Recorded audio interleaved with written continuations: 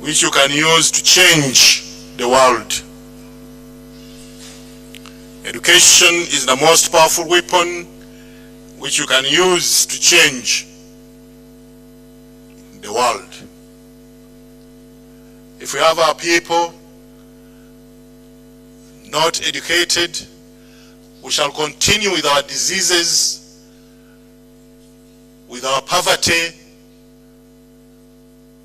with our ignorance, with our stupidity, with our no sense that sometimes we think is sense, and a lot of other things that cannot facilitate our entry into a middle-income country.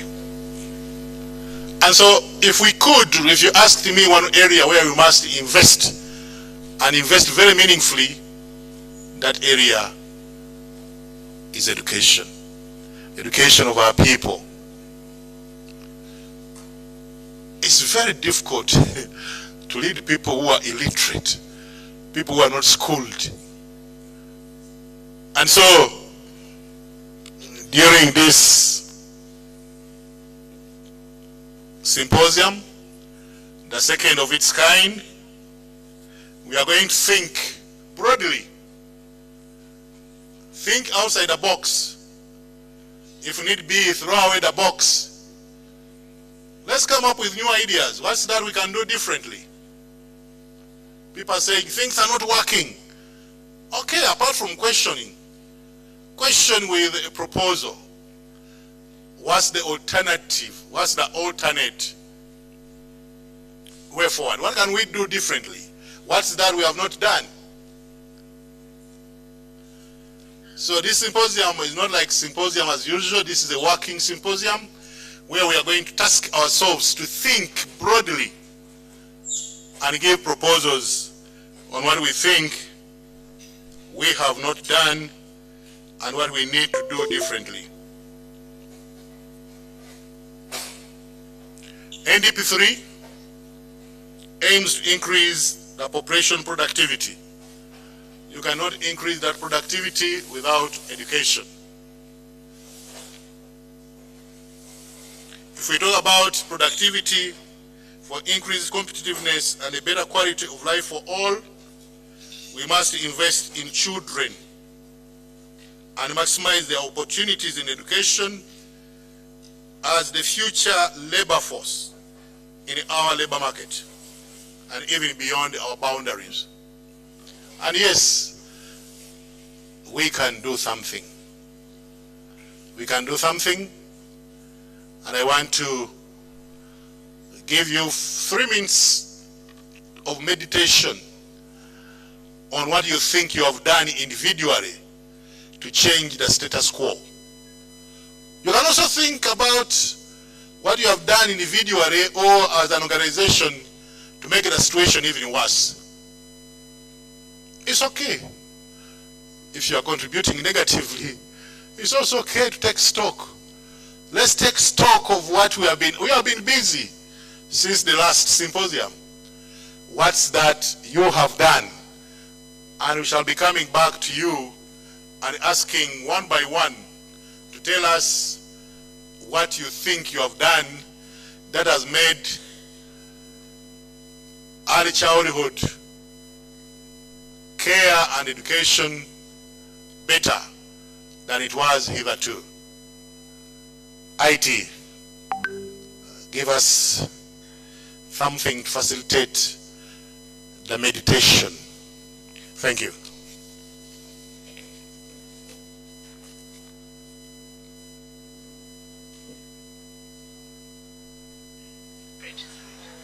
As a result, these parents think that they do not have what it takes to give their children a good start in life or break them out of poverty. So we work with communities and parents to equip them with the skills and confidence that they need to give their children a better start using local resources from their communities. Parents are crucial in solving the early childhood crisis we are having. However, we know that often parents are overlooked, and as an organization we believe that regardless of their education status, parents are able to provide quality education and care to their children. Because children spend most of their time at home and in their communities, empowerment is key and communities must be at heart. So we empower parents and community leaders with the skills and confidence that they need to nurture their own children within their context and environment. We know children learn through play, and we train parents to run play schemes in their communities. These play schemes can take place under any existing building or under a tree, and we can use even local resources at home to teach our children. I am Ibuto Nora Omal, and I work with Lively Minds. We are hoping for a future where children across the world can achieve their full potential and go on to change the world. That is really what keeps me going.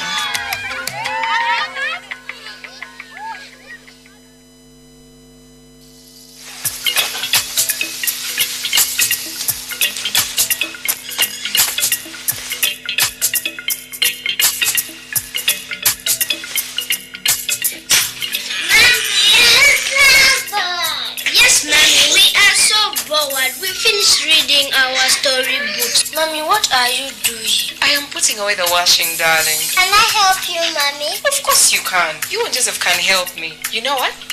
We are going to do this while playing a game, okay? You're going to count the clothes on the pile, okay? Can you start counting? 1, 2, 3, 4, 5, 6, 7. Yay! Sophia is such a clever girl. Okay, Sophia, can you count for me on your fingers and show me 7 fingers? Okay? Okay. Count for me. Show me. 1, 2, 3, 4, 5, 6, 7. Yay! That is so good. Joseph, can you help me buy those clothes and put them in the drawers? Yes, Mommy. Okay. Sophia, why don't you count clothes on each pair? 1, 2, 3, 4, 5, 6. Yay. To the upper shelf. And now the last. 1, 2, 3, 4.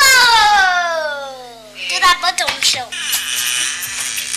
See, Mommy, we are done. We didn't make a mess. Mommy, today was the best day ever. We really helped you, right? It was very wonderful.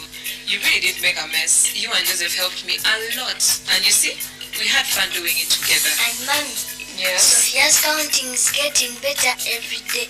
We will play more counting games together. Give your child the best start in life. Engage in play and communication suitable for your child's age. Use daily routines to engage with your child and help them practice counting and spelling.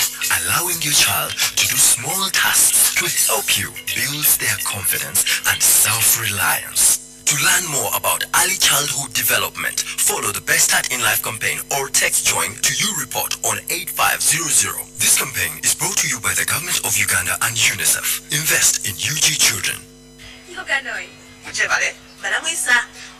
Lively Minds.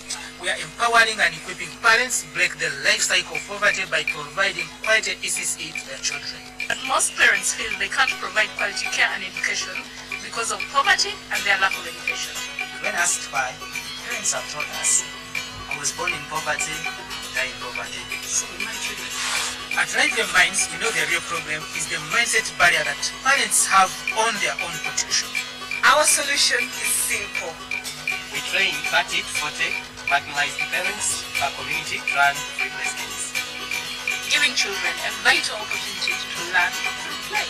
Parents attend monthly parenting workshops where they learn simple ways of taking care of their children using locally available resources. Parenting course and the play scheme support the holistic development of children, focusing on 4 areas: Cognitive, physical, language, and social emotional development.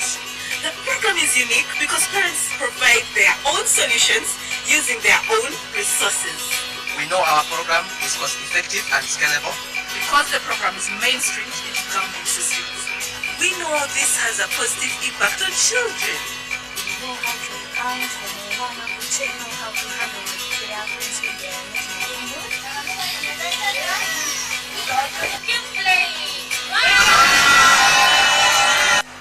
Most parents here do not have an education and are illiterate. As a result, these parents think that they do not have what it takes to give their children a good start in life or break them out of poverty. So we work with communities and parents to equip them with the skills and confidence that they need to give their children a better start using local resources from their communities. Parents are crucial in solving the early childhood crisis we are having. However, we know that often parents are overlooked, and as an organization we believe that regardless of their education status, parents are able to provide quality education and care to their children. Because children spend most of their time at home and in their communities, empowerment is key and communities must be at heart. So we empower parents and community leaders with the skills and confidence that they need to nurture their own children within their context and environment.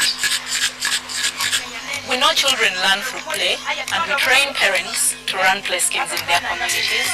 These play schemes can take place under any existing building or under a tree, and we can use even local resources at home to teach our children. I am Ibuto Nora Omal, and I work with Lively Minds. We are hoping for a future where children across the world can achieve their full potential and go on to change the world. That is really what keeps me going.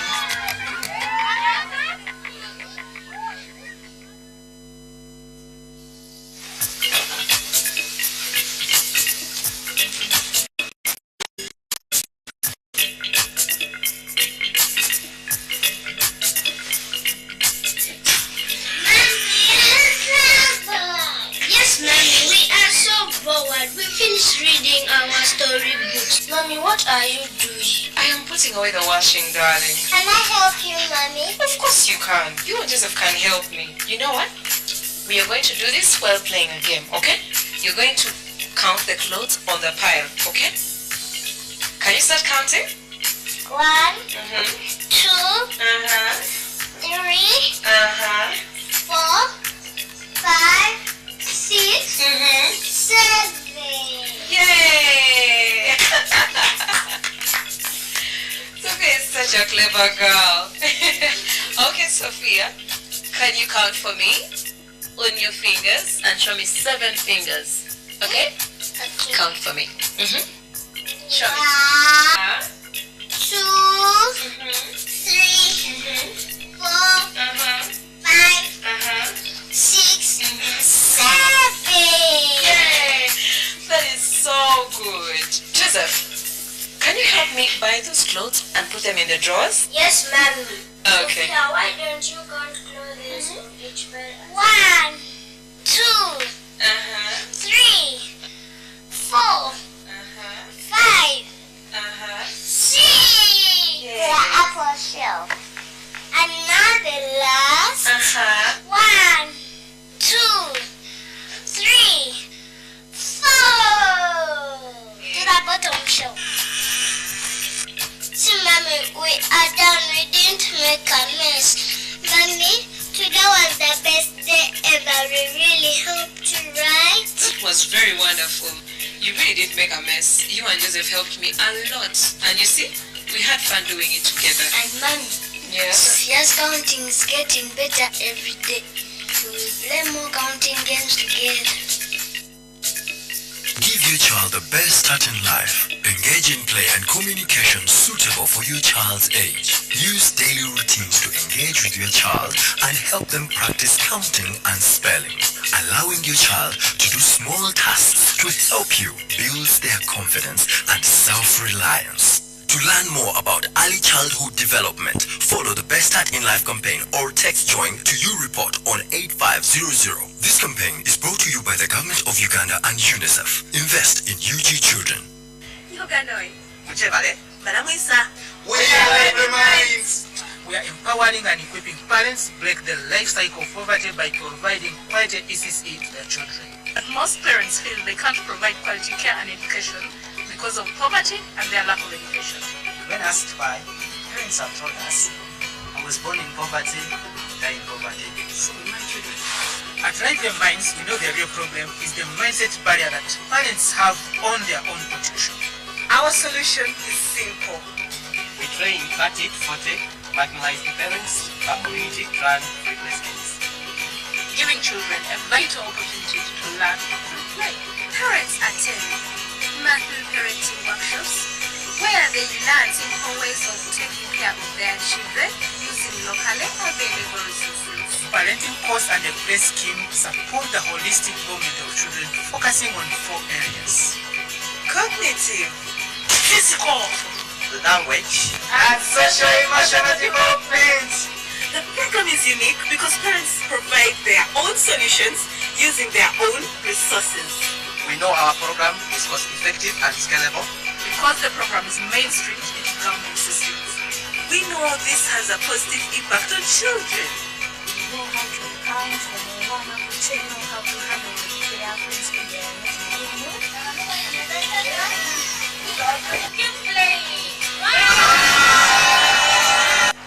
Most parents here do not have an education and are illiterate.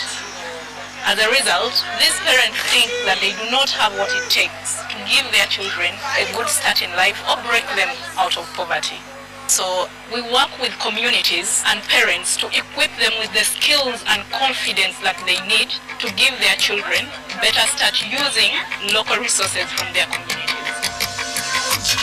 Parents are crucial in solving the early childhood crisis we are having. However, we know that often parents are overlooked, and as an organization we believe that regardless of their education status, parents are able to provide quality education and care to their children.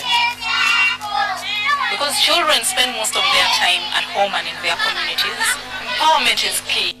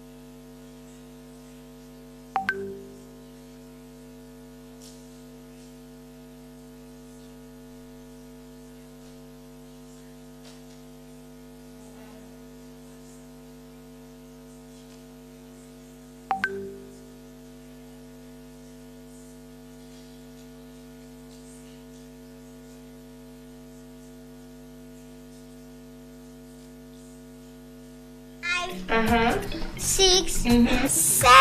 Yay! That is so good. Joseph, can you help me buy those clothes and put them in the drawers? Yes, mommy. Okay. Sophia, why don't you count clothes in each pair? 1, 2, 3, 4, 5, 6. The upper shelf.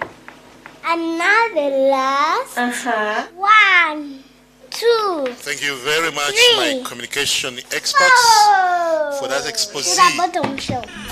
via that See, mommy, we are done. We didn't documentary. make a mess. We want to thank you. Mommy, today They was emphasize the the best position of the mother, that even when the mother is not educated, or the father, they are the first teachers to their children. The question is, how often do you spend time with your children, educating them talking to them, telling them the values and norms that matter, the things that bind us together, the things that you want them to do, to be. How often do you spend time with your children? I think that matters. And some authorities have said that the best gift you can give to your children is the gift of time. Time to your children. Many colleagues, the men, we give the money and we think that's it. Money is not enough. The children need you in their lives. And the children are going to administer to us, since they can speak for themselves. They are going to tell you things that you have to do and the things you can't do. They are going to communicate to you. Can I request all of you to close your laptops and listen to these children, at least for now? And this is Sozo International Children's Choir. Sozo International Children's Choir. They are going to speak to us. Kindly listen to them. Thank you. Sozo, you have the floor.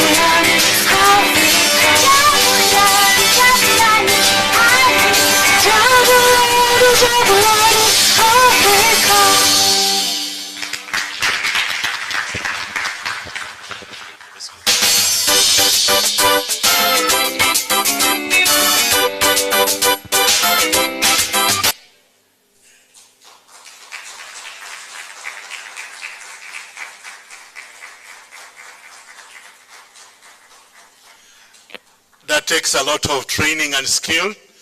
And if you're above 40, don't try to jump the way they were jumping.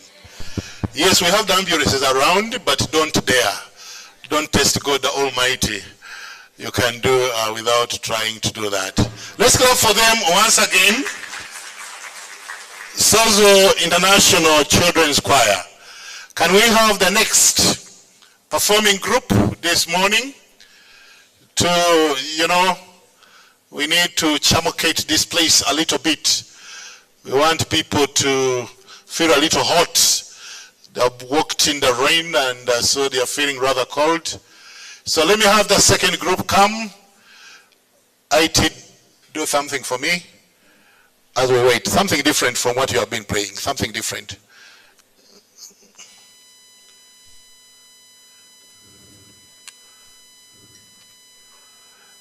It's good to bring up children with a fear of God. That helps guide them and protect them against so many things that can happen. And so it's always good that when you're going to church, go with your children to Sunday school. They can learn a number of things. Some of you drive your cars and you say praying is for the adults. No, children should be able to learn to pray and play at the same time. IT, as the next group comes, Nairua, my co-MC. Thank you.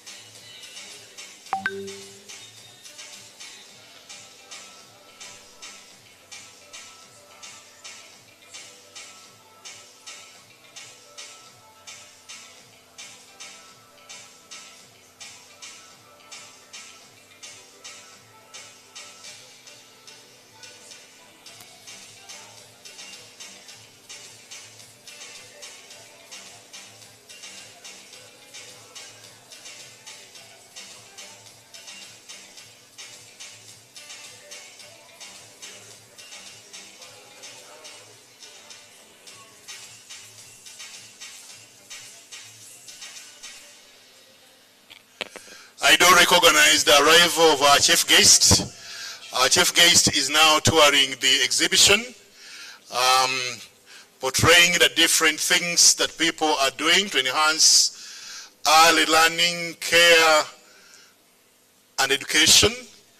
And I want to thank you, Honorable Minister, our chief guest, for braving the rain, for being with us. We want to thank you and thank you and thank you mightily. Thank you so much. Thank you.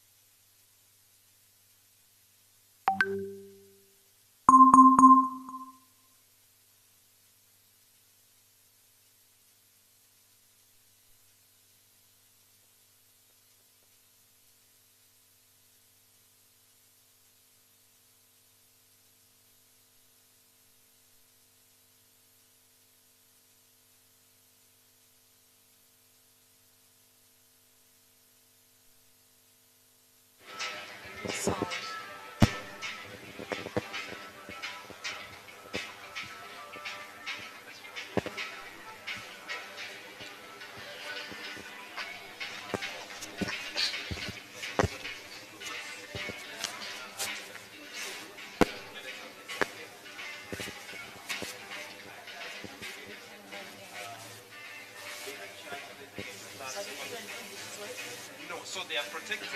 We have protective cover that but they are shielded. Such that even if it drops, they are really quite safe. Oh, okay. Yes. Thank you for the initiative. We look forward to see it again.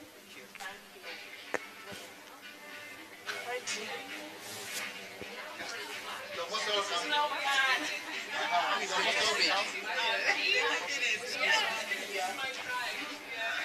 Yes. Okay. You're most welcome to Plan International Exhibition. Masawa Robert is my name. I'm a project manager for Plan. This is what we do. We have demonstrated all the 5 learning areas, starting from learning area 1, but all our materials are developed by the educators and parents using CLAC model. CLAC model is a community-led action for children. We developed this using a low cost because it has high impact. You can see that all these activities that you are seeing here, starting from learning area 1, 2, 3, 4, 5, up to play area, this is what we do for children to learn. We're having quite a number of things. You can have a look at this. We're having areas that we have developed. These are numeracy, whereby it's more or less of a challenge, whereby a child, for example, picks 1 and comes and picks items in related to 1. A child can identify, a child can mention, a child can record. Then all these areas that we are doing, this enable children to play with, interact with, and at the same time they are learning. Thank you for the initiative. Thank you. They have made you proud. Thank you so much. The next one.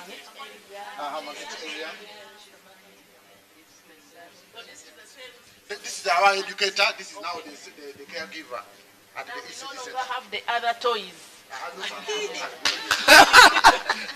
Look at it.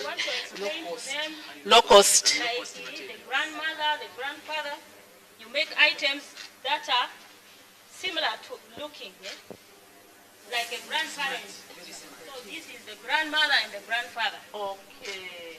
Thank you for being innovative. Thank you. Welcome. This is Lively Minds. Plan speaking. Yes. Yes, you are welcome to Lively Minds. My name is John Tweste, the country director. Our role is to empower parents in the rural communities to be able to take care of the children's learning and use these sets of games materials so the parents empower the children using learning through play. So we have different areas, books, we have matching games, we have building blocks, we have senses, we have numbers, so they're able to introduce them to emergency literacy, numeracy, improving their social, emotional development, and also physical development. That's not for caning. These are teaches them counting, but also senses. It teaches them sizes. They're able to see the shortest and the longest. Yes. And also colors. We have the picture. If you had the time, I would just use only 2 seconds even to teach you one of these games. Can I do that? Yes, to play this one game. Baby Joyce, you are my child now, Minister. Yes, Baby Joyce. What is this? Which one? This one? That is color black. That is color black. That's a chair. A chair. Good. Can you look for another chair in this picture? Yes. Can you show it to your colleagues? Yes. This is a chair. So can you put it here? Yes. Here. Thank you. Let's have this is how the parents use it. So we have the parents who run play schemes. So in every village, we are currently in Mayuge district, in every single village, there are 40 mothers who run play schemes, and it's the very mothers who teach their own children. Thank you. Thank you. Thank you.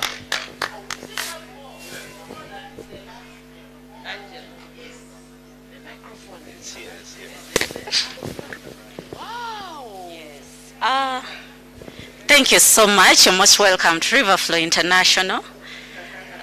We are looking at this child learning through play.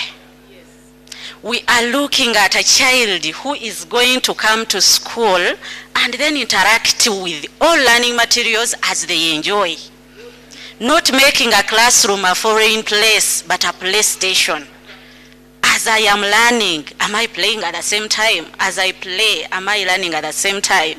When you look at these materials, they are coming from all learning areas. And the emphasis is the colors. When you look at these primary colors, these children's eyes can't see these dull colors. So those attractive colors, the chronological arrangement of different materials. For example, look at this number zoo.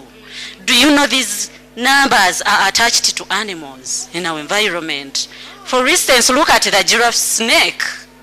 It's a strictly number 7. If you happen to look at this and teach me number 7 and I relate it to a giraffe, how will it be?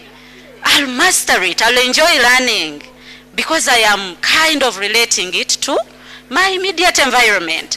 It's quite a number of items, as you can see. The different jigsaws.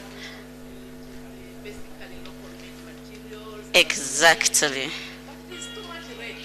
Oh, with it's okay.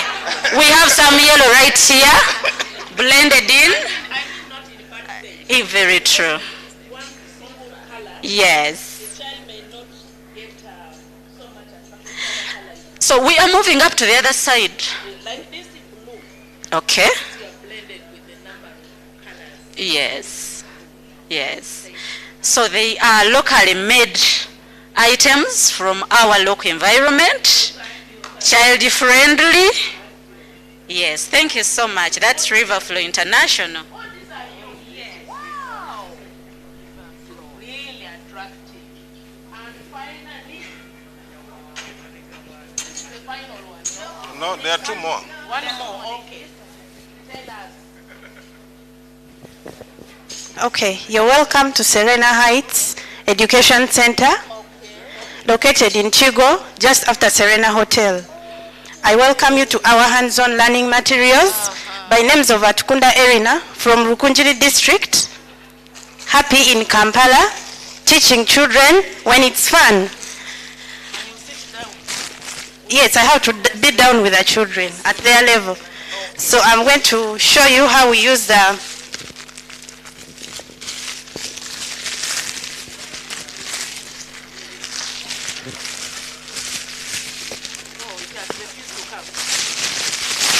it will come because that is why it came. So here we are with sounds. This is just cut out of manila paper. We put it together with cassava flour and we come up with that one. That is a hard one. If somebody would help me and open a soft one, which has different colors. So these baby class children, if you write on the blackboard and you tell them this is sound E, it is very hard for them. Sound E. Like if you're writing the word yam, E, So instead of putting it on the chalkboard for a child to copy, they are still young, carrying it from there to down, it's very hard. So this is what we do. You give to a child, they just put it here, and you ask them, which sound is that? E. Then they put this one, and I've made the word in. This one is made out of rubber, just rubber mats. Then this one is made out of manila paper. We have something which is also fun, the dice.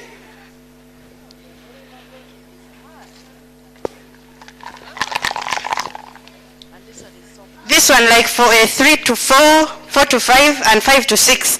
They toss. So if they toss like this and the word da comes on top, you tell a child to look in these letters and arrange that very word which has come on top. So they will look for letter D. They look for letter U, sound A.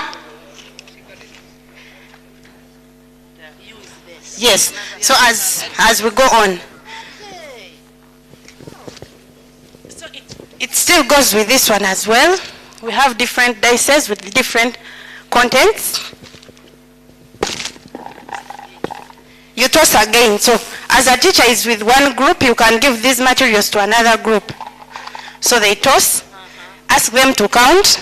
They have done counting, at the same time they are going to read. 1, 2, 3, 4, 5.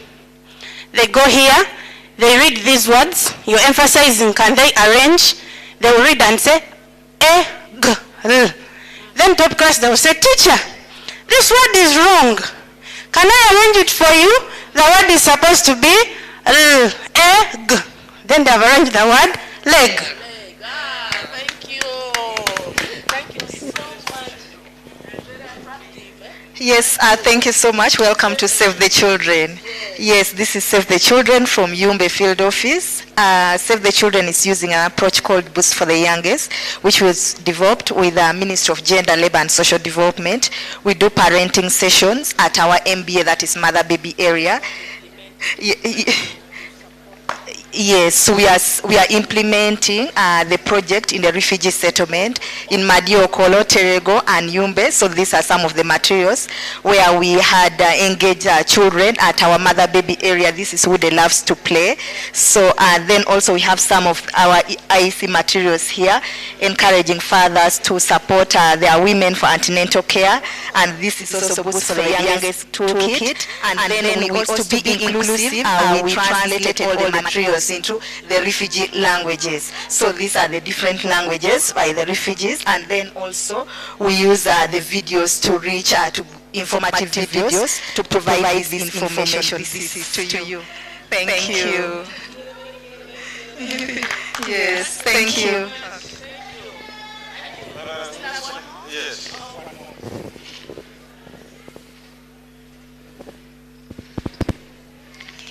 Good morning, Minister. You're very welcome to the HISP Uganda stall, presenting to you our Florence and Daisy from HISP Uganda. So as HISP Uganda, we've done a lot of work with the Ministry of Education, Basic Education Department, to ensure that there is timely and routine quality data collection to support planning and evidence-based decision-making.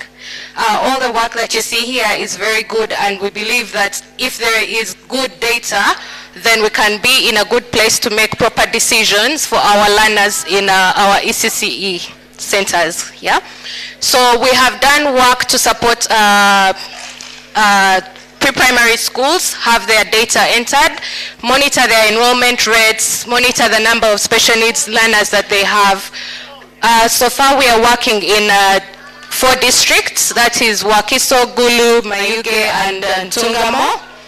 Yeah, so we supported them have their enrollment data captured, their special needs data, so that they're able to know the kind of facilities that they need to have in comparison to the number of learners they have, monitor their pupil-teacher ratios, generally to ensure that the learners are able to get the education that they need to have. We have also supported surveillance. We all know that our schools were closed for quite a long time, and as such, we needed to have a way to properly monitor the COVID-19 situation within the schools. So this surveillance dashboard supported the first year of reopening after COVID, so that the Ministry of Health and Ministry of Education could work hand in hand to be able to support schools manage the COVID-19 situation. Where schools were yes, with support from UNICEF, with support from Save the Children, with support from other partners. Yes. Yeah, so this was able to show where there were positive cases, so that district teams could support district surveillance focal persons to be able to manage these cases within the schools. We have also done school feeding work with the Karamoja region, with support from the World Food Program, to monitor the number of learners that are being fed within their schools, and the attendance of these learners within those schools. Yes, I think that is majorly it for a summary. Thank you, Minister.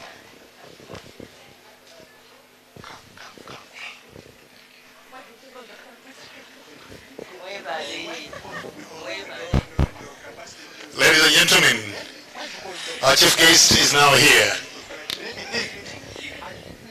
Prime Minister, we welcome you.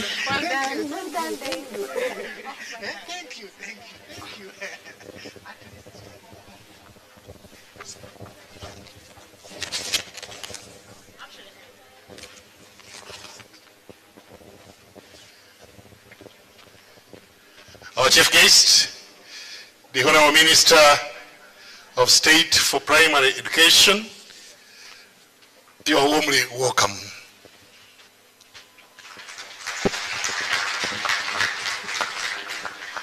Can I request my colleagues to lead us into the anthems?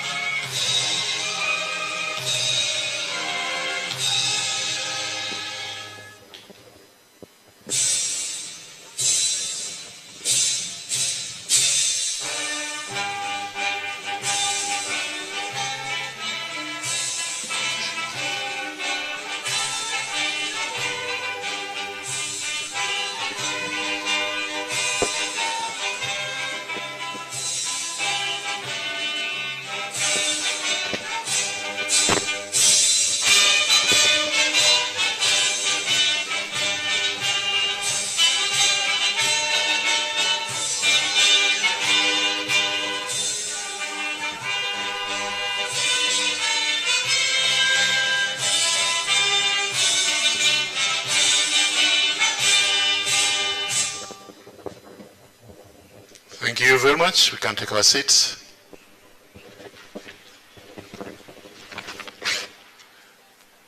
May I, before I say anything, may I invite my colleague, Joyce Nairuba, to invite the religious leaders to lead us in a word of prayer. Joyce.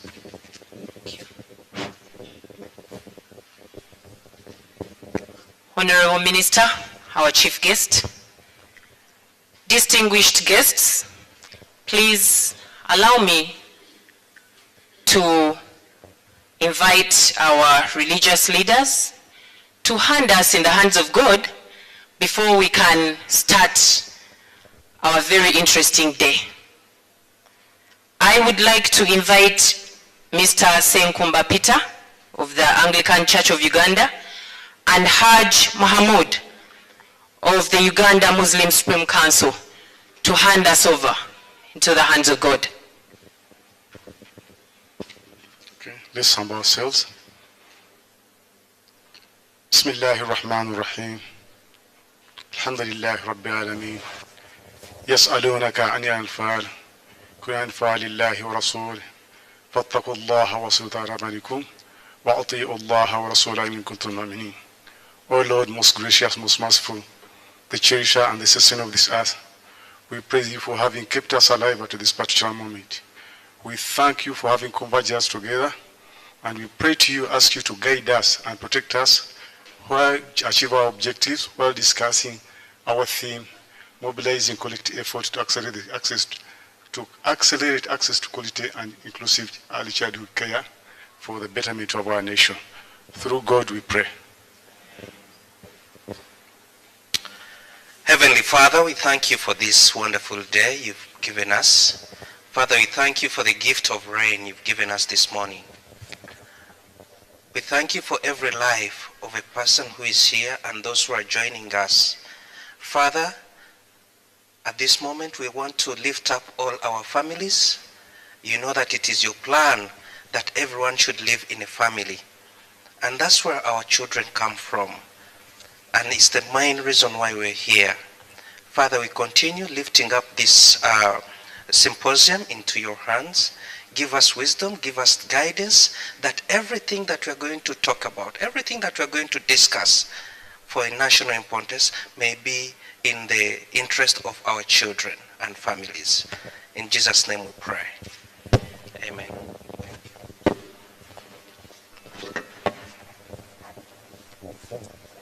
Thank you very much. The Honorable Minister, our chief guest, the Honorable Members of Parliament here present, senior government officials, the UN fraternity, civil society, the cultural and religious leaders, members of the Fourth Estate, the children of Uganda, the children of the world, the teachers, parents, and all of you, men and women.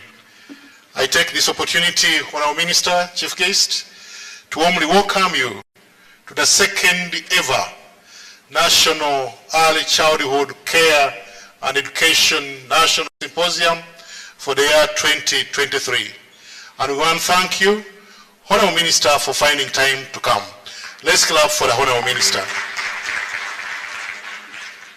The theme for this symposium is mobilizing collective effort to accelerate access to quality and inclusive early childhood care and education, a call to action.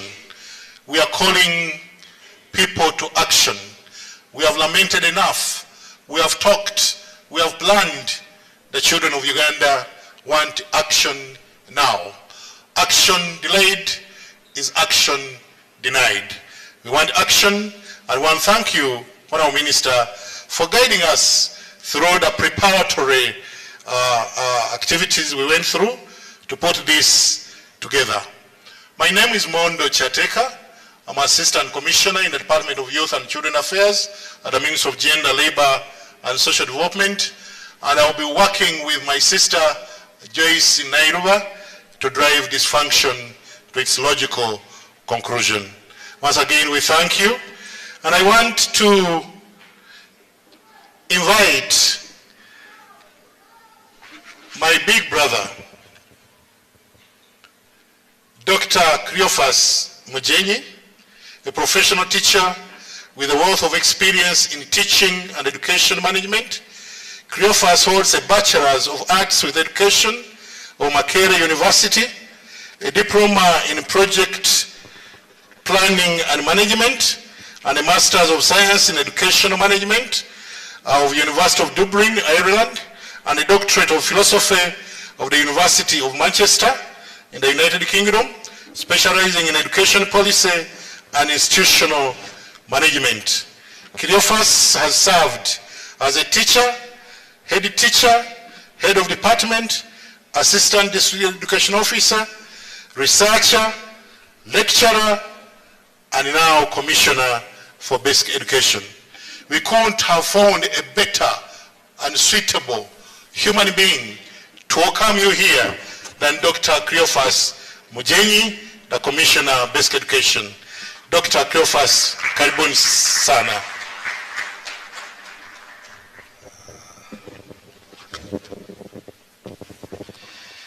Thank you very much, my brother.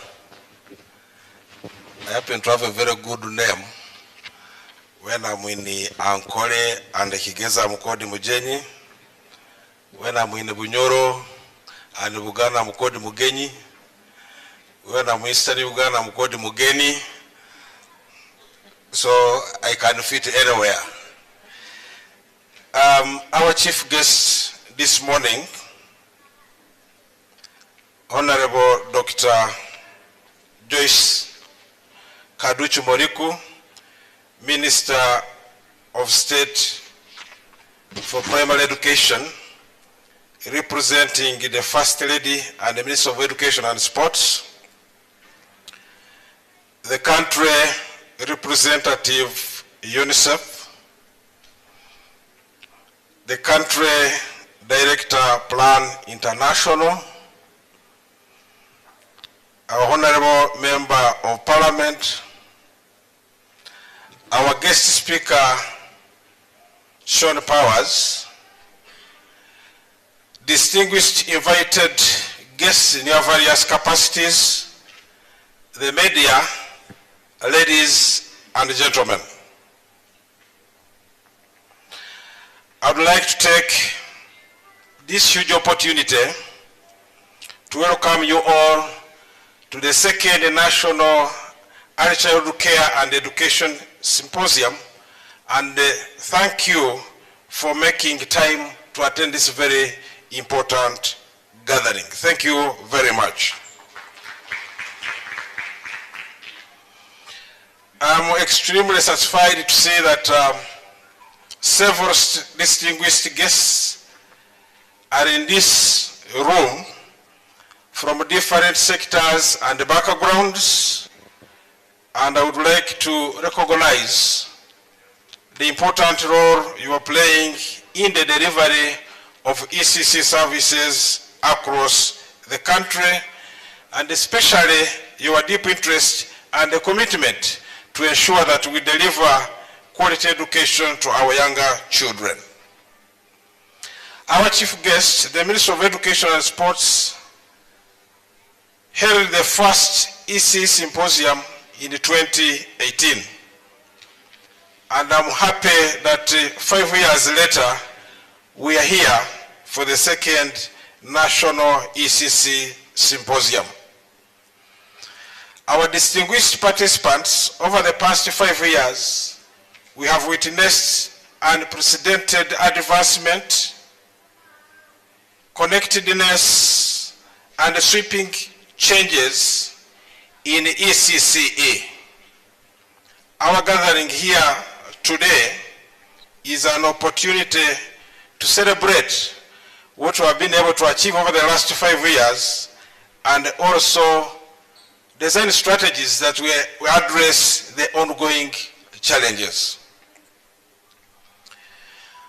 I'd like to inform you that the Basic Education Department of the Ministry of Education and Sports, working in partnership with our development partners, have organized this symposium under the theme, mobilizing collective effort to accelerate access to quality and inclusive ECCE, a call to action. Our collective blueprint for the future must mobilize us all towards an achievable vision of progress in ECCE.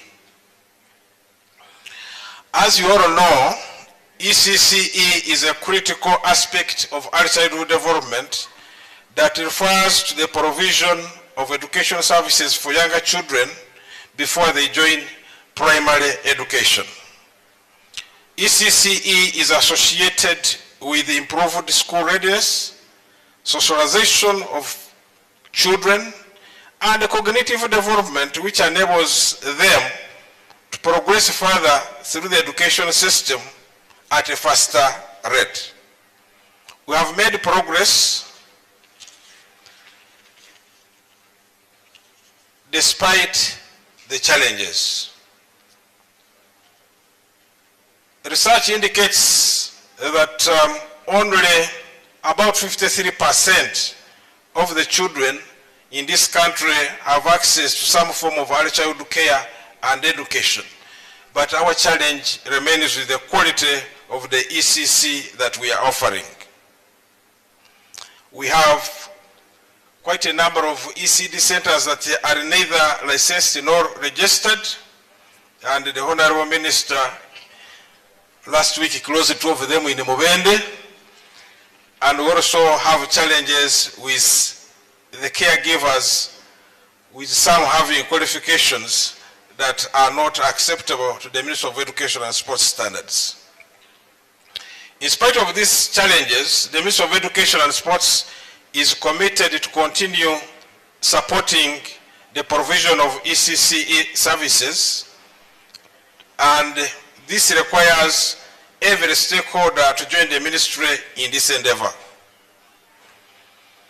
In order for us to increase access to quality and inclusive ECC, we have to harness the power of collaboration to drive the change that we want to see in the quality of the services we offer, in terms of the numbers of children accessing, the curriculum being provided, the standards being enforced, the capacity of the ECC teachers being enhanced, and last but not least, the fundamental role of parents, caregivers, and communities must also be prioritized.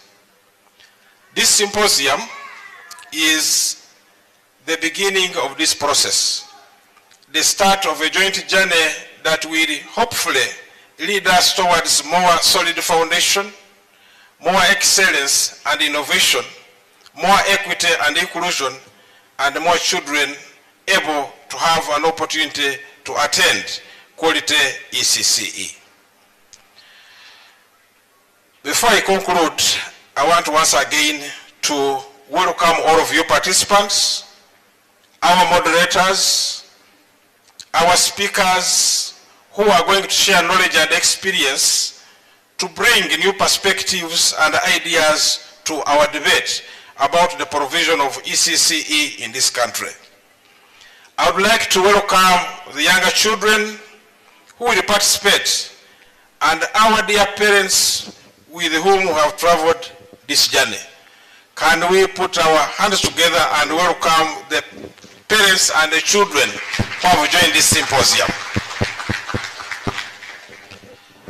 Our chief guest, as I conclude, allow me to most sincerely thank all our partners led by UNICEF, Plan International, and many others, as you will see from the program, the line ministries, agencies, colleagues from the Ministry of Education and Sports, particularly the organizing committee, for the financial and the technical support that has made it possible to have this symposium. Thank you very much. As I conclude, I would like to quote one scholar called Jonathan Swift, who said, "Vision is the art of seeing invisible things." Let us make sure that today's exchanges enable us to see today what will be tangible tomorrow. Thank you very much.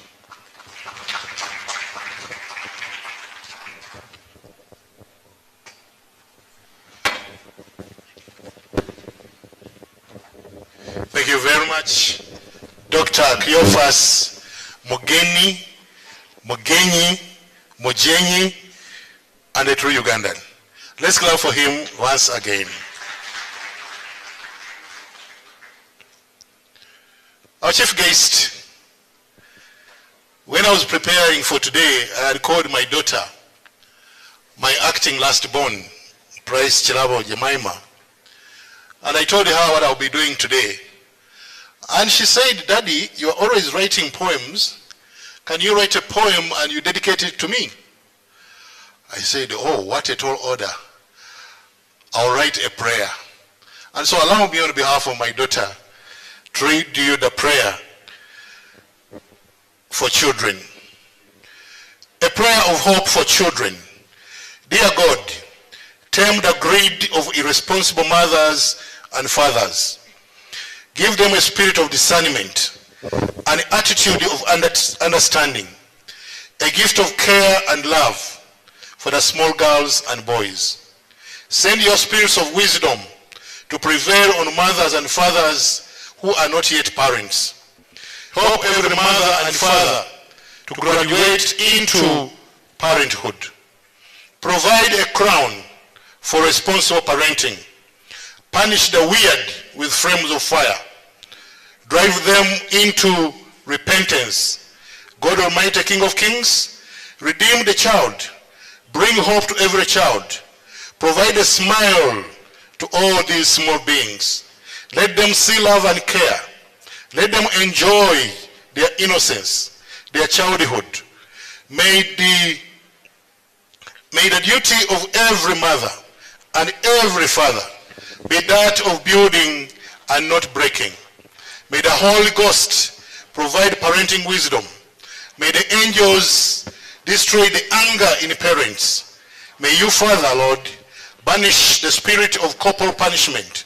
Throw their urge to marry off young girls into the ocean. Save them from acts that lead children into teenage pregnancy. Lead them to realize that teenage pregnancy is the highest form of child labor. Lord, we beseech thee, let your Holy Spirit prevail and let your people be parents again. God Almighty, hear our prayer and let your will be done in the interest of the children of Uganda, the children of Africa, the children of the world. In your name we pray. Thank you very much. Dedicated to my daughter and shared with the minister. Thank you very much for coming this day. May we then, in the same spirit, listen to our children, saying we are the future. This is a presentation of 3 to 5-year-olds, and I want to invite my co-MC, Joyce Nairoba, to introduce the children who are going to administer to us. Joyce, you have the floor.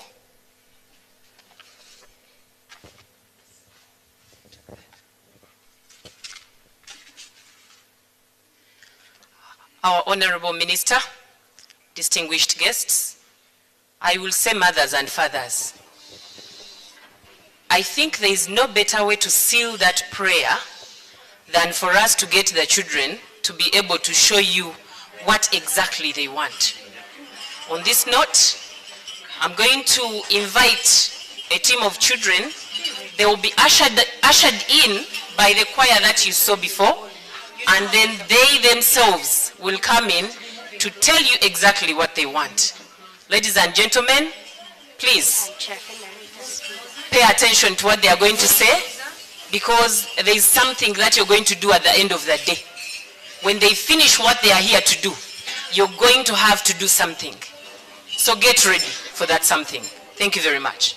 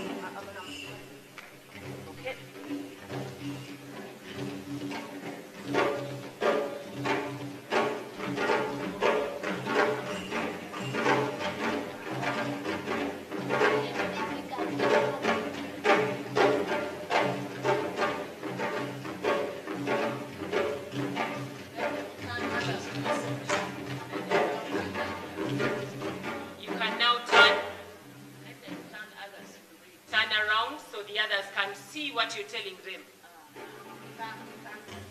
Turn around so you can talk to your parents in your own way.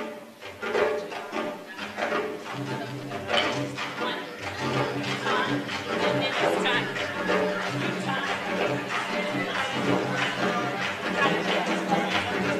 They have their own communication.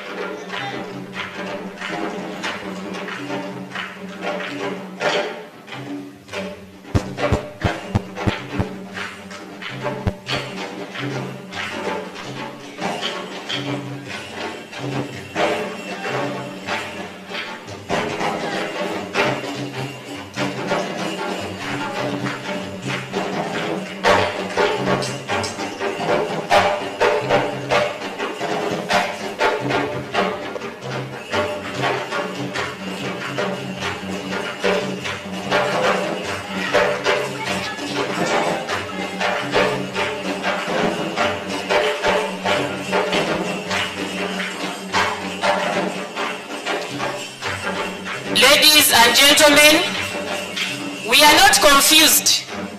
Don't think that we are confused. We are only communicating as best as we can. So when we do that, please don't beat. We are saying something to you. We may seem not to listen to what you're saying, but all the time we are aware of what you're saying. And we want to be able to express ourselves. We are all children of Uganda, irrespective of our ability. We are here because we are asking for something. Please listen to us. Help us to be the best that we can. Help us to fulfill our dreams.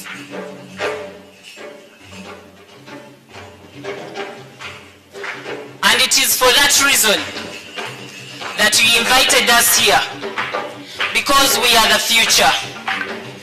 I'm only saying this because they were too emotional to say anything. So I became their voice. And I would like to request you to please consider something.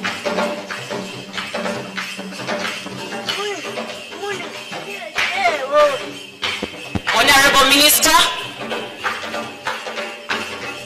this is the children's call to action for all of you stakeholders. They are saying our earliest years, our best chance to learn. Learning gaps later can be closed if we get the right foundation. And then they concluded by saying, make early childhood care and education a priority.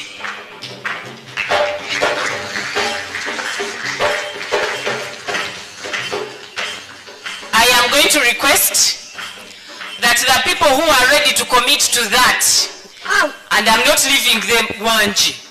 Hey, I'm coming. I am not going to say they go away, because I want you to commit when they are seeing you. Then later on, they will be able to say, you people, you said this, what happened? So I would like to please invite the people who are ready to commit to the children's call to action. I will request a few dignitaries to please sign on behalf of the others.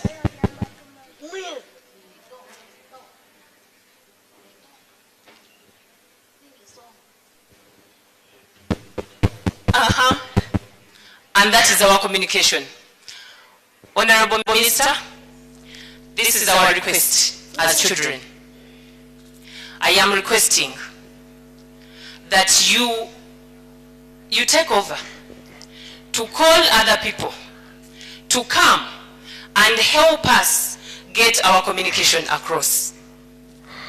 Please.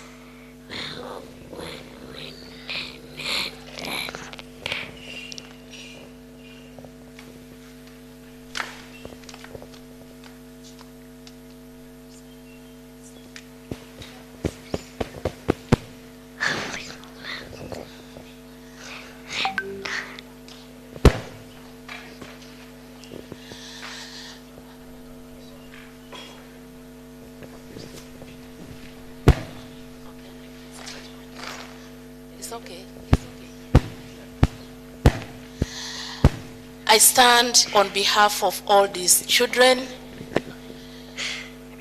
I stand on a call for commitment from all stakeholders, commitment to action, commitment for the plight of our children, commitment to take foundational learning as a key priority for our children. And I'm calling upon our key brothers and sisters, friends, partners, the country rep of UNICEF, who is right up there, to come at my side. I'm calling upon the country director of Plan International and my brother over there to. We've been requested to come here and make commitment to make early childhood center and education as a key priority. So I want to hand over the microphone to my brother to say just a word or two, and we continue. Thank you very much, Honorable Minister. Good morning, boys and girls. Hope you are doing well. And on behalf of UNICEF Uganda country team, I declare that we are fully committed to support early childhood care and education in Uganda. And we will continue to do that until every child is accessing quality, inclusive early childhood care and education. Thank you.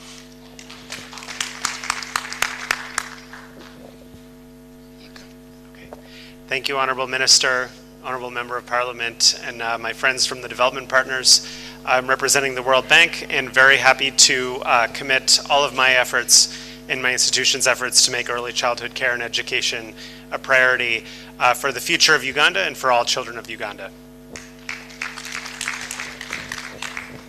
Honorable Minister, representatives of UN and other distinguished guests, Plan International has been supporting early childhood development for almost 30 years. So I'm very happy to recommit our commitment to early childhood development and education in Uganda. Thank you.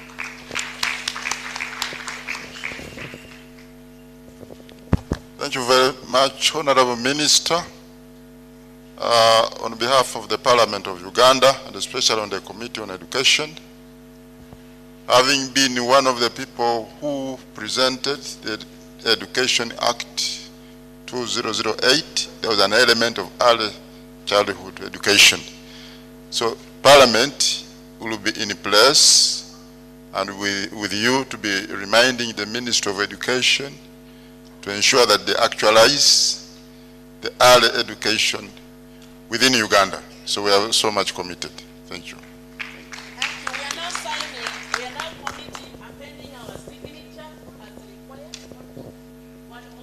An implementer, the person who will really put those things into action. Thank you, Honorable Minister. I want to commit on behalf of the Permanent Secretary, Minister of Education and Sports, that we shall do whatever is possible in our means to ensure that we will prioritize the provision of early childhood care and education services to children in this country. Thank you. Minister of Education, I'm now appending my signature in support of this program of national discipline as a priority.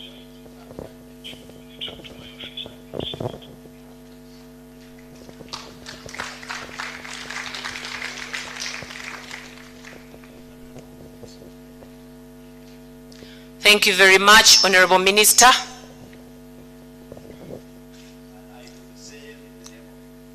Thank you very much, UNICEF. I would be clapping like there's no tomorrow. I don't know what is happening. ECD implementers.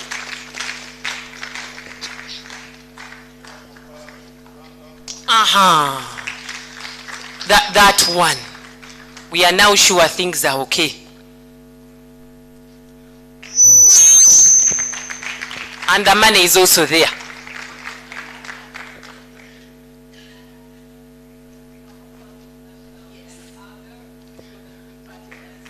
and the implementing partners are on board. So really, young ones, we are ready to go now. We are very, very committed. Thank you so very much, everyone, and the dignitaries.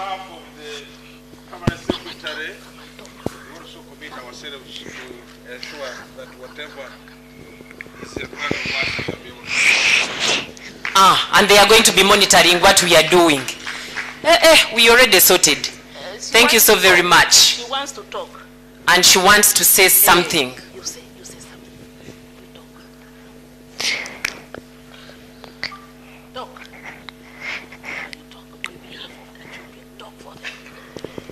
Thank you very much. We appreciate everything. Ladies and gentlemen, please, a hand clap for the people who just committed themselves.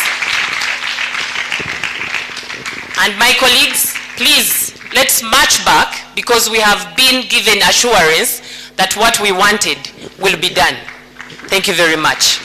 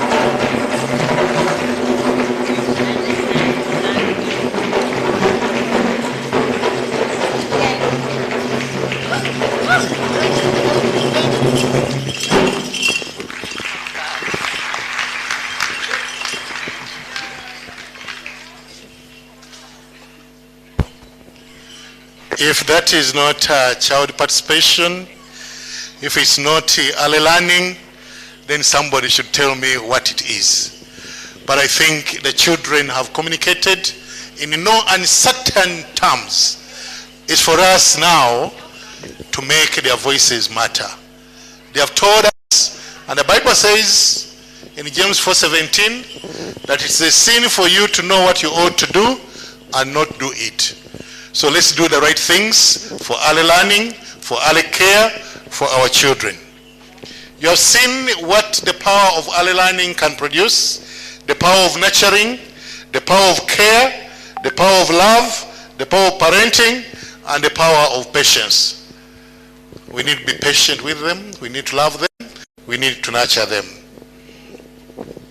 Thank you, Honorable Minister, for performing that part of this program. We thank you. Thank you so much.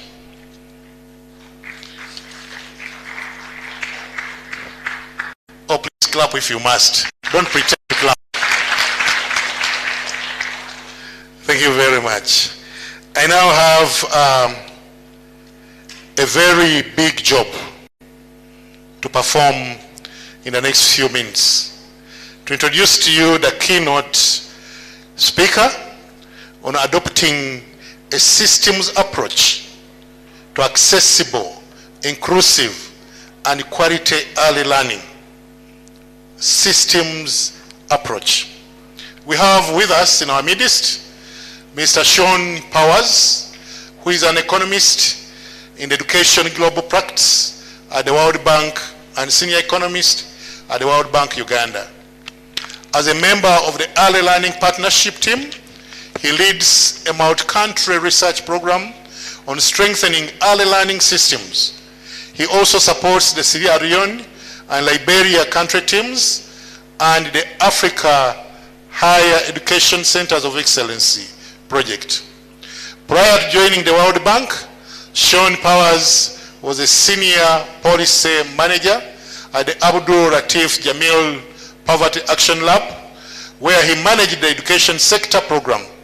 He also spent 3 years working on domestic anti-poverty and food security policy in the United States of America, and was a Fulbright scholar in the Philippines. Sean holds a Bachelor's of Economics from Williams College and a Master's of Philosophy, a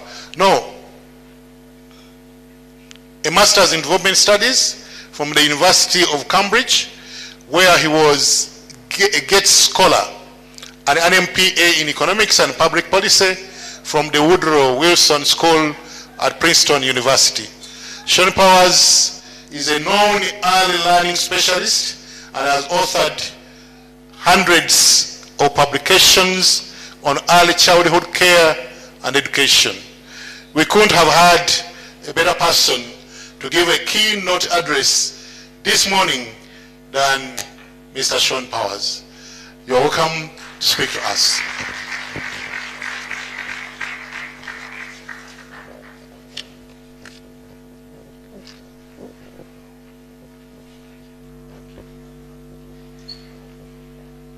Thank you very much, Chair, for that.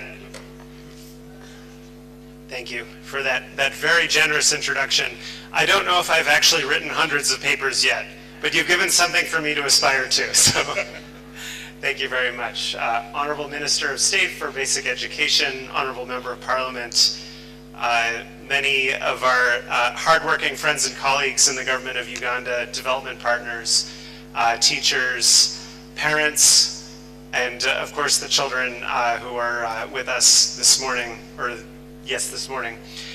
It's a great privilege to be here to share a few words with you, which I hope will be of use over these deliberations for the next few days. It's been my great honor to work here in Uganda over the last 18 months as the focal point for the World Bank's education program here.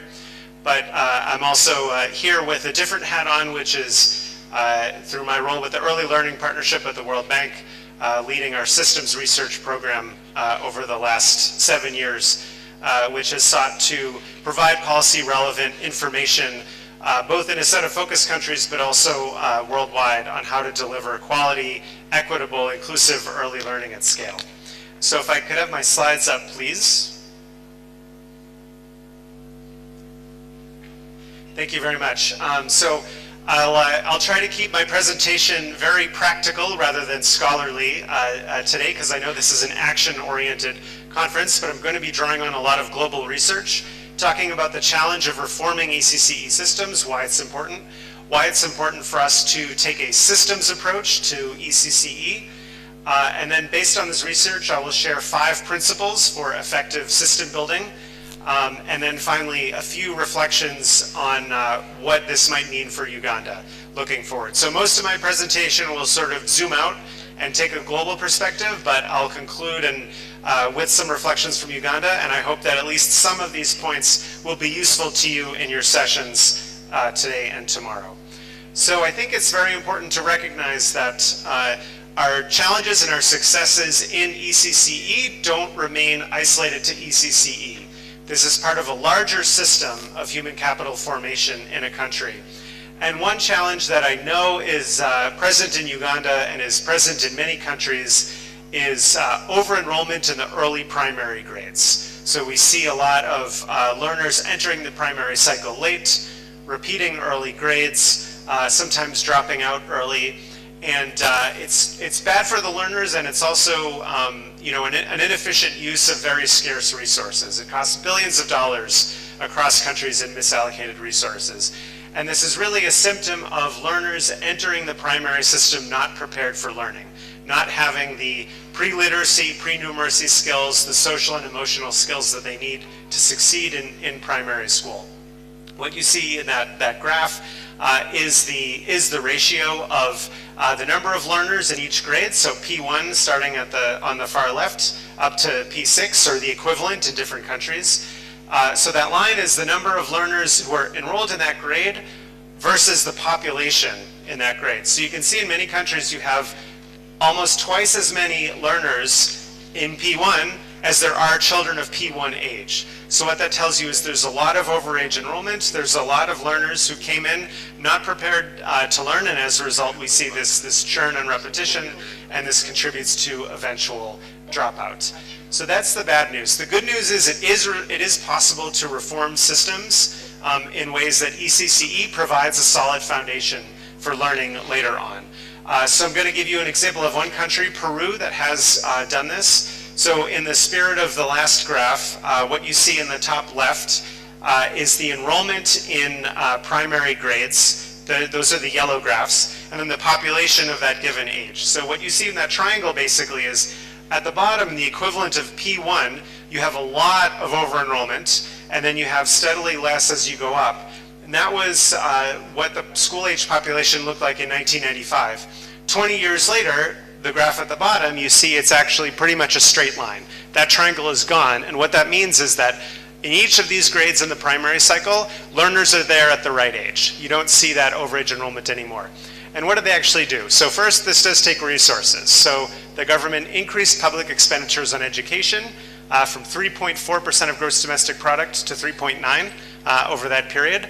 They increased pre-primary coverage from 35%, so just a little over a third, to almost 90% of learners by 2015.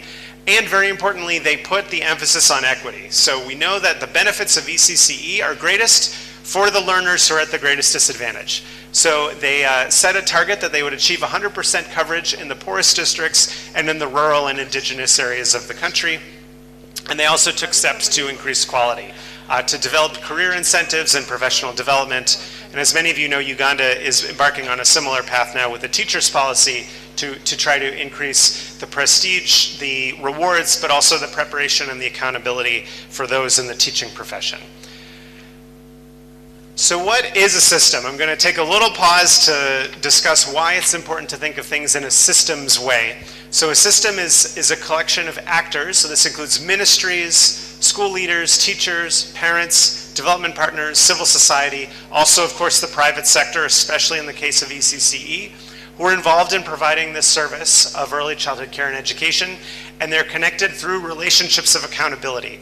So the key thing about systems is that we're looking at relationships. We're looking at accountability and the way that different actors in the system influence each other to deliver the results that we want. And there are different ways that they do this. One is through setting expectations. So what exactly is the nature of the services to be delivered? Providing resources, so this could be financial resources or it could be non-financial resources. Producing, sharing, and acting on information, building capacity, and motivating or incentivizing the desired performance. So I know this may sound a little bit abstract, so I'm actually going to go through each of those 5 examples and use those to derive principles of effective systems. Why is systems thinking important? Very often policymakers, and I don't just mean government policymakers, this happens with development partners and this happens even at the level of a school, with a school leader. We want one thing, we set out to achieve a specific policy result, but sometimes the actual results on the ground surprise us. Things don't happen the way we intend them to happen. And that is why we often need this systems thinking, because it requires this mindset shift of considering not only what the policy is, what the inputs are, but what are the relationships between these different things? How do they interact with each other? And systems thinking is good for diagnosing problems, for thinking about programs and reforms in a holistic way, and also integrating these different elements that are often thought of in isolation. So measuring learning outcomes, budgeting, thinking about teacher training and teacher professional development. Often we think of these things one at a time, and we may have different parts of the government, different development partners working on them in a sort of piecemeal way, but we need to think of them all together and how they interact with each other. Okay, so what are these 5 principles? The first principle is clear and aligned expectations. So basically the idea is you need to know what you want out of your ECCE system. There needs to be a consensus on what the basic goals of the system are, and ideally they're shared across different actors. So the ministry, teachers, school leaders, parents, they all know what we're trying to achieve, and they're all aligned on achieving those goals. In the countries that we've studied, however, we see several sort of common problems. And again, I'm not saying any of these do or don't apply to Uganda. This is just some of the common themes that we see across countries that are trying to reform their ECCE systems. One is that the expectations are simply unclear. So we may all agree we want quality early learning, but we don't have a definition of what quality is. So the first thing we need to do is understand, what do we actually mean by quality? Are we talking about structural quality? We have a developmentally appropriate space with the right furniture in the books. Are we talking about process quality? Are we talking about the way that the teacher interacts with the learner? We need to be clear on all of these things before we can move forward. A second common problem is that the expectations are too complicated or too ambitious. And this very often happens for countries that have big ambitions for early childhood care and education. So I worked in Jamaica, for example. That was one of our focus countries that has a very highly developed system of early childhood education. They have 12 standards for ECE centers. I was, sometime after that, I was a peer reviewer for some colleagues who were supporting another country, which I won't name, that was developing their early childhood standards, and they had 55. And this is a country that was just getting started, and one of the things I told them was, Jamaica is, in many ways, having challenges with just 12. So a country that is just starting out, 55 standards is going to be too many. So there really needs to be simple enough expectations that they can be communicated effectively and that they're achievable in a system that's still developing. And then another challenge we see is misalignment of expectations. One that's very common is you might have a ministry or you might have providers who are bought into the idea of play-based learning. We've heard a lot about play-based learning, but parents may want something different. Parents may have expectations that this is academic preparation, that learners are going to be sitting in rows, that the teacher is going to be giving a presentation, that they're going to be copying things in their notebook. And we know that that's not how children in ECCE learn best, that they learn best through play. But when those expectations are misaligned, sometimes that causes challenges. And even what schools end up delivering is this sort of more academic style rather than the play-based style that we're going for.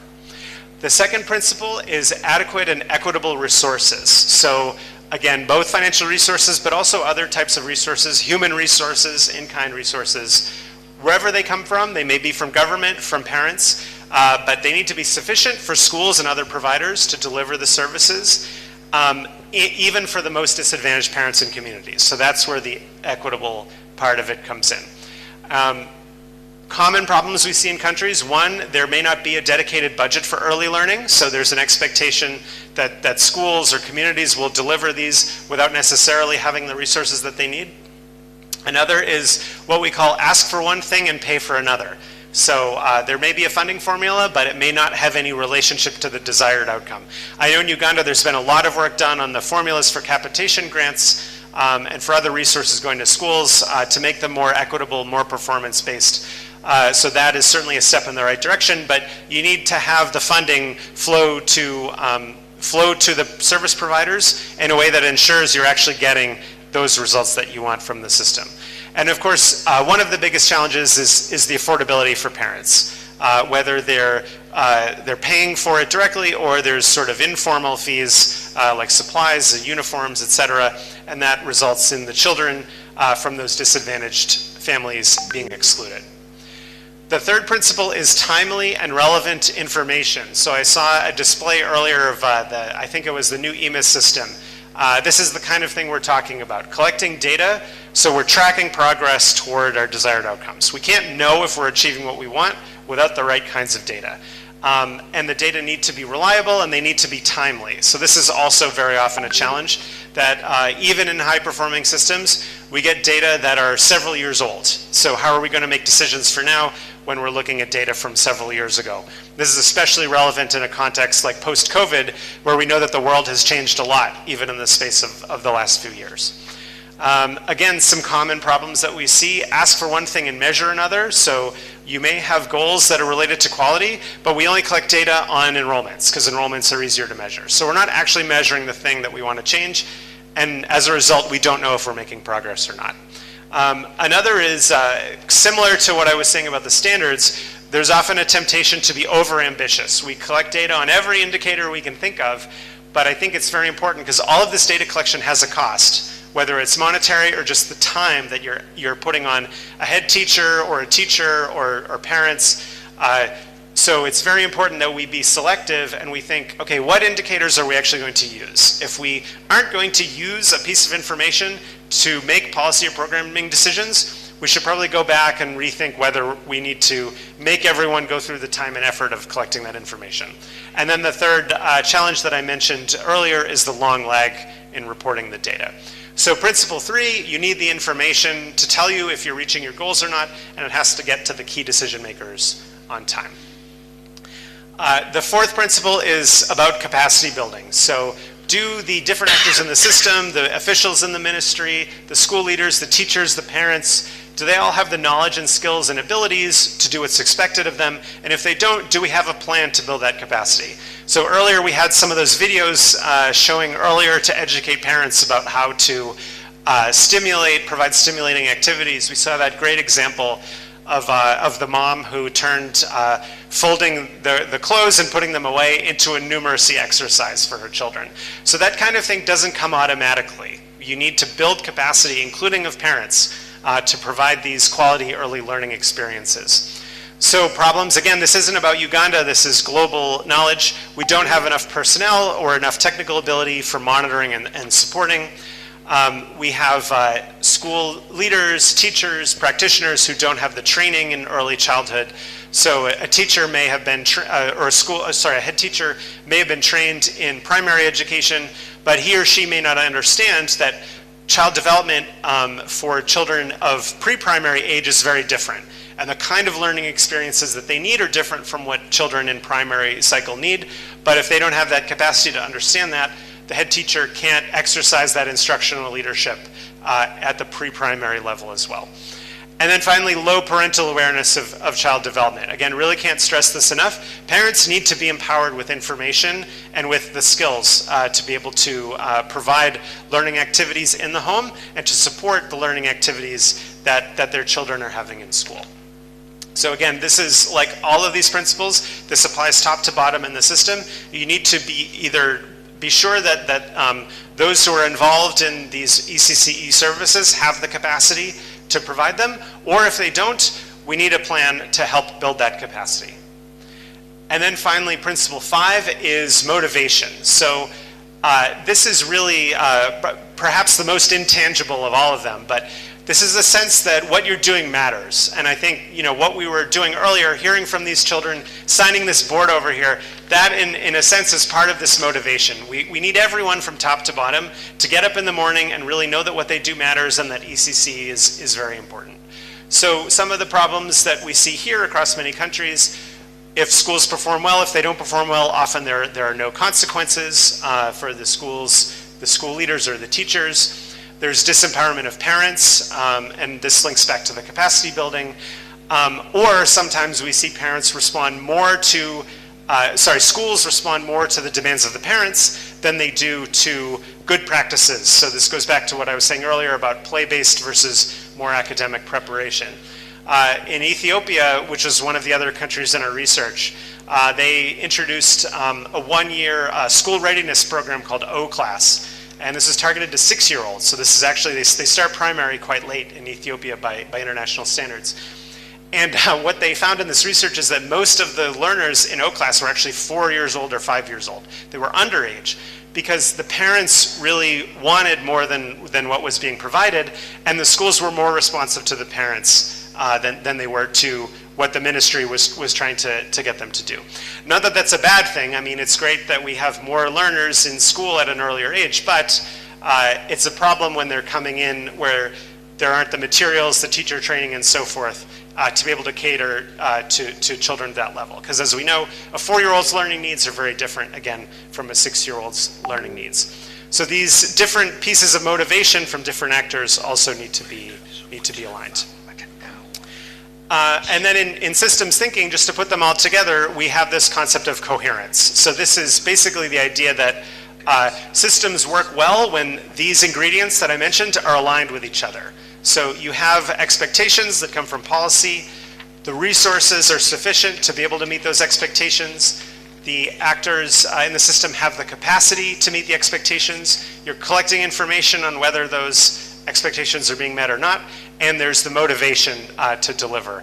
the systems are incoherent when some of those ingredients are either missing or they're working at cross purposes. They're working against each other. And there's an analogy from Lant Pritchett, who's a very well-known systems researcher, that it's a little bit like a car. So if a critical part fails, like the transmission of the car, then no matter what you put in for other inputs, like gasoline, that's going to have no impact on the performance of the car because the car can't move. You need all of the critical inputs to be there, or else if you just start adding more of something else, for example, if you add more money into a system where the teachers don't have the ability to deliver the curriculum, or if you collect information on the but your expectations aren't clear, if you only have part of the picture, then you're unlikely to get the results that you're looking for. In other words, the system is more than the sum of its parts.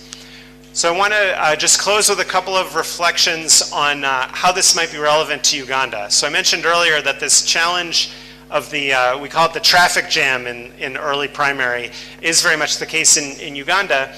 And what the research suggests is that the lack of access to quality and inclusive ECCE in Uganda contributes to some of the challenges we see in the primary system. So this graph, these are different countries in sub-Saharan Africa, survival rates from P1 or the equivalent through lower secondary. And so in Uganda, out of every 100 learners who start at P1, by the time we get to the end, we only have 31 of them left. And part of this is related to learners coming in unprepared, not having the pre-literacy, pre-numeracy, social and emotional skills that they need, and this contributes to the early grade repetition, the dropout, and these poor survival rates, and also the learning outcomes that we see. So in NAPE, for instance, we saw that a large share of learners are not meeting the literacy and numeracy benchmarks by P3. That's a really critical point in the education cycle, because that's the point where, for literacy, for example, we shift from learning to read to reading to learn. We're no longer necessarily teaching literacy as much as we're using literacy as a means to learn other things. And if the learners don't have those skills at that point, then learning tends to flatline, and the learners and their teachers become discouraged. And so that's a problem that really has its roots very early on in the ECCE cycle in the preparation of learners. Another note, and again, we're talking about coherence and consistency, is that we don't always have consistent expectations about what we're looking for in our system. So, for example, the official policy since the 1992 white paper has been that ECE is provided by the private sector. But in practice, there is a lot of ECC-age children enrolled in government schools. And from what we hear, in some cases, there might even be a separate classroom, a separate section of P1 for the underage learners. So in fact, there is an ECC classroom, but it's without a teacher who's necessarily trained on ECCE, may not have the materials and the curriculum and the other prerequisites. So this is what we're talking about when we talk about incoherence, that the pieces are not connecting, they're not aligned. And then in terms of resources, there's very low per student resources at the pre-primary level. So I'm talking mostly about pre-primary because that's what this research is on, but I think the principles also apply to early childhood care, parent engagement, and some of these other topics that we're talking about. So that graph on the right is per learner expenditure at different levels of education. This is a preliminary figure from a public expenditure review, which the World Bank is doing. It's ongoing. But for each graph, the height of it is the average expenditure for government and for households. And as you can see, the expenditure on pre-primary is extremely, extremely low. Those are the lowest bars of any, and it's quite low in government, but government is spending something on early childhood education, as we mentioned, and it's orders of magnitude less than what's being spent per learner on upper secondary, post-primary, and post-secondary. Now, it's not to say that these things need to be equal, right? So at pre-primary, you don't need a science lab, for example. You don't need TVET equipment. You're not teaching auto mechanics or something like that. So it is less expensive to provide, but normally we don't see this much of a disparity even between pre-primary and the upper levels of the basic education cycle. And again, most of the costs right now are being borne by families as a result of the way that the system is set up. So just to leave you with a few key takeaways. First, and we've heard variations on this theme throughout the morning, is that access to quality and equitable ECCE is essential for Uganda to achieve its demographic dividend. So we often talk about this demographic dividend. It's the idea that when you have a country that has a youthful population that's growing very quickly, you have the opportunity to grow and transform very quickly because of the capabilities and the energy of that youth population as they become adults and enter the workforce. Uganda's at the very beginning of this transition, so there's a huge potential opportunity for Uganda to reap the benefits of this demographic dividend, but it doesn't come automatically. We need investments in health, education, social protection, and a key part of these is ECCE. Second, I think this symposium is at a very opportune time because there's an opportunity for a reset of how Uganda approaches ECCE. There's a chance to think about doing things differently with the Education Policy Review Commission, with the implementation of the teachers policy, and many of the other reforms that are ongoing. Third, better ECC is going to require some resources, and this isn't always just from government. It's development partners, it's the private sector, it's households as well, but as we've seen, the ability of households to contribute is probably maxed out at this point. But the good news is that having better ECCE will also reclaim some resources by making the education system more efficient. So in a sense, the system is already providing some ECCE in government schools through these sort of ad hoc classrooms, but doing it more efficiently actually will save money in the longer run because it'll reduce this repetition and these other sources of inefficiency. So in a sense, Uganda is already paying for ECCE in a lot of schools. There's an opportunity to do it better and to get our money's worth from that investment. And finally, taking the systems approach, thinking through what are the roles of these different actors, what's the information that they need, what's their motivation, what's their capacity and their resources, can help us think through reforms in a way that aligns our policy goals with all the elements that we need to achieve them. So thank you very much for your very kind attention, and I hope some of these considerations are helpful as we deliberate over the next day. Thank you very much.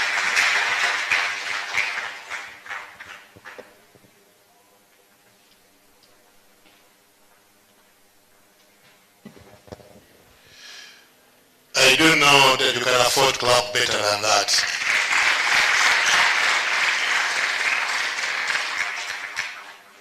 Sean Powers, thank you. Thank you so much. He has walked us through a journey, told us what we stand to gain by investing more in early childhood care and education. And so the onus is on us to take it or to leave it. But if we want a better country, if we want a better future for Uganda, then we need to invest here. I want to thank you for those insights into what is the facts on the ground. We really thank you. And we look forward to continuing working with the World Bank to make things better here. Don't go away until we have things better in Uganda. We thank you. We thank you, Sean.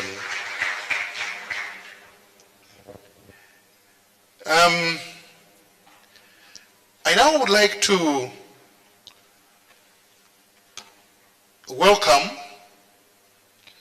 the Director, Basic and Secondary Education, Haji Ismail Mulindwa, who is an expert in education administration and planning, education policy, equity and equality issues in the educational institutions, management and governance of educational institutions. He's also formerly the Commissioner for Private Schools and Institutions. And as far as I do remember, Haj Ismail Mulindwa has worked all his life in the education sector. And so we have a lot that we can learn from him, a lot that we can get guided on. And I have the rare pleasure and privilege to invite you, Haji Ismail Mulindwa, my big brother, to come and talk to us.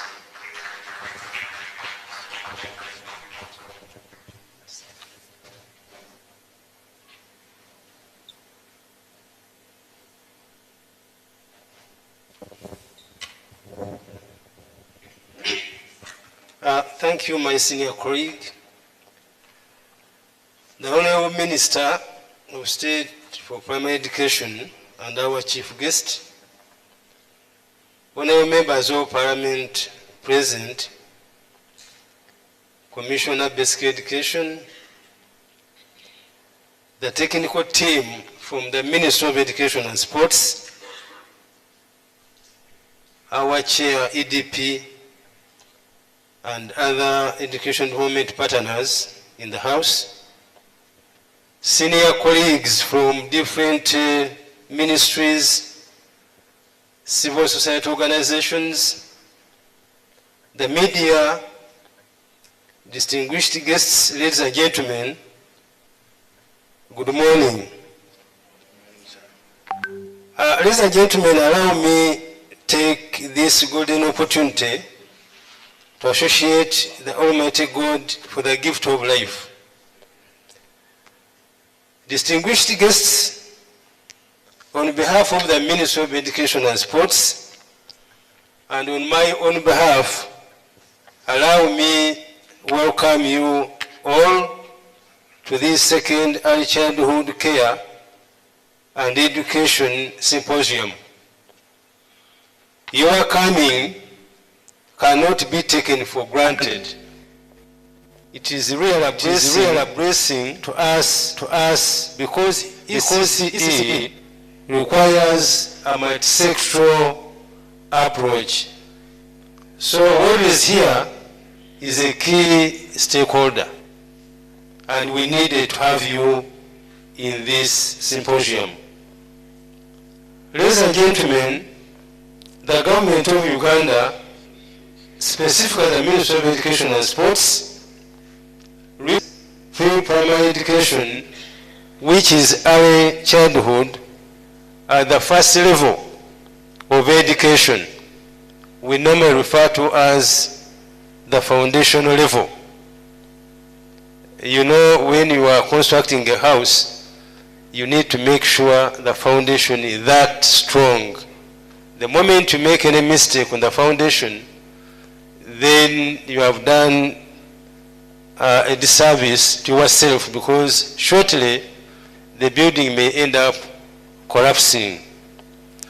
The reason is that once the start is strong, there is a possibility that the child will stay and keep in school till he or she completes the education cycle, but also prepares them for lifelong learning.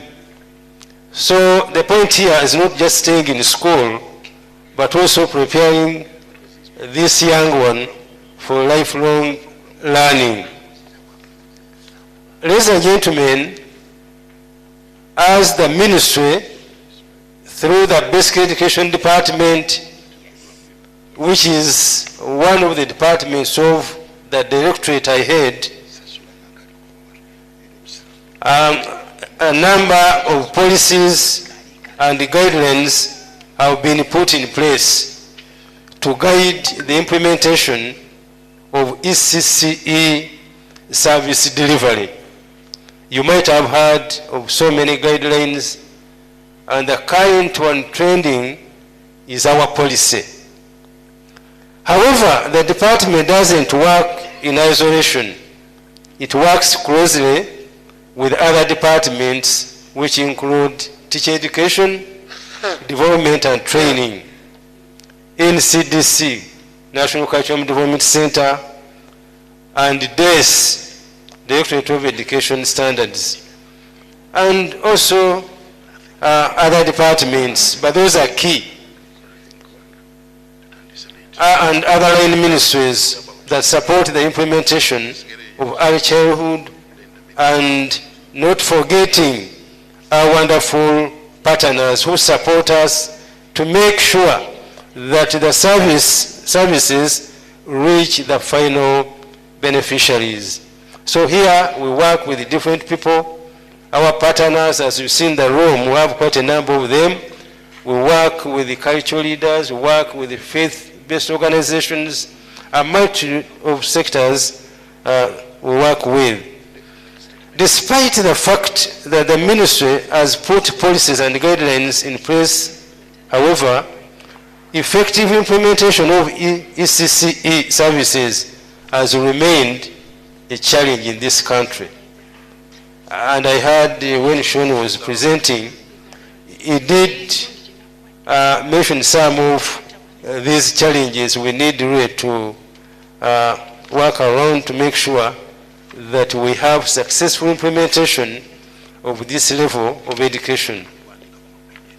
Colleagues, it is the reason that we have come together, because we have those many challenges. It's the reason why we took a decision to invite you sit in a room and lay strategies on how we can move forward and confront these many challenges.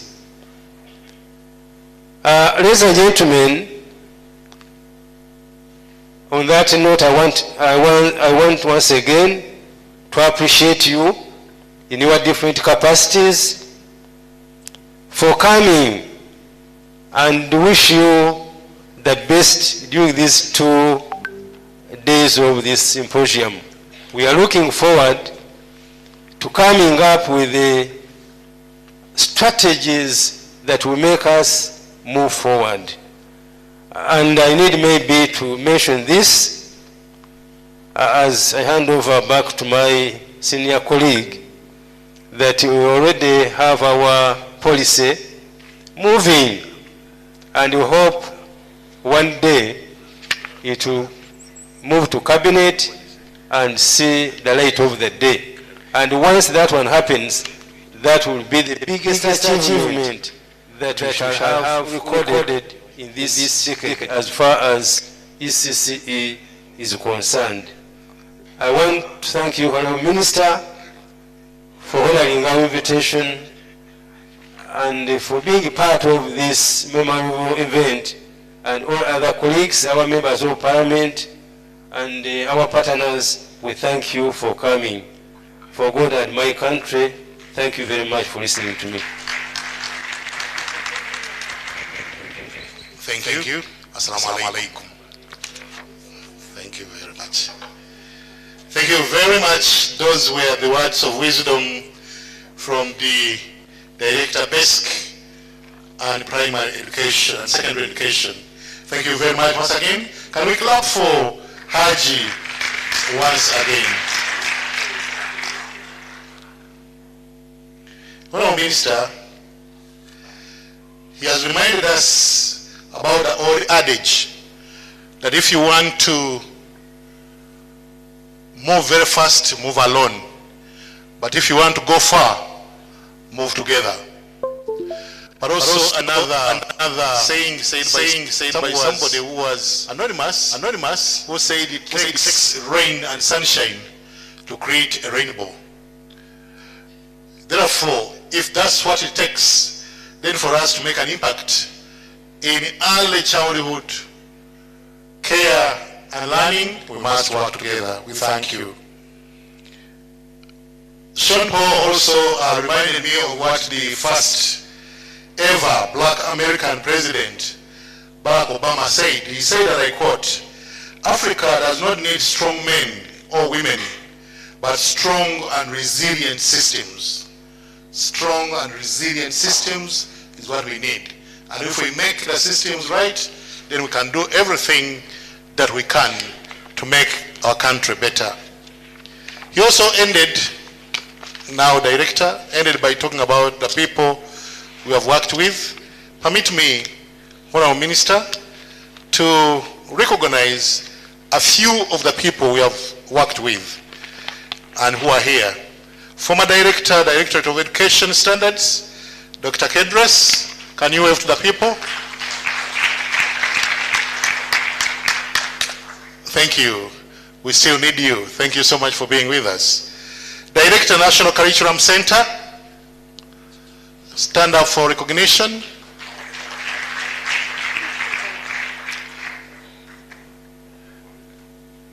Commissioner, Basic Education Standards.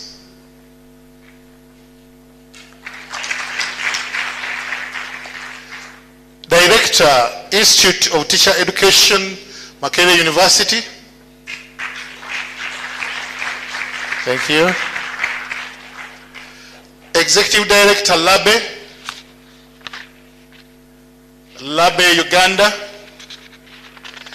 The Country Director, AfriChild, Makerere University, Mr. Timothy Opobo. Thank you. Thank you for being here. The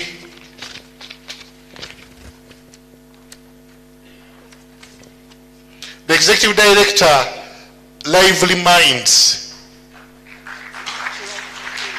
Thank you. The Country Director, Save the Children in Uganda. Country Director, Save the Children. The Country Director, Plan, Iveta Ore. Country Director, International Rescue Committee. Country Director, Eruma Foundation.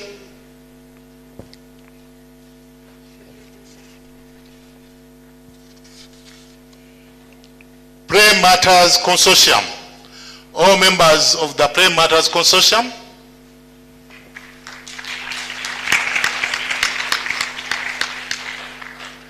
The Country Director, BRAC.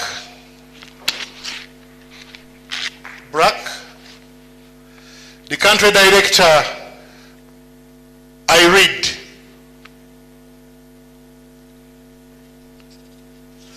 And finally, and not least, the Country Director, Church Aid. Thank you. Thank you, all of you. Some of you have not mentioned. It was a slip of the pen. I'll be coming back and I'll be able to recognize you. May I invite, we are going to have two representatives to speak to us. I'll start with Plan before I invite the Country Director, the Country Representative, UNICEF, to speak to us. Let's start with Plan. Kindly come and speak to us.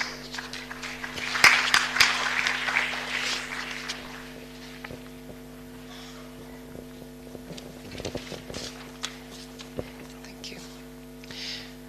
Honorable Minister of State for Primary Education, members of Parliament, commissioners and assistant commissioners, government technocrats from national and local government, UN representatives present, representatives from civil society, and all other distinguished guests. On behalf of non-governmental organization, I would like to welcome you to the second National Early Childhood Care and Education Symposium. Plan International and other partners have been working in the field of early childhood development, and we would like to express our gratitude to the Ministry of Education and Sports and partners for organizing this symposium. Early childhood development is one of our Plan International's programmatic areas of intervention, where we have been implementing ECC intervention for more than 20 years in Uganda. Under our current country strategy, early childhood education and quality primary education is one of our core 3 components under which we have pledged to promote not only quality, but also high impact and low cost learning experience for our children in both development and refugee settings. We strive to implement integrated ECC, which consists of parenting education, improving access and quality of early childhood centers, gender and inclusion, good governance, but also teaching and caretakers practices. Our programs are aligned to key government education focus, including promotion of enrollment and retention, particularly of girls in schools. Also, the Sustainable Development Goal 4, which is ensuring inclusive and equitable quality education that promotes lifelong learning and opportunities for all. I would like to take advantage of being present at this important symposium and share a couple of advocacy asks here. I don't think I can match my ask with the way how children presented they ask, so I'm just going to add. Harmonizing the education sector policy stance on the pre-primary education delivery with the wider policy position adopted by the government as set forth in NDP 3, National Integrated Early Childhood Development Policy, and SDG, especially Goal 4, would have a huge impact on children's quality education. We understand that the budget is constrained, so we would like to propose to undertake legal reforms by changing Section 10(2)(a) of the Education Act and replacing it with section that provides for the government to design and provide a compulsory pre-primary level of education for at least 1 year. The education policy review in the next 5 years could prioritize gender-responsive and place-based approaches to better education outcomes. And finally, we hope that the government and development partners together should improve uptake of comprehensive guidance on parenting as a foundation for gender-responsive and nurturing care. This will help drive gender equality and positive gender norm across the 5 service ECD delivery points, which are home, learning centers, primary school, health center, and community space. As I conclude, I would like to take this opportunity to reiterate Plan International commitment to supporting ECC in Uganda. We believe that every child deserves access to early, quality education, regardless of their gender, socioeconomic status, or geographic location. I thank you all.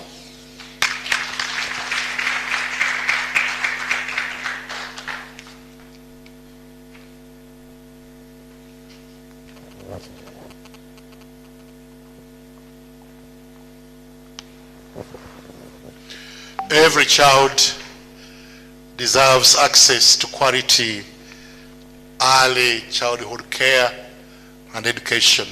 Every child, regardless of color, religious affiliation, background, every child.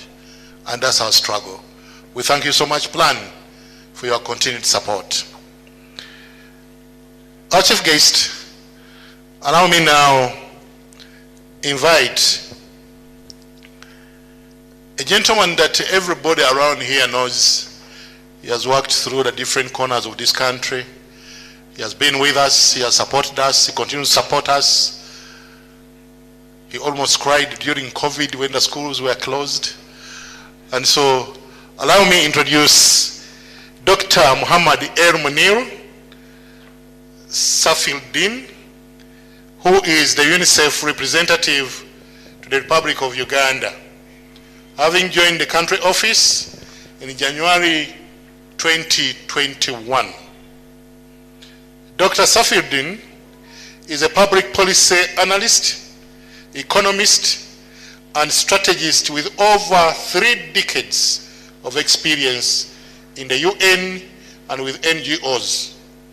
Recently, just a few years ago, he served as UNICEF representative to the Maldives and the Islamic Republic of Iran, and as UN Deputy Humanitarian Coordinator in Nigeria, where he oversaw and facilitated the international humanitarian response to over 5 million civilians affected by the violence triggered by Boko Haram. Within the UN system, he has also served in Sudan, Yemen, Oman, Pakistan, Jordan, Tanzania, Turkey,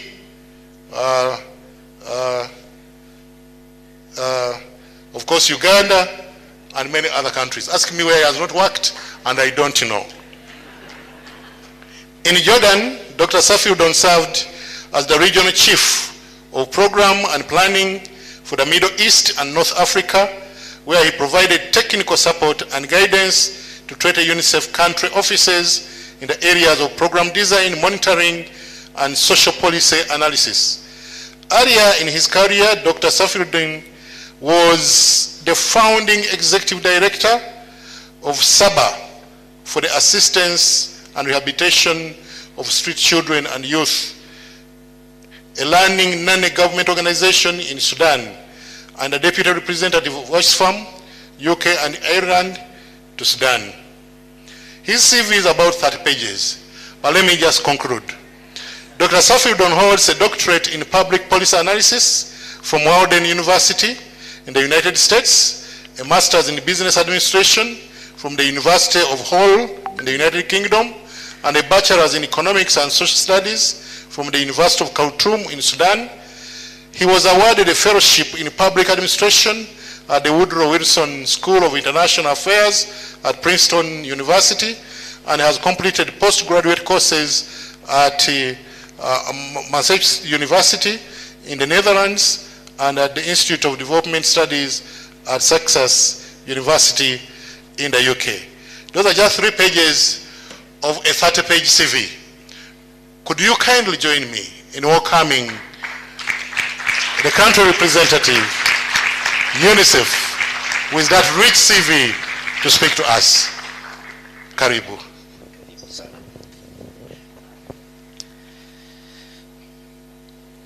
The Honorable Minister of State for Primary Education, Dr. Joyce Kadusu, and also here representing the Honorable Minister of Education and Sports and the First Lady, members of the Parliament, senior government officials, technical government officials, development partners, UN colleagues, civil society organization representatives, teachers, parents, children, media, ladies and gentlemen, a very good morning to all of you. And thank you very much for the very wonderful introduction. I was wondering whether that is me or someone else sitting in the room. But I am very delighted to be here with you this morning for the second National Symposium on Early Childhood Care and Education. The previous speakers made my life very easy. I have a very long speech, but I will going to save you from reading any speech. And I want to build on some of the excellent points already made by the earlier speakers and make a few requests to the Honorable Minister. And we always say, when you find a good partner, a committed partner, a willing partner, your level of expectations goes up and up. The Ministry of Education and Sports in Uganda has been a path setter. When we talk about primary education, it's one of the best performers in the region. In the 1990s, the Ministry of Education in Uganda was able to reach the ideal threshold of spending 20% of government annual budget on education. No country at that time in Africa was able to reach that level. And the result we see very clearly today, Honorable Minister, colleagues, that every year you have 2.2 million children coming voluntarily to primary level 1. Almost universal demand for education. This is wonderful. And we do see that the gender gap is almost none. There is almost gender equity between the number of boys and the number of girls coming to primary education in Uganda. A great achievement. Now, early childhood development and education is an important investment for the government of Uganda to consider, because it solves some of the problems of primary education we are facing now. As I said, 2.2 million children, boys and girls in equal numbers, are coming voluntarily and enrolling in primary level 1 every year. Amazing. But unfortunately, many of them repeat the primary level 1. The statistics from the Ministry of Education indicates that around 10% of students in primary 1, they repeat the year. Another study done by RTI, who are here, showed that actually the repetition rate is much higher than 10%. Another challenge of the primary education system in Uganda, although 2.2 million they come to school, usually the dropout rate before they complete the 7th grade is very high. Almost 1/3 of those who enroll in primary 1 have the opportunity to complete up to grade 7. For instance, this year, those who sat for the primary 7 exam were 800,000. But if you look at the same cohort, when they enrolled in grade 1 a few years back, they were 1.8 million. But only 800,000 of them survived. Now, Honorable Minister, ladies and gentlemen, ECD is the solution for this problem.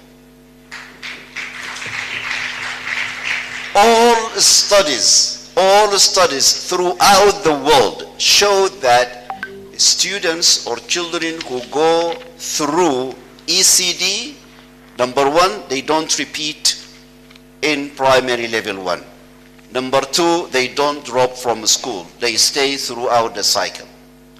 So if we go with a push for making ECD accessible for every child, the huge financial investment the government of Uganda is making in primary education will give you highest returns.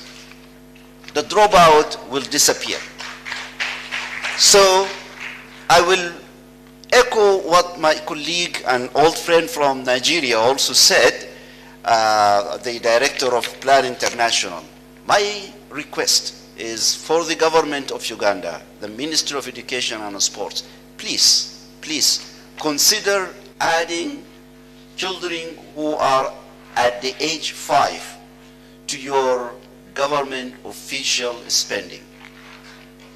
It's the foundation that Haji Ismail said.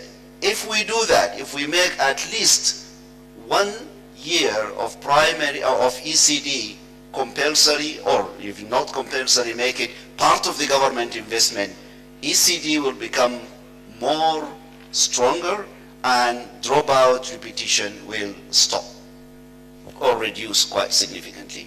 So ECD is really a remedy to one of the challenges we have. Now, let me move to something else. Why ECD is very important? ECD is very important because, unfortunately, many people in Uganda, boys and girls, adolescents, are becoming fathers and mothers prematurely. 25% of parents are adolescents in Uganda. And the problem here is that the majority of them don't have good parental skills. And if we leave the caring and education of the children before primary level, at the foundation level, to them, most of them, they will not do the right job for their children. So ECD actually is going to solve that problem of the fact that many parents are adolescents and they do not have the right parental skills. So we will put the care and education of children at the foundation level in the hands of hopefully professional educators and caregivers who will solve that problem. They will solve that problem in 2 ways. By looking after the children, but when we engage these young parents and parents who do not have the right parental skills in ECD, in ECE, these parents are going to learn and they will graduate as better parents as their children graduate as better primary school pupils. So this is another advantage for us to consider more investment in ECE. It's very important also to know that the majority of women in Uganda are working, whether they are in the private sector, in the formal sector, or the informal sector, they are working. In the farms, they are working.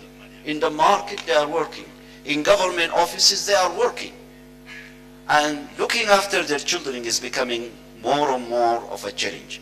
These women are pursuing their dreams of being professional, being income earners for their families, and also living the same dream the majority, if not all the men in Uganda are living, that they want to be professional, they want to develop their own careers as they pursue their role as fathers. So ECE is going to help these women to make sure that they pursue their dreams of work, of employment, of income earning, while they are sure their children are looked after by professional people. This is very important. It will boost the economy.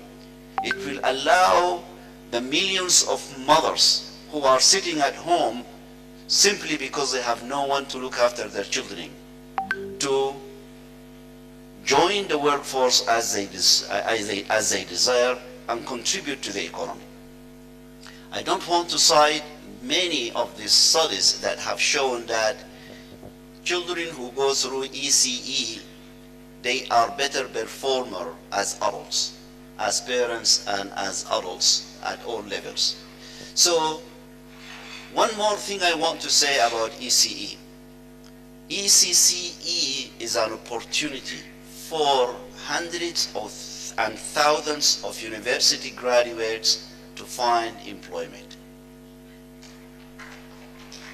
There are thousands of girls, of young men, young women who graduated from universities looking for jobs. ECCE is a wonderful opportunity to employ them through the private sector, through self-employment, and also hopefully through the government supporting 1 year of ECCE as part of the education system in Uganda. So ladies and gentlemen, any money that the government spends in ECCE is money spent in the foundation, in making the building of primary education, secondary education, tertiary education stronger, and make sure that this future government investment in education have a better rate of reward and returns to the country and to the people. With that, I would like to thank the organizers for allowing me the opportunity to participate in this second national symposium on ECCE, and I wish you a wonderful deliberation and discussion. Thank you very much.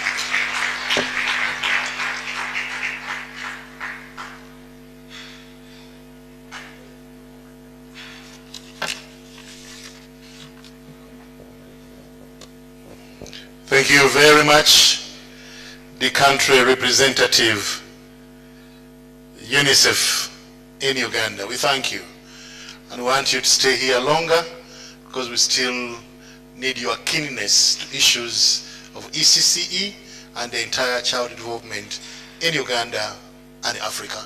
We thank you. Can we clap for him once again? I now would like to invite somebody who is going to help me invite the Honorable Minister and our Chief Guest to speak to us.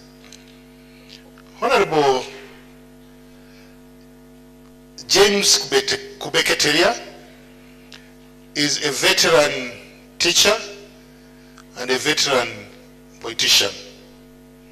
He combines both aspects in his entire life of being on earth. He was a member of parliament in the 7th and 8th parliament of the Republic of Uganda. He went on leave, I don't know whether it was forced leave, during the 9th and 10th parliament. He was on forced leave. He bounced back to the 11th parliament and is the Honorable MP for Bunya East Constituency in Mayuge District. He's also, during the period he was on leave from Parliament, he served as a member of the Education Service Commission. He is currently a member of the Education and Sports Sectoral Committee of the Parliament of Uganda. He is here to represent the chairperson of the committee. Let me also say that he also serves on the board of directors of Civil Aviation Authority and is a member presented the amendment of the Education Act of 2008, and so was the BTVET Act. And I'm delighted to report that the early childhood education was inculcated. So my concern has always been that why don't we actualize it by having regulation from the ministry?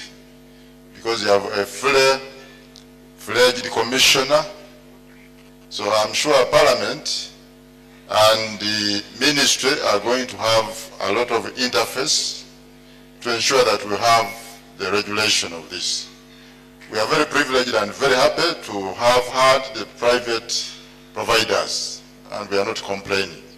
But there is need for us to have regulation. Now, the previous speaker has talked about something that I had not taken note, that we have always complained that UPE, especially at primary level, was started in 1997.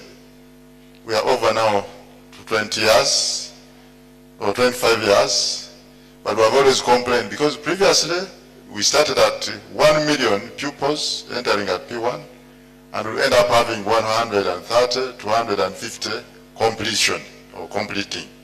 So what I've learned now is that if we had involved early childhood education, that the child who has early childhood education background rarely drops out of school. And I think that's going to be a niche of our committee to ensure that we shall, in the budgeting process, that other than losing so much, investing in UPE and then ending up with a few pupils completing, I think we shall have to touch them in terms of budgeting.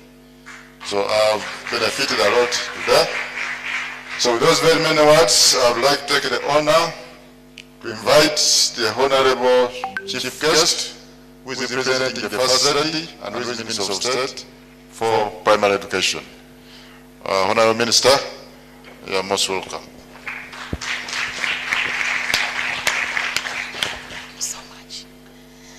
Thank you so much, my brother, the Honorable Member of Parliament, and sitting in Education Committee, and other colleagues, the members of Parliament present.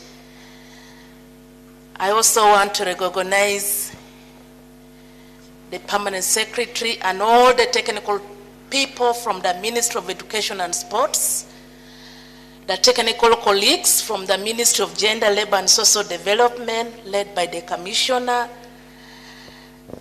my brother, the country representative of UNICEF, Dr. Munir, and also my sister, the country director, Plan International, and the brother representing World Bank, who is here with us.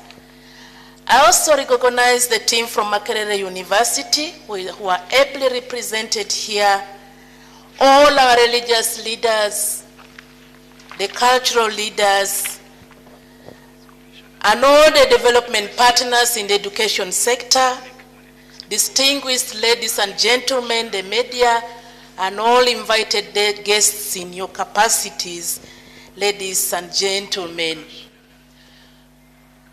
I've been sent by Mama Janet, the First Lady and the Minister of Education and Sports. As the head of the sector, she was invited to preside over this conference as the chief guest. However, due to other urgent state duty, she is unable to be here with us. Nevertheless, she has sent me one to greet all of you. She greeted you. She's not able to come, but kindly receive her greetings. Number 2, she sent me with a message which I'm going to deliver to you verbatim. But before I deliver her message, allow me, ladies and gentlemen, to speak to you.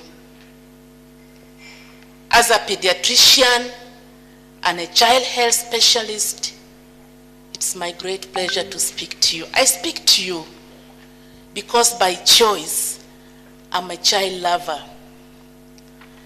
As a teacher and a former lecturer, I've been in the center of child health. As a minister, I hold a docket of child education in the Ministry of Education. So it gives me a great pleasure to speak to you on such a great occasion as we are deliberating on matters concerning the education of our children. I want to begin by congratulating all of you, the stakeholders. I congratulate you because this has been a great milestone. We are registering in the history of Uganda, having the second ECCE conference that has brought together people of all walks of life. We have nothing else to say but to congratulate you and to thank you for sparing time for this day. Number 2, this conference has come timely, has come at a time when Uganda is discussing issues pertaining repurposing our direction as parents in terms of our key cardinal responsibility in upbringing of our children. It has come at a time when Uganda is discussing on issues pertaining morality, our dignity, our values, our cultural values, our religious values, and as a parent, our really roles in child upbringing. And I'm so happy. The conference has also come at a time when we've just completed and continuously speaking about the 25 years that we've invested in UPE. And for that matter, I really want once again to thank all the stakeholders that have invested in ECD. And I want to thank all of you in your respective capacities for whatever you are doing for the ECD centers. And thirdly, this conference has come at a time when all of us are at a mode of praying and fasting. The Christians are praying and fasting, and we are fasting for a cause. Our brothers and sisters in Islamic community are as well praying and fasting. And I believe this is a moment that God is going really to bless our country and to answer to our prayers, most especially that is centered around our children. Number 3, a lot has been said about the policy, our policy of education of 2008 Act that has mandated the ECD centers to be manned by private sectors. Government of Uganda has provided a fertile environment for the private sectors to invest in Uganda, not only in education sector, but in many other sectors. And in education, ECD is run by the private sectors, as my colleague has said. And we've seen among the centers that have been registered as ECD centers, many of them are not registered. They are not licensed. Over 80% of those centers, they are operating illegally, not according to the policy we have. Half of those centers, they did not meet the minimum requirement to operate. They did not have what it takes to keep the children to train the children, to nurture the children in those centers. And the unfortunate bit of it, according to the UBO statistics, out of the 3 million plus children we have, 1,800,000 plus did not go to those ECD centers. That is the unfortunate part of it, meaning that many more of our children within the age bracket between 3 and 5, they are not able to access the ECD centers. And in line with that, I want to request the district officials who are here and those who are not here, let's try as much as possible to work within the legal framework. Let's try and register those centers. It's not logical to have centers operating over 10, 20 years without legalizing the operation. I want to request all the officials in the district, in the ministry, the inspectors, let's try and do our work. God has put you in that position for a purpose. And lastly, we work as a whole government approach. This center is not only Ministry of Education. That's why you see the Ministry of Gender here. We have the Ministry of Health, because a child upbringing starts from right the mother, by proper attending antenatal care, by proper delivery, and ensure this child attains the required development and growth. Because once this child is mismanaged, still in the womb, when the mother is not attending antenatal care, when the delivery is obstructed and we get the child with brain damage, we've seen among the children who are here with cerebral palsy, we have seen the children with Down syndrome, we've seen the children with all kinds of disability. And this is simply because the delivery point, some of them have been mismanaged. So I want to call upon all of us, let's take this as whole government approach so that we deliver the most needed service for our children. Allow me now to take you to the message of Mama and read it verbatim.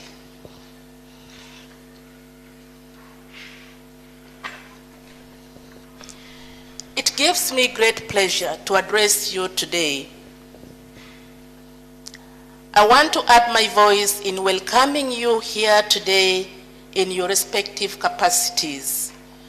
On behalf of the Ministry of Education and Sports, and on my own behalf, I applaud the Permanent Secretary, the Director of Basic Education and Secondary, the Commissioner of Basic Education and the entire department, and you, the team, for your efforts in organizing this symposium as a way of mobilizing collective efforts to accelerate access to quality and inclusive ECE as a call for action. The government of Uganda recognizes that early childhood education and care programs offer a strong foundation for quality education. This requires all children to be nurtured in a safe and conducive environment and gives them opportunity to become healthy, secure, confident, and empowered with competences for lifelong learning. Therefore, organizing such a symposium is vital in enabling us to look back at how far we've come, to reflect on the hurdles encountered and the lessons learned on our journey. As we look back, we must remember to attribute our achievements to God, who gives us and grants us the success. The attitude of gratitude is modeled in 1 Samuel chapter 7, verse 12, where the prophet Samuel, who in a commemoration of the victory the Lord had granted the Israelites in a battle against Philistines demonstrated the importance of attributing life success and achievements to God. The scripture states, Samuel took a stone and set up between Ziphath and Shen. Then Samuel stood in their midst and declared, Ebenezer, thus far the Lord has helped us. Thus far the Lord has brought us. Today, ladies and gentlemen, we come together to say Ebenezer in reference to the achievements registered in organizing the second ECCE Symposium and other milestones reached so far, much as the development of the Parents' Book with the objective of helping parents to support their children while at home. The Parents' Book has so far been translated to 28 local languages, in addition to English. This supplements the pre-primary education and offered at the pre-primary schools. Indeed, we are grateful to God for the several stakeholders who have contributed in ensuring that the Ugandan children are supported wherever they are, right from their homes, and in the implementation of EEC as a whole. This includes the private sector that now supplements the government's efforts in offering early childhood care and education to all children that are eligible. As the saying in Luke chapter 11, verse 11, I open the quote, older people should provide for the needs of the young peoples, I close the quote. It is therefore our responsibility to make sure that children are cared for in all aspects of life, to enable them reach their full potential. Truly, as we look back, we should be grateful to God for our children. Psalm 127, verses 3 to 5. I open the quote. Children are a gift from God, for they are like an arrow in the hands of a mighty man. I close the quote. When children are brought up holistically, they become the strength, defense, and the mighty future generation of the country. Therefore, I see no reason that limits us in joining hands to support them right from the earliest age in preparation for their lifelong learning. This implies that parents also need to be supported to make them understand that they are the first teachers to these children.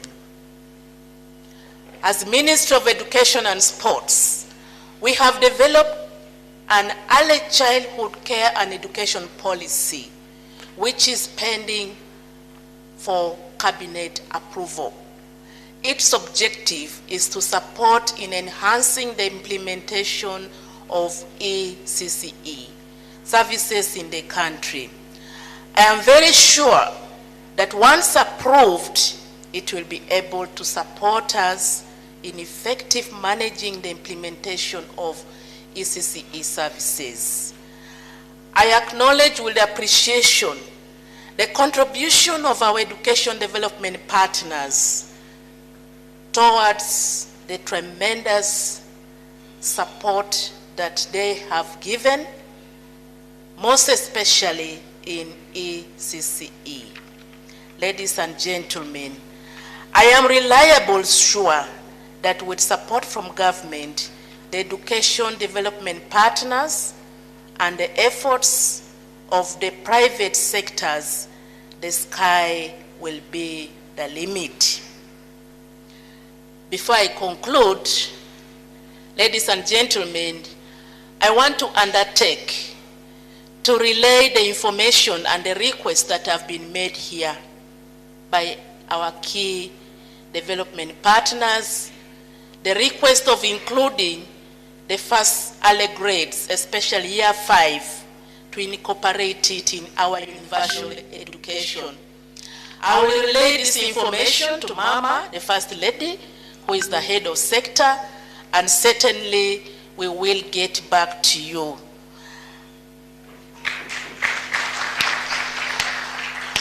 As I conclude, a country that invests in its human capital secures its future. It's now my single honor and pleasure on behalf of Mama, the First Lady, to officially open the second National ECCE Symposium for God and my country. Thank you.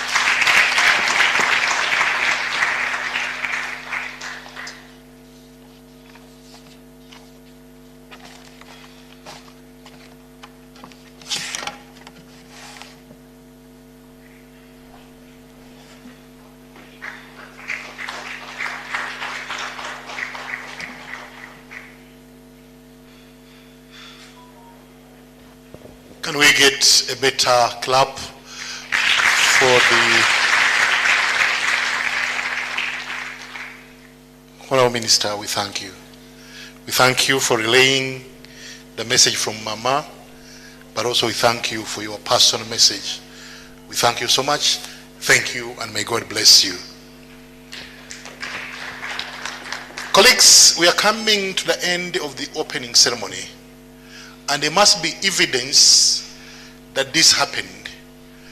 I therefore call upon the men and women who manage photography to tell us how to do it. We are going to do it from here, but advise us on how you want us to, and you have 3 minutes within which to do what you ought to do. Men on cameras, yes, we are going to do it from here, so how do we?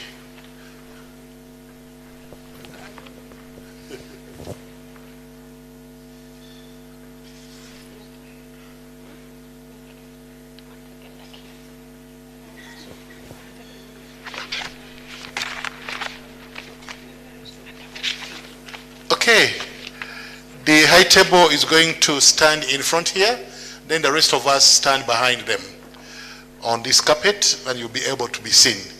Can we do that very quickly?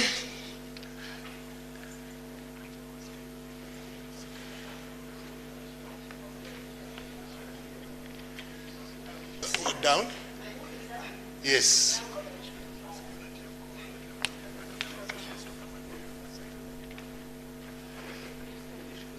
Can I have somebody help me with some chairs down here? Bring me some chairs.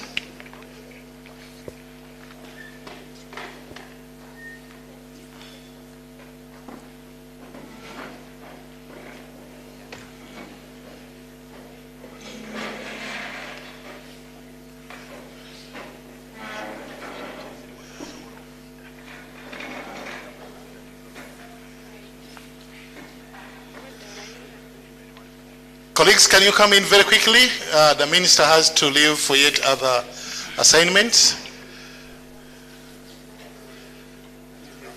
Yes.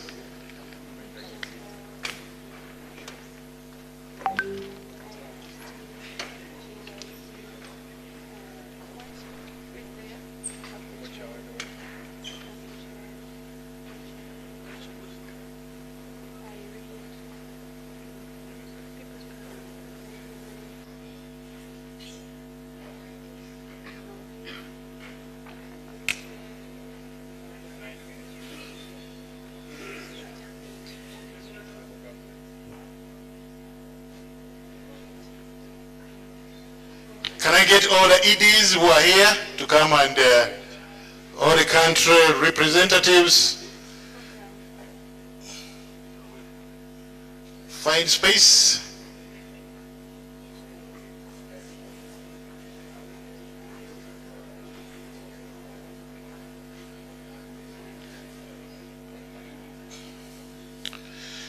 This picture happens once in a year. You remember the last time it was about 2018. So if you miss it, you wait for another, perhaps many years. So you better be there.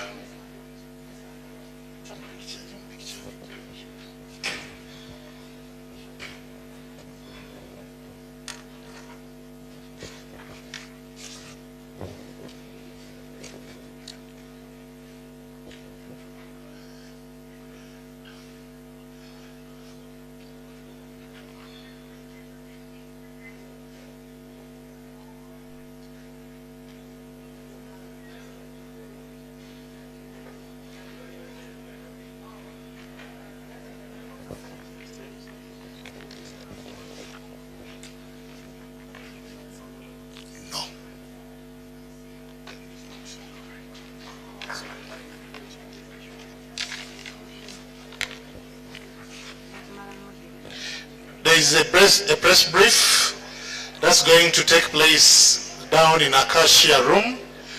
I'm also leaving you use 30 minutes for break tea. Break tea is served down. Can we go and use 30 minutes and come back? There are 2 plenary sessions this afternoon that are extremely interesting. So grab a cup of tea, take a bottle of water. There is a press briefing down in Acacia room, and let me see the media guiding the dignitaries to go down to floor 1. Floor 1, media briefing. Grab a cup of tea and be back in 30 minutes. 30 minutes, be back so that we have the business that we came to execute here. I want to thank you, Honourable Minister, for ably representing the Minister for Education and Sports. And I want to thank all of you, the country representatives, the country directors. I want to thank all the local government dignitaries. I want to thank the civil society organizations. I want to thank everybody for making time to attend this opening ceremony. Those of you who have to attend the press briefing is in Acacia room on floor 1. Floor 1, press briefing. We should be starting in the next 30 minutes. Enjoy your break. God bless you. Thank you. From roughly 42,000 households. End to end, the poverty is manageable. The majority have to be fed to have a decent meal.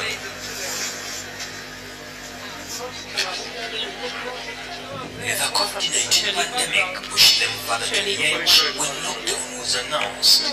Most income-generating activities go to a standstill.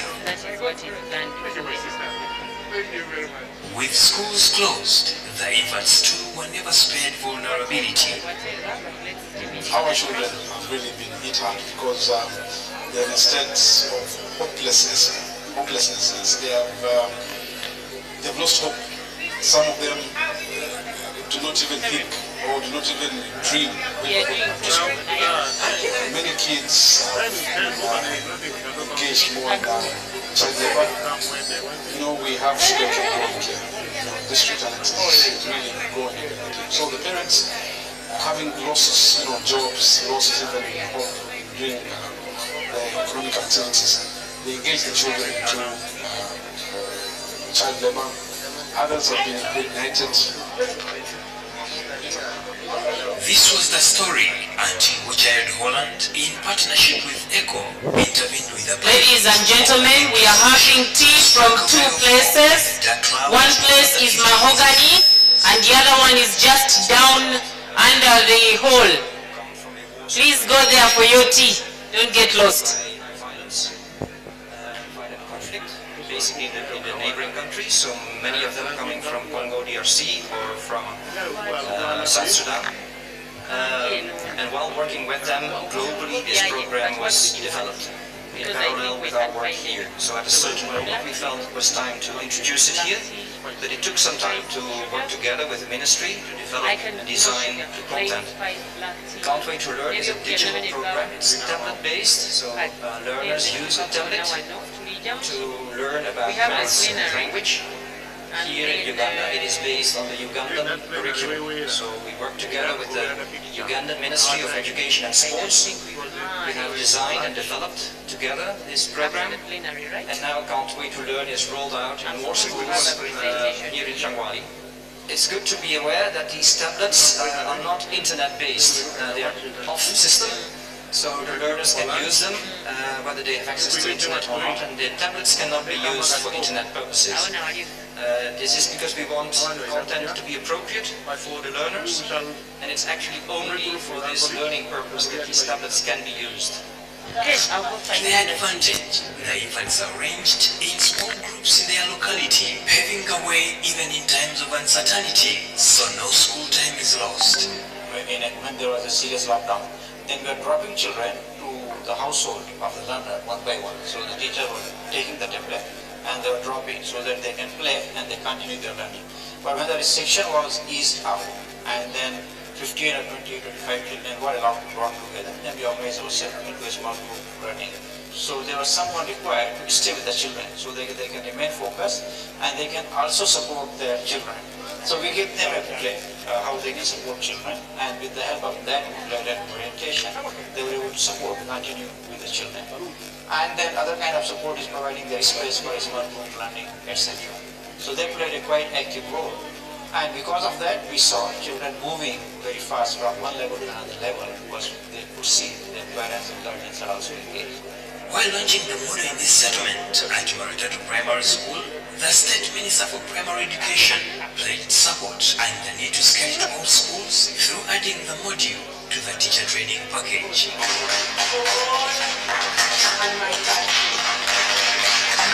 We are indeed happy that the pilot of this innovation, which took place both in refugees and non-refugee setting, has registered lots of impact in terms of improving the learning outcome for children that have been enrolled in that program. Congratulations for Child Women and congratulations for everybody.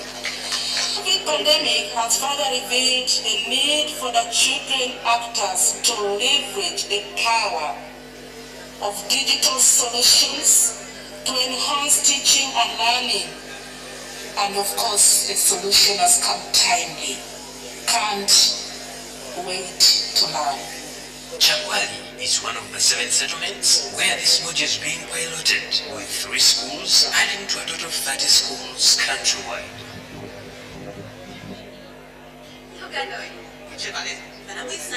We are empowering and equipping parents to break the life cycle of poverty by providing quality business aid to children. And most parents feel they can't provide quality care and education because of poverty and their lack of education. That's why parents have told us responding poverty, like poverty. At Right Minds, we know the real problem is the mindset barrier that parents have on their own protection. Our solution is simple.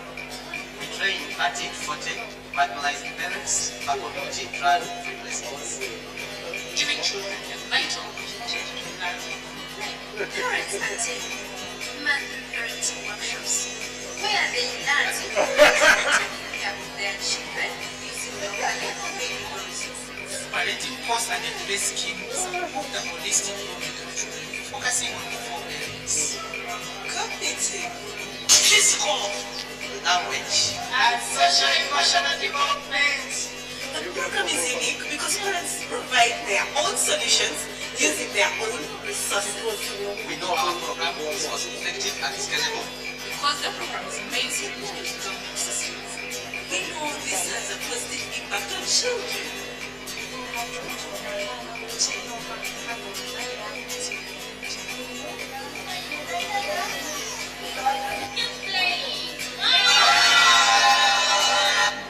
Most parents here do not have an education and are illiterate. As a result, these parents think that they do not have what it takes to give their children a good start in life or break them out of poverty.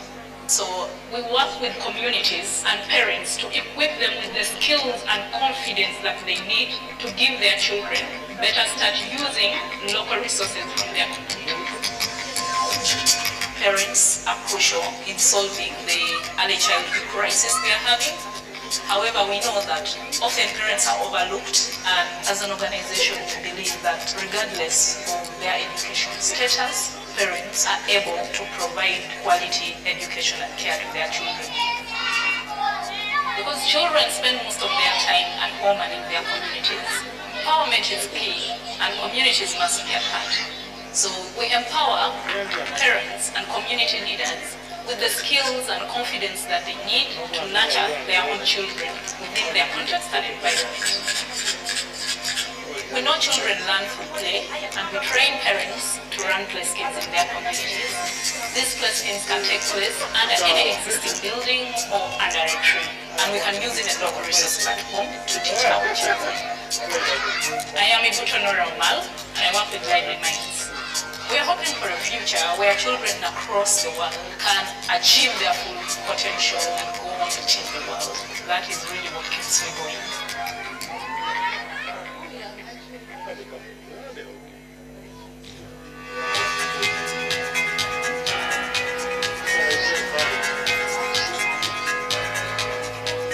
More than 32 million children affected by conflict miss out on education.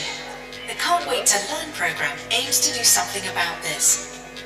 By playing educational games on tablet devices, children learn or continue to learn how to count, do maths, and read at their own pace. The games are immediately familiar to children. Their lives are depicted using recognizable imagery from their own environment, based on their own storytelling. The drawings, made by local designers, and these stories are used to shape the game world. Their game world. Children of all abilities can learn through the program, as each game includes instruction and practice modules. The game adapts to their needs. Can't Wait to Learn is evidence-based and has been extensively trialled and tested with positive results. The program has expanded significantly since its launch in 2012 in Sudan. It is now active in Sudan, Jordan, Lebanon, Uganda and Chad, and is available in both Arabic and English, with French coming soon.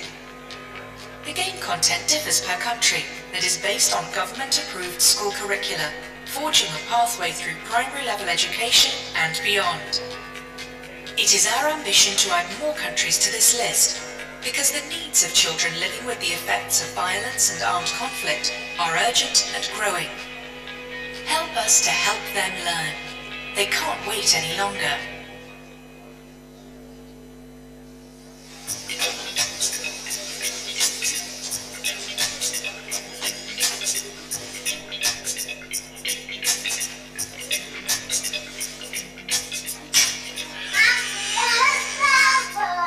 Yes, Mommy, we are so bored. We finished reading our story books. Mommy, what are you doing? I am putting away the washing, darling. Can I help you, Mommy? Of course you can. You and Joseph can help me. You know what?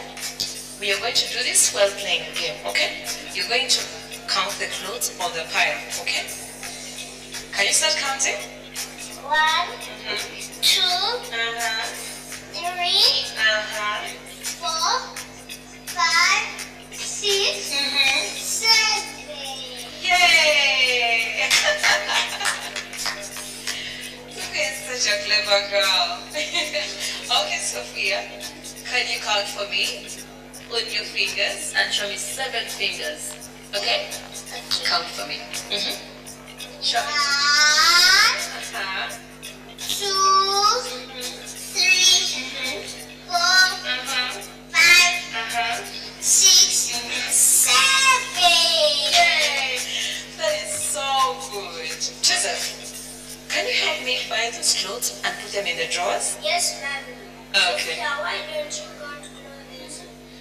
1, 2, 3, 4, 5, 6. The apple shell.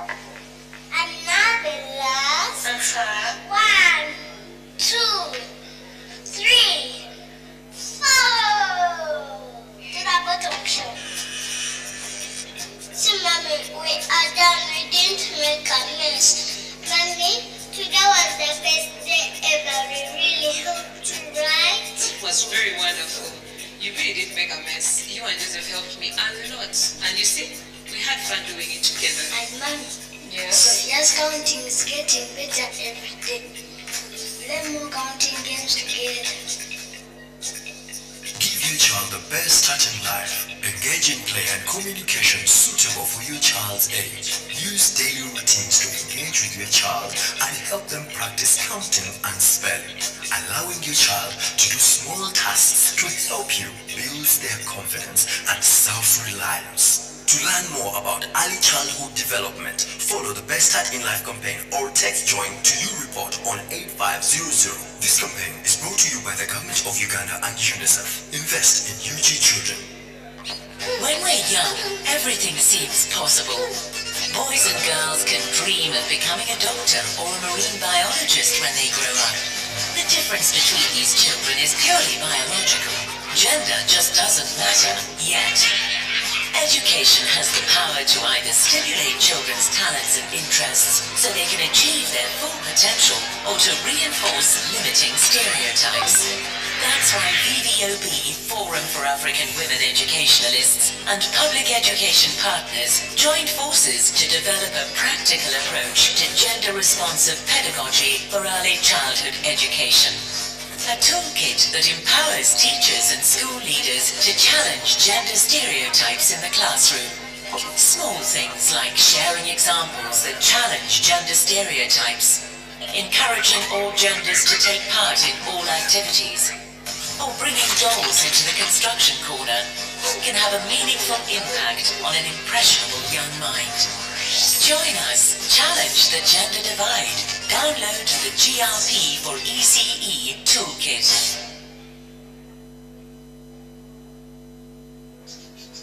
Jangwali Refugee Settlement is one of 11 such settlements in Uganda with a sitting refugee population of over 125,000 from roughly 42,000 households. End to end, the poverty is notable. The majority have to be fed to have a decent meal.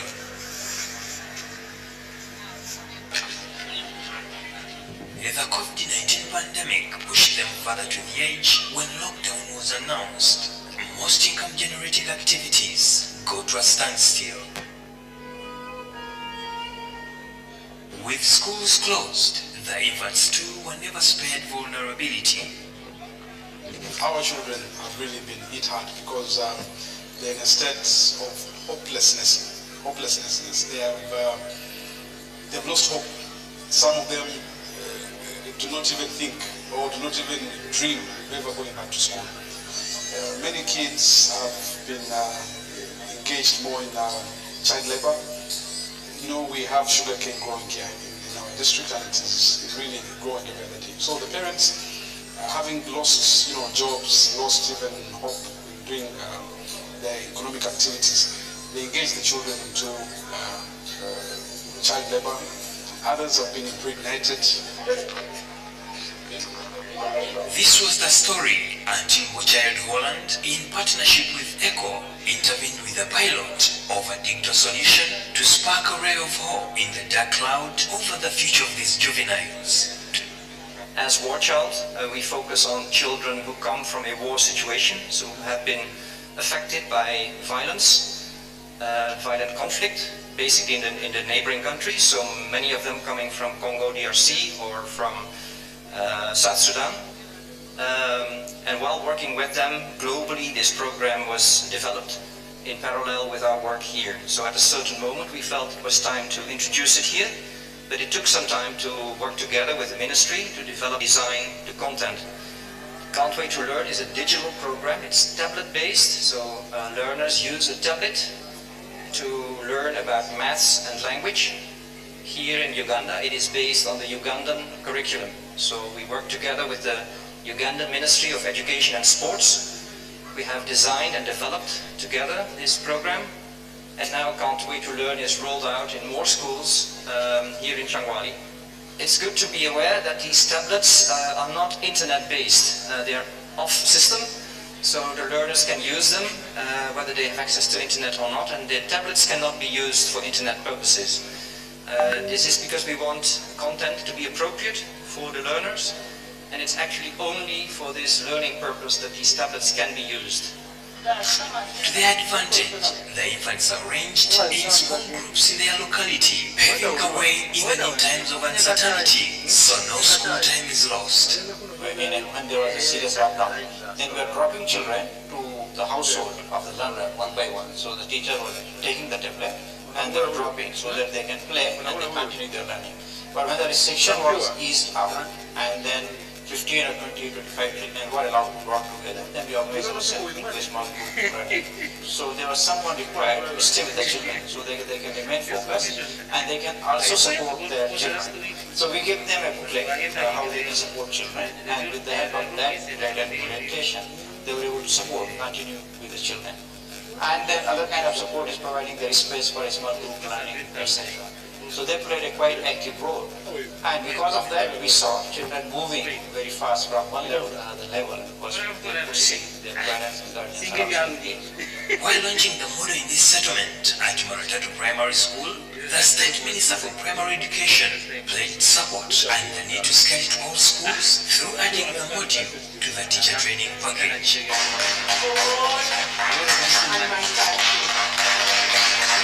We are indeed happy that the pilot of this innovation, which took place both in refugees and non-refugee setting, has registered lots of impact in terms of improving the learning outcome for children that have been enrolled in that program. Congratulations, War Child Honor, and congratulations for everybody.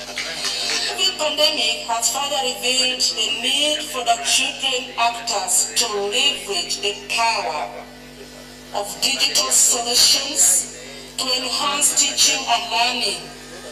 And of course, the solution has come timely. Can't wait to learn. January is one of the 7 settlements where this module is being piloted, with 3 schools adding to a total of 30 schools countrywide. Jangwali Refugee Settlement is one of 11 such settlements in Uganda with a sitting refugee population of over 125,000 from roughly 42,000 households. End to end, the poverty is notable. The majority have to be fed to have a decent meal.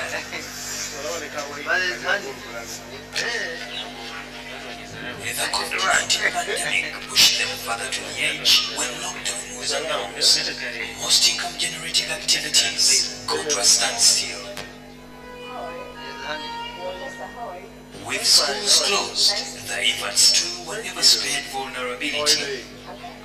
Our children have really been hit hard because they're in a state of hopelessness. They've lost hope. Some of them do not even think or do not even dream of ever going back to school. Many kids have been engaged more in child labor. You know, we have sugarcane growing here in our district, and it is really growing everywhere. So the parents, having lost jobs, lost even hope in their economic activities, they engage the children into child labor. Others have been impregnated. This was the story until Jared Holland, in partnership with ECHO, intervened with a pilot of a digital solution to spark a ray of hope in the dark cloud over the future of these juveniles. As War Child, we focus on children who come from a war situation, so have been affected by violence, violent conflict, basically in the neighboring countries, so many of them coming from Congo DRC or from South Sudan. And while working with them globally, this program was developed in parallel with our work here. So at a certain moment we felt it was time to introduce it here, but it took some time to work together with the ministry to develop and design the content. Can't Wait to Learn is a digital program. It's tablet based, so learners use a tablet to learn about maths and language. Here in Uganda, it is based on the Ugandan curriculum. So we work together with the Ugandan Ministry of Education and Sports. We have designed and developed together this program, and now Can't Wait to Learn is rolled out in more schools here in Jangwali. It's good to be aware that these tablets are not internet-based. They are off-system, So the learners can use them, whether they have access to internet or not, and the tablets cannot be used for internet purposes. This is because we want content to be appropriate for the learners, and it's actually only for this learning purpose that these tablets can be used. To their advantage, their infants are arranged in small groups in their locality, paving the way even in times of uncertainty, so no school time is lost. When there was a serious lockdown, then we were dropping children to the household of the learner one by one. So the teacher was taking the tablet and they were dropping so that they can play and they continue their learning. But when the restriction was eased out and then 15 or 20, 25 children were allowed to work together, then we organized ourselves into a small group learning. So there was someone required to stay with the children so they can remain focused and they can also support their children. So we give them a booklet, how they can support children, and with the help of that booklet and orientation, they were able to support, continue with the children. And then other kind of support is providing their space for a small group learning, etc. So they played a quite active role. And because of that, we saw children moving very fast from one level to another level because they could see their parents and guardians are also engaged. While launching the model in this settlement at Maratatu Primary School, the State Minister for Primary Education pledged support and the need to scale to all schools through adding the module to the teacher training package.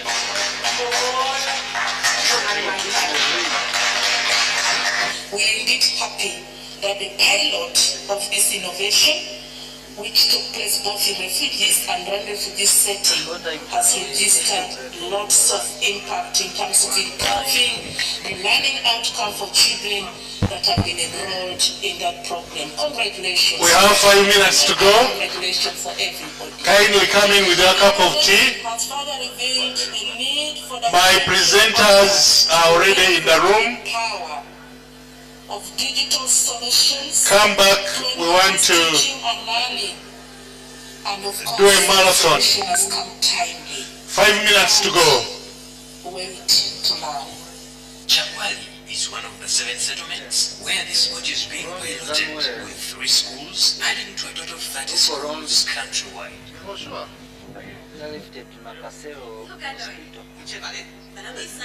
We are empowering and equipping parents to break the life cycle of poverty by providing urgent SSA to the children. And most parents feel they can't provide quality care and education because of poverty and their lack of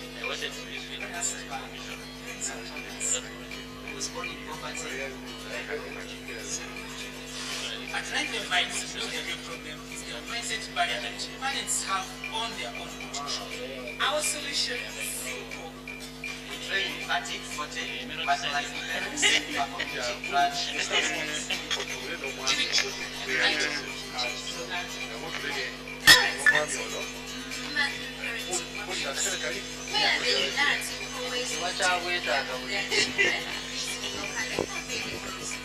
parenting course and a play scheme to support the holistic movement of children, focusing on 4 areas: cognitive, physical, language, and social-emotional development. The program is unique because parents provide their own solutions using their own resources.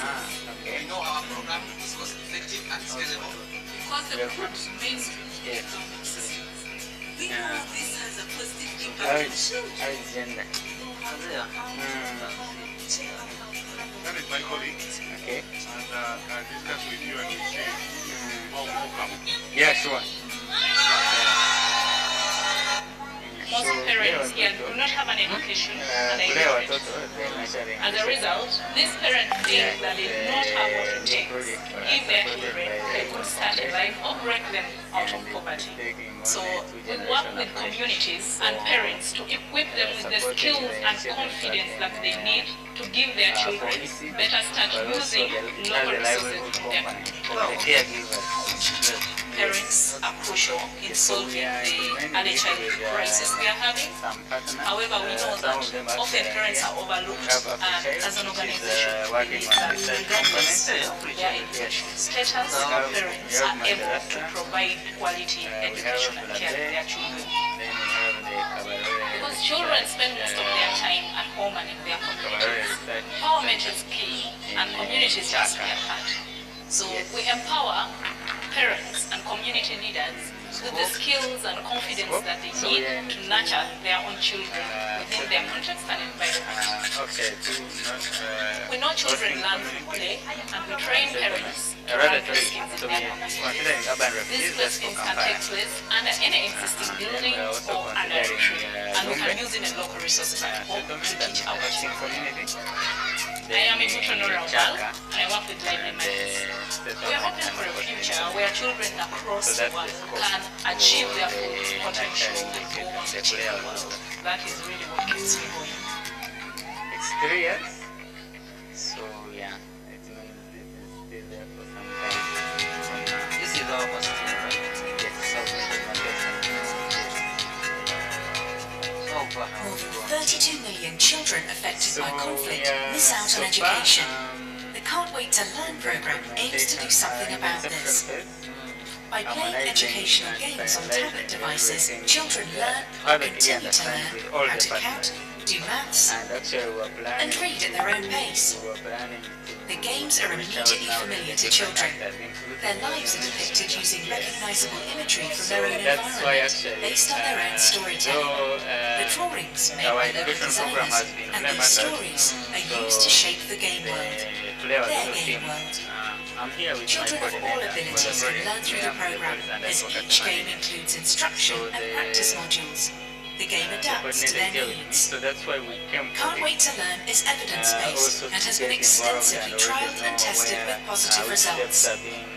The program has expanded significantly since its launch in 2012 in Sudan. It is now active in Sudan, Jordan, Lebanon, Uganda and Chad, and is available in both Arabic and English, with French coming soon.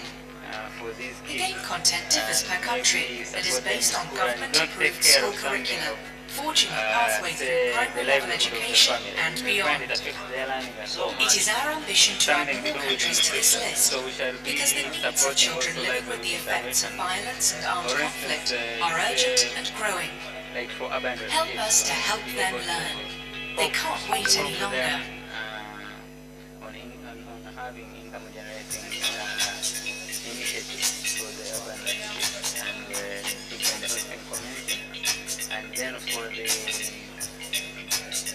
even those actually interested in agriculture, they have an opportunity in the urban setting. But for instance, for Lumbe and the Chaka, those guys, you know, in our road, people are so much involved in agriculture, but even others. So for those with the support,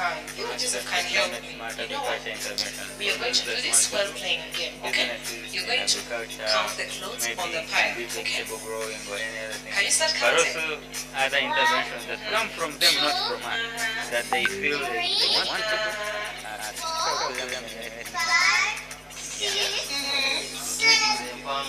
Yay! So that's the approach. Such a clever girl. Okay, Sophia, can you count for me? So like I mentioned, Include your of fingers, course, not not your necessarily, silly but fingers. it was actually the next thing on my agenda.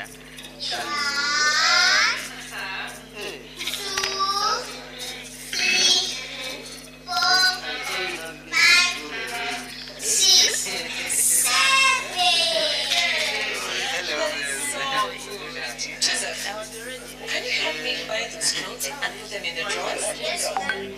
Okay. 1, 2, 3, 4, 5, 6.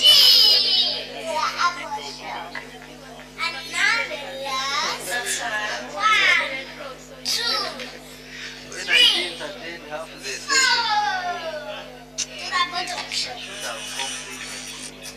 Mommy, we are done. We didn't make a mess. Mommy, today was the best day Have your contact such that we plan, we should plan, we come and have an interaction. I will come with my coordinator. Actually, you can say hi when you have time, but I know the next session is about to begin. So for now, let me take your contact. Like this. Engaging play and communication suitable for your child's age. Use daily routines to engage with your child and help them practice counting and spelling. Allowing your child to do small tasks to help you build their confidence and self-reliance. To learn more about early childhood development, follow the Best Start in Life campaign or text join to Uniport on 8500. This campaign is brought to you by the Government of Uganda and UNICEF. Invest in UG children. When we're young, everything seems possible. Boys and girls can dream of becoming a doctor or a marine biologist when they grow up. The difference between these children is purely biological. Gender just doesn't matter yet. Education has the power to dictate your child's talents and reinforce limiting stereotypes. That's why EVOB, Forum for African Women Educationists, and public education partners joined forces to develop a practical approach to gender-responsive pedagogy for early childhood education. A toolkit that empowers teachers and school leaders to challenge gender stereotypes in the classroom. Small things like sharing examples that challenge gender stereotypes, encouraging all genders to take part in all activities, or bringing dolls into the construction corner can have a meaningful impact on an impressionable young mind. Join us, challenge the gender divide. Download the GRP for ECE Toolkit.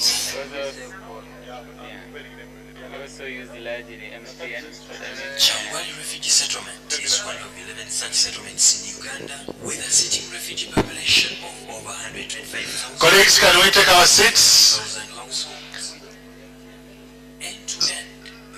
Let's take our seats. We want to start our afternoon session.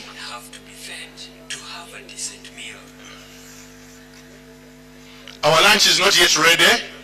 That's why we have to go in for this next session. And we shall have lunch slightly late. But now that you have just taken tea, I don't think you are badly off.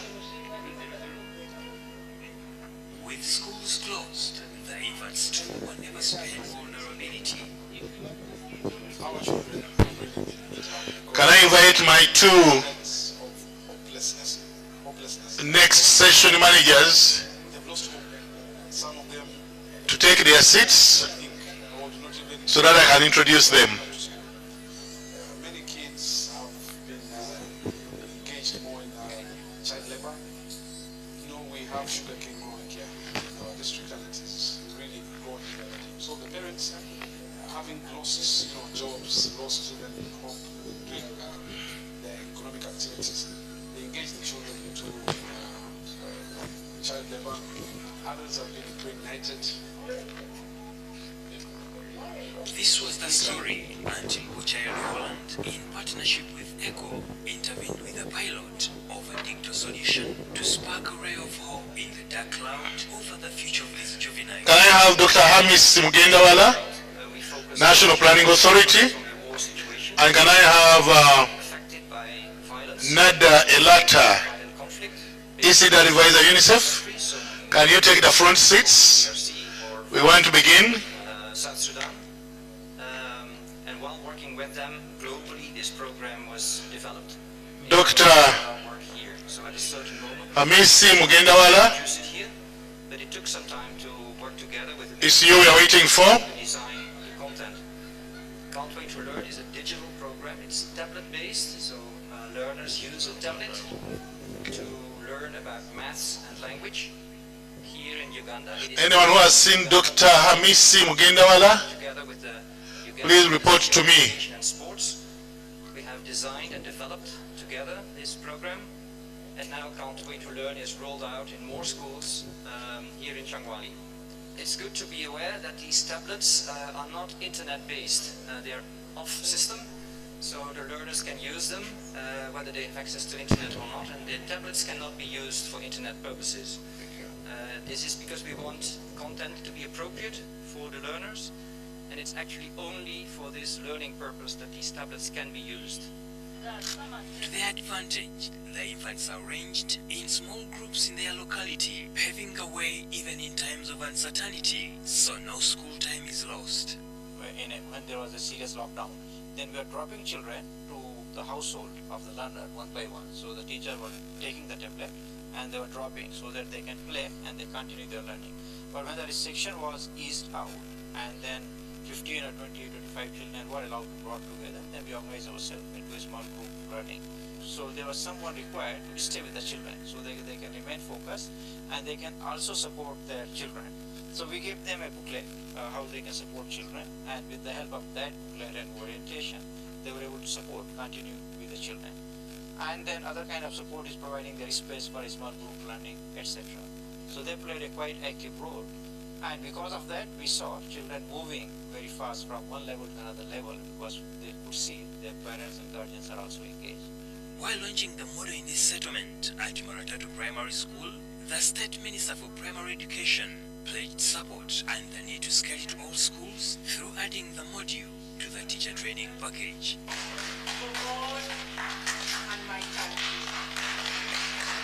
We are indeed happy that the pilot of this innovation, which took place both in refugees and non-refugee setting, has registered lots of impact in terms of improving the learning outcome for children that have been enrolled in that program. Congratulations, War Child Holland, and congratulations for everybody. The pandemic has further revealed the need for the children actors to leverage the power of digital solutions to enhance teaching and learning. And of course, the solution has come timely. Can't wait to learn. Changwali is one of the 7 settlements where this module is being piloted, with 3 schools adding to a total of 30 schools countrywide. Changwali Refugee Center.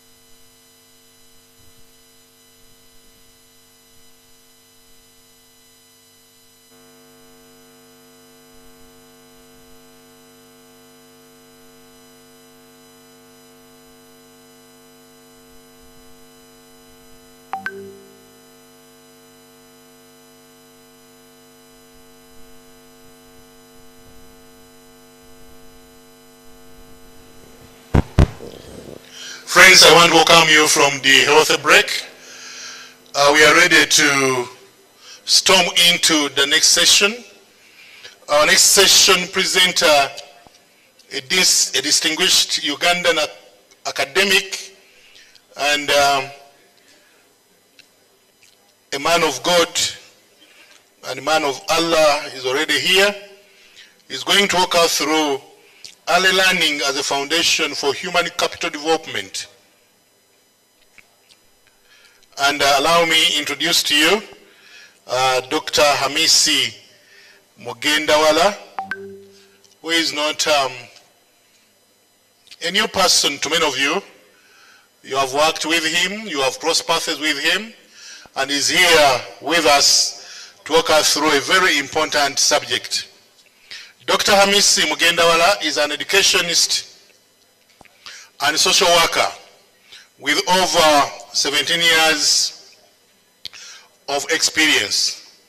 Hamis holds a PhD from the University of Southampton, UK, and he is a Prince 2 certified project management practitioner and a chartered member of the British Chartered Institute of IT. He has trained and worked in Africa, Europe, and America. He has previously held the British ESRC Fellowship, leading the award of a PhD in Educational Economics, Policy and Planning of the University of Southampton, UK. He also has Also he was on a Commonwealth Scholarship, leading the award of an award in educational planning and economics and international development of the Institute of Education, University College London, UK. He further attained a Master's in Science in Iowa State University, USA.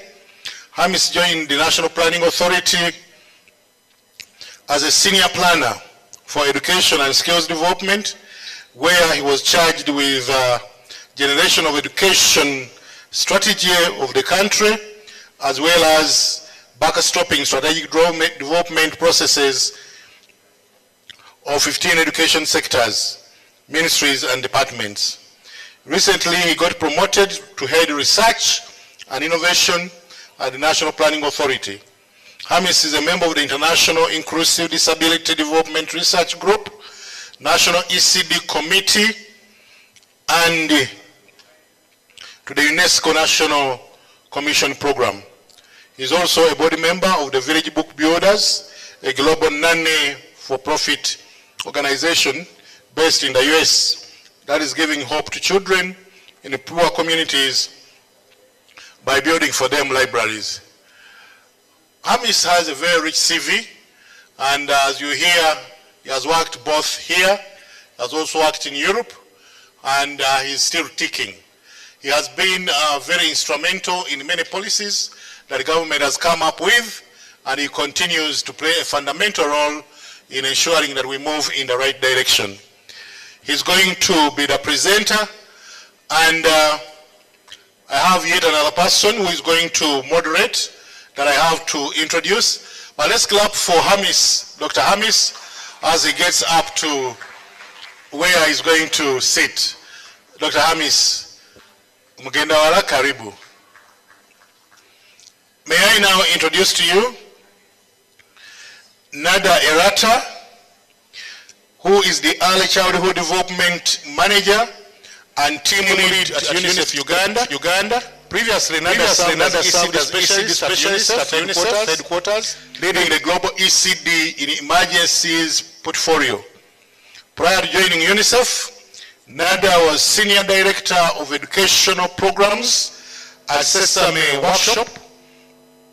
With a background in public health and child development, Nada has led teams that implement large-scale multi-sectoral early childhood initiatives globally. Nada has also worked as an advisor at the UN World Health Organization in Tunisia and Egypt, as a health communications officer for the UN's World Food Program. Nada has worked at the University of California, San Francisco, Johns Hopkins University, and American University in Cairo.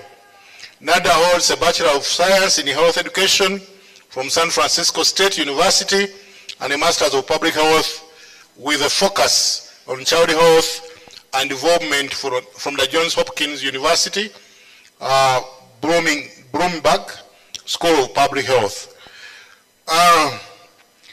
May I continue? That will suffice for now.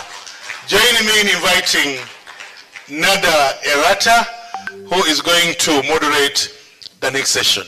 Nada, you're welcome, and thank you for agreeing to be with us. Karibu, you can have your seat. For a number of hours now, you not hear my voice. I leave you in the hands of Nada. You want this?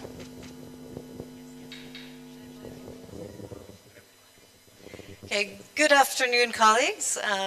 We've been saying good morning all morning, so now we're in the afternoon session.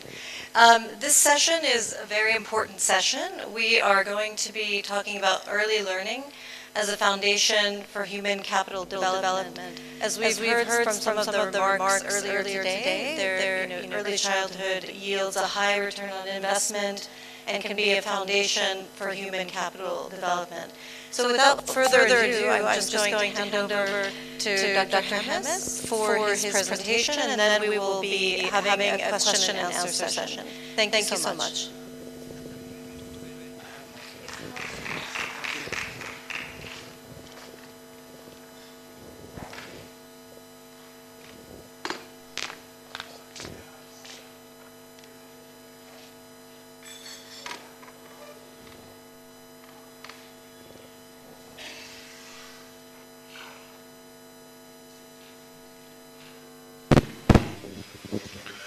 IT team presentation. Yeah, it's on.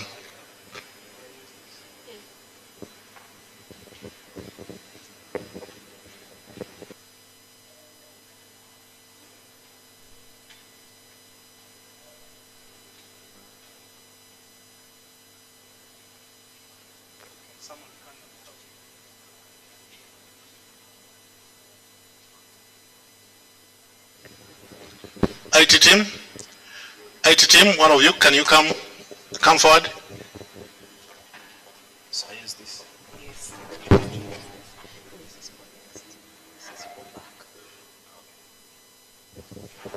Thank you very much, my elder brother Mondo. I know you as a lover of children and youth. My name is Hamis Mgendawala, and I work for National Planning Authority. So I am here to talk about something that is not well understood by majority of us who do the planning in the different agencies. It's an area that has remained a little bit gray, and I'm really happy that it has started receiving a lot of recognition. That is the outline of what I'm going to talk about. I'm going to take a very short time, and I'll spend more time listening. So within the perspective planning, you realize that the Vision 2040 that came into effect in 2010 recognizes people as the real wealth of nations. And it also takes cognizance of the fact that education enables them to convene the rest of the factors of production. Actually, the human being, to me, is the most important factor of production, because without the human being, the rest of the factors of production remain redundant. And to me, from the economic side, I think that warrants significant attention in developing it. Now, the same Vision 2040 identifies human capital as a foundation that has to be strengthened, a fundamental, actually it's supposed to be a fundamental, that has to be strengthened to harness the country's potential for development. From our side, we found out from the study that we did with UNICEF and Ministry of Gender,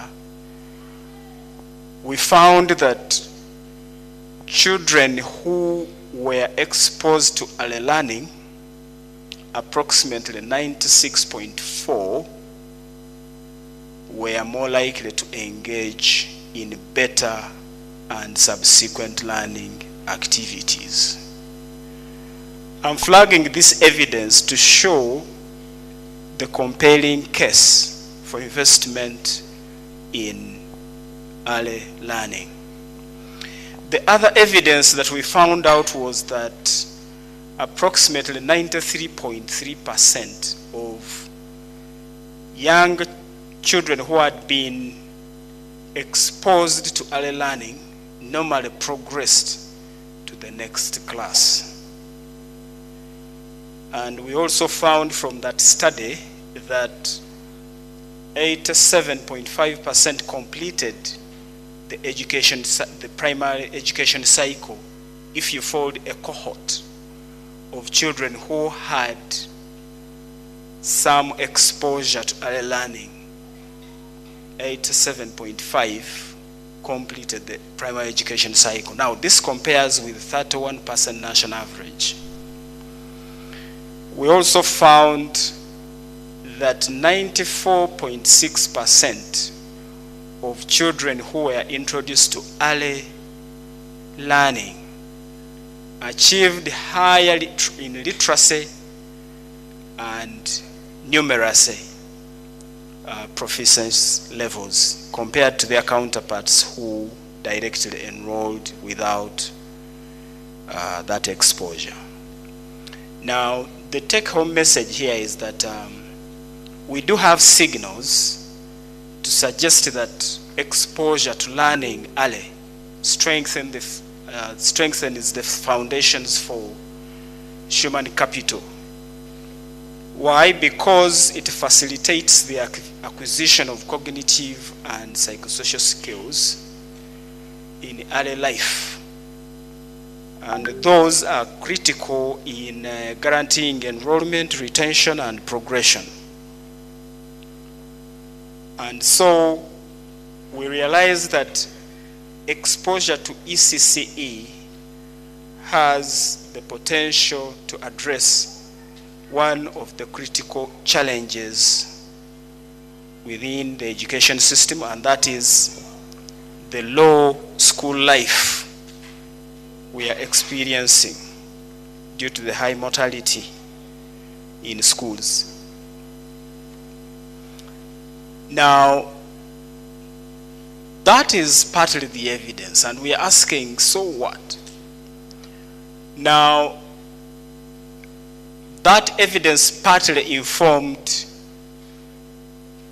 the Human Capital Development Program development within the National Development Plan 3. Now, I just cherry-picked some of the interventions that government agreed to undertake that have a significant relationship with early learning.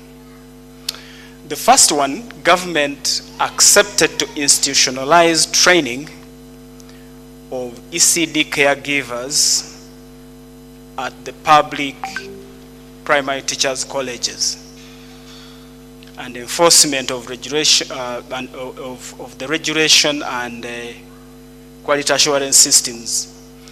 Now, in the study that we did with UNICEF and the Ministry of Gender, we realized that it is very difficult to tell the competence levels held by caregivers. Why? Because there is no standardized caregiver training curriculum that is followed. So you find caregivers saying, for us, we followed the curriculum from Deje University. For us, we followed the curriculum from Chambogo University. For us, we were supported by Plan, and this is what we went through. So the qualifications held by ECD caregivers are so varied to the extent that you may not tell what they know and what they don't know. In contrast, you find that for primary school teachers, secondary school teachers, and universities, there is a standard. At least for someone to be called a qualified primary school teacher, they should have gone and attended the number of years required in the primary teachers' college. And the entry requirements are known. For ECD caregivers, the entry requirements are not known at all. Every institution that trains them has its own entry qualifications. Some say as long as someone finished P7, they can train. Others take senior 4. Others, it's not even a requirement. But government accepted to that. Now, because we've heard that child development is a holistic kind of undertaking, it's not just about early learning. It's also about health care. It's also about caring for mothers. Actually, human capital development value chain starts from when people fall in love, actually, before even conception. In most countries, young people, before getting married are taken through parenting sessions, and they are trained on how to bring up or raise their children. And so most of the interventions that you see that government committed to transcend education, and they go through health. You can see issues of immunization, adolescence and youth health. Number 5 is something that we need to put a lot of emphasis on: strengthening the family as a unit, the family unit to reduce domestic violence, child deprivation, abuse, and child labor. But also the issue of inspection. We are having a very big problem with quality assurance in ECCE centers, because in our study we found that local government inspectors do not regard inspection of ECCE centers as part of their job description. So when you speak to them, how many times or how often do you inspect preschools? They say, we pass there on the way to inspecting primary and secondary schools. And the word "we pass there" is underlined. We pass there. So it's a by the way. I don't think it's part of my job description to inspect them. And so you find standards within preschools left to whom it may concern. In some institutions, you find material taught to P2 is being consumed by young people in year 3 or year 4. We found a school in Kayunga, preschool, being manned by mainly young ladies whose highest qualification was P7. And we found most of the children sleeping and they were wet. So we asked why. They said, these kids disturb us a lot. So what do? We give them a little bit of tranquilizers. I think it's called Valium. A little bit of it. They get dosed and they sleep. And the caregivers have good time. And they say whenever they know that it is time for their parents to pick the children, to show that they've bathed them, they line them up, get a hose pipe, and shower them with water from a hose pipe. And the question was, do the parents know this? They said, no, of course we can't tell them. But the parents, they said the parents are happy with the school. Because they say the children don't disturb them, they leave school sleeping, they get home sleeping, and then the parents also can have good time. But then the long-term effects of such are unknown, actually. So the issue of inspection remains serious. Now, what do we know about the current situation in regard to early learning exposure? Just as the previous speakers have indicated, we also found significant demand for child care services in the country, particularly early learning services. Dr. Munir explained some of the reasons why. Because families have changed.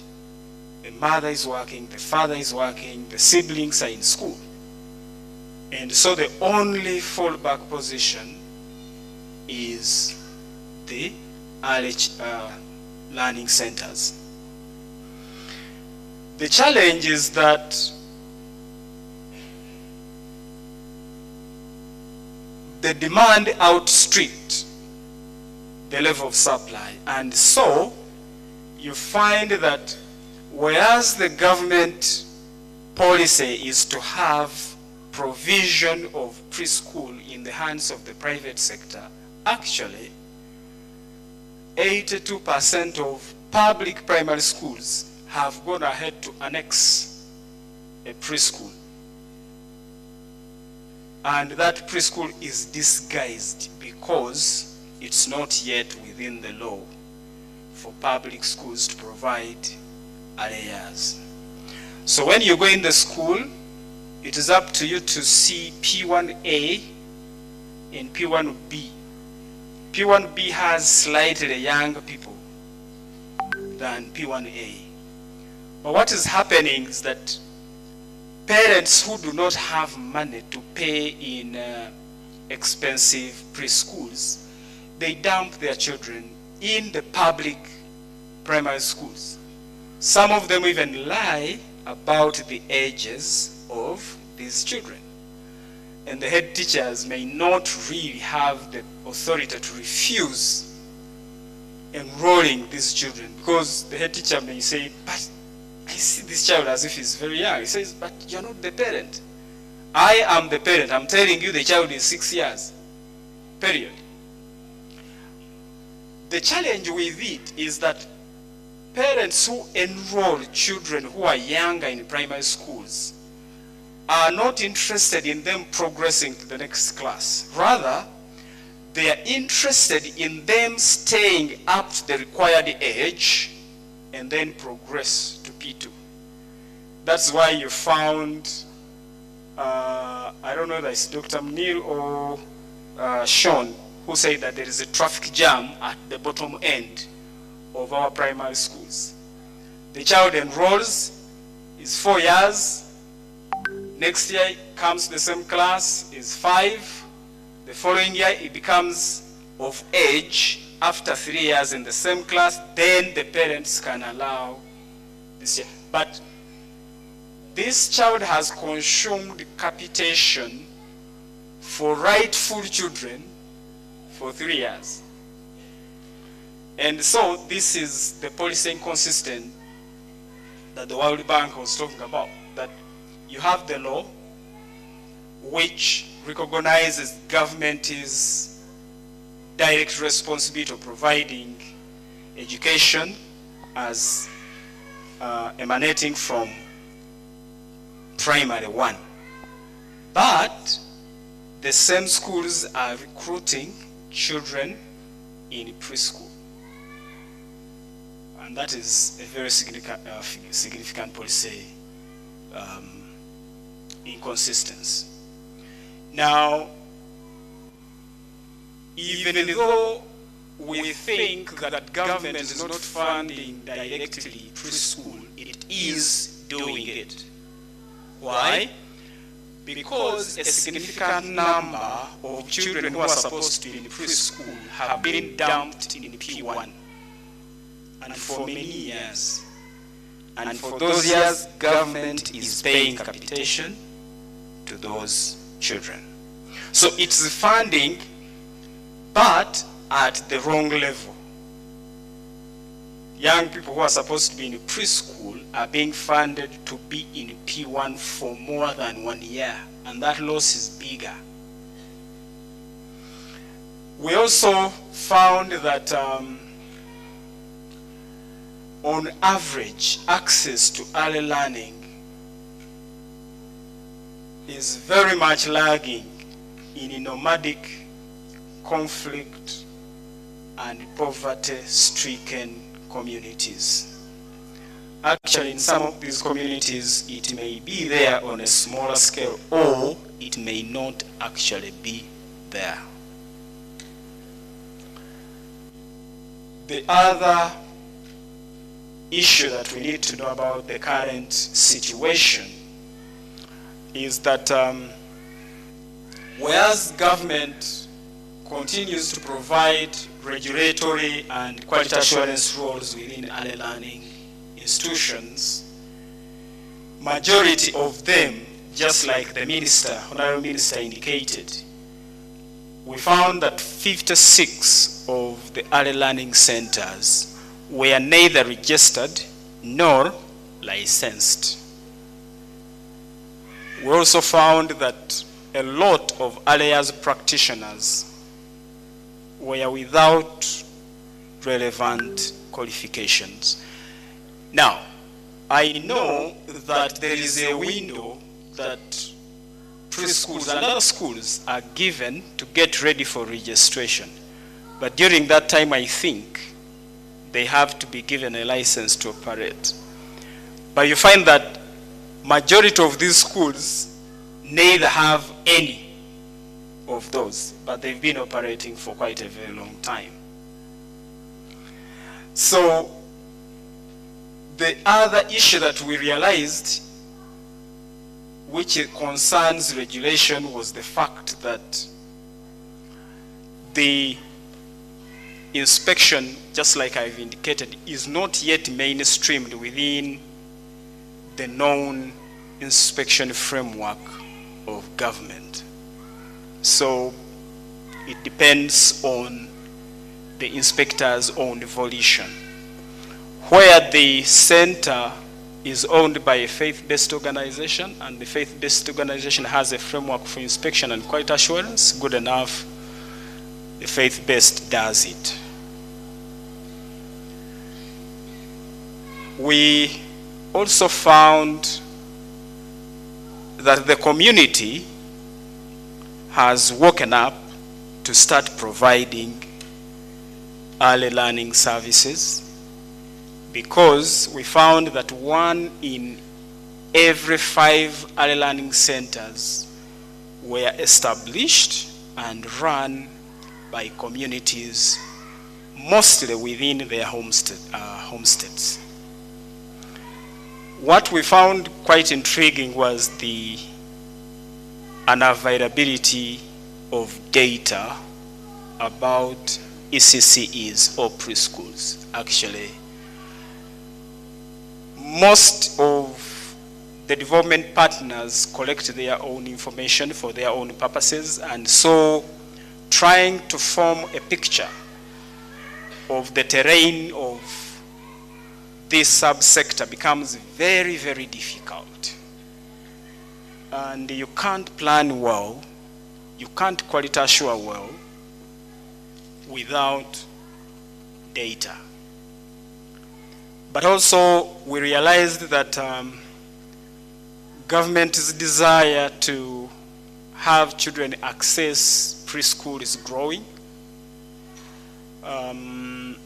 And you see this through the desire to reform and strengthen particularly the policy and legal framework. Because according to the 2008 Education Act, the responsibility of providing preschool lies with the private sector and the parents.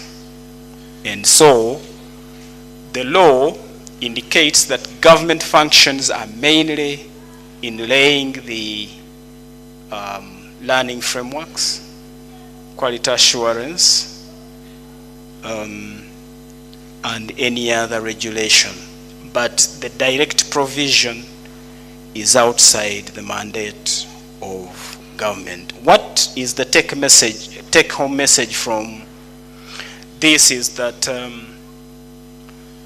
whereas there has been critical constraints, and there still are critical constraints against exposing children to learning early, we believe that progress is being made, especially if you look at the numbers that are in WUBOS's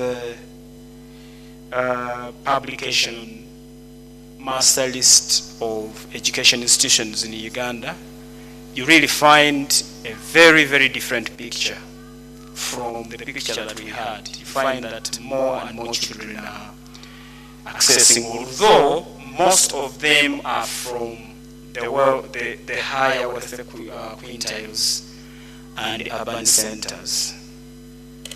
And now that means that there is need to intervene in the lagging segments of the population. So the question is, if we have that as the current situation, what is working and what is not working in the desire to provide access or exposure of learners to early learning? Now in Uganda, we've been going through literature. I have worked with a few people from Madarasa Early Childhood Program. The people we've spoken to say that their model is working. And the model targets, it's a targeted kind of intervention for mainly the poor and marginalized communities, and we heard that government comes in to support efforts like for replication. Then we came across Lively Minds. I think Lively Minds came to NPA one time, I don't remember. But what we found was that the people were saying that their intervention is working, and it's also a targeted intervention for the poorest and marginalized communities. It's quite sustainable because we looked at the design. I don't know whether this is the practice,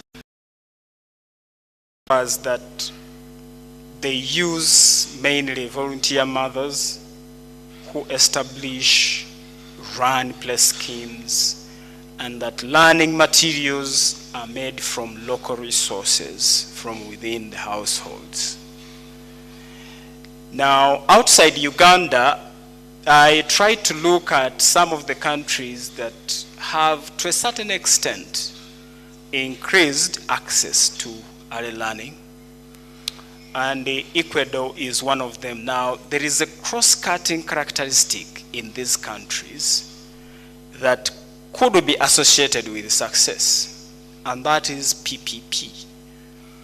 Most of these institutions are running their preschools on a PPP arrangement. You recall that we tried PPP arrangements for UPE and USE, but I think it collapsed.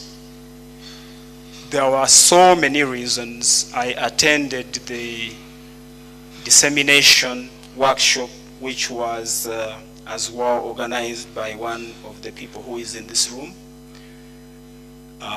Dr. Jacqueline Makaru. And in that report, which was, I think, funded by DFID, there were issues on both parties. There were mistakes made by the providers, like double charging. A child is in UPE, but the school goes ahead to charge because money from the central government takes time. But when it comes again, the school just accepts the money as if they didn't charge the children. And then there were double counting, falsification of numbers as some of the reasons why it collapsed. But in most of these countries, you find that PPP is a constant. But also, in Ecuador, I saw a lot of government support to early learning.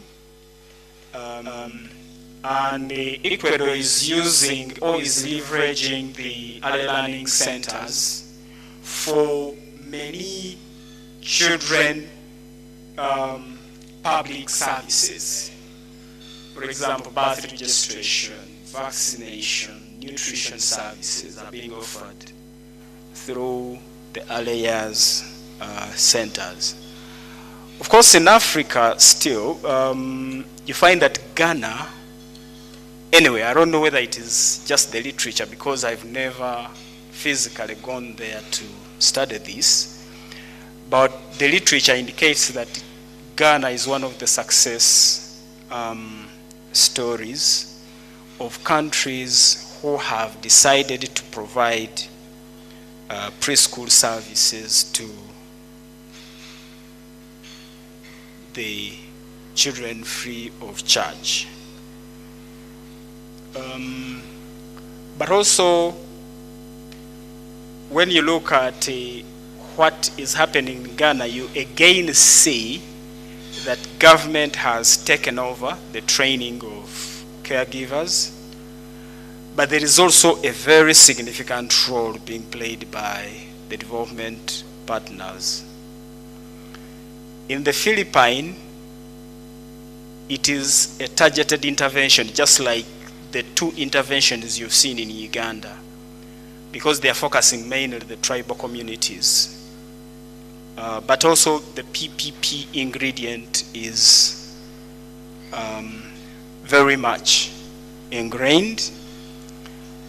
There is a component of parental volunteership as caregivers and using the home as for sessions for both parents and children.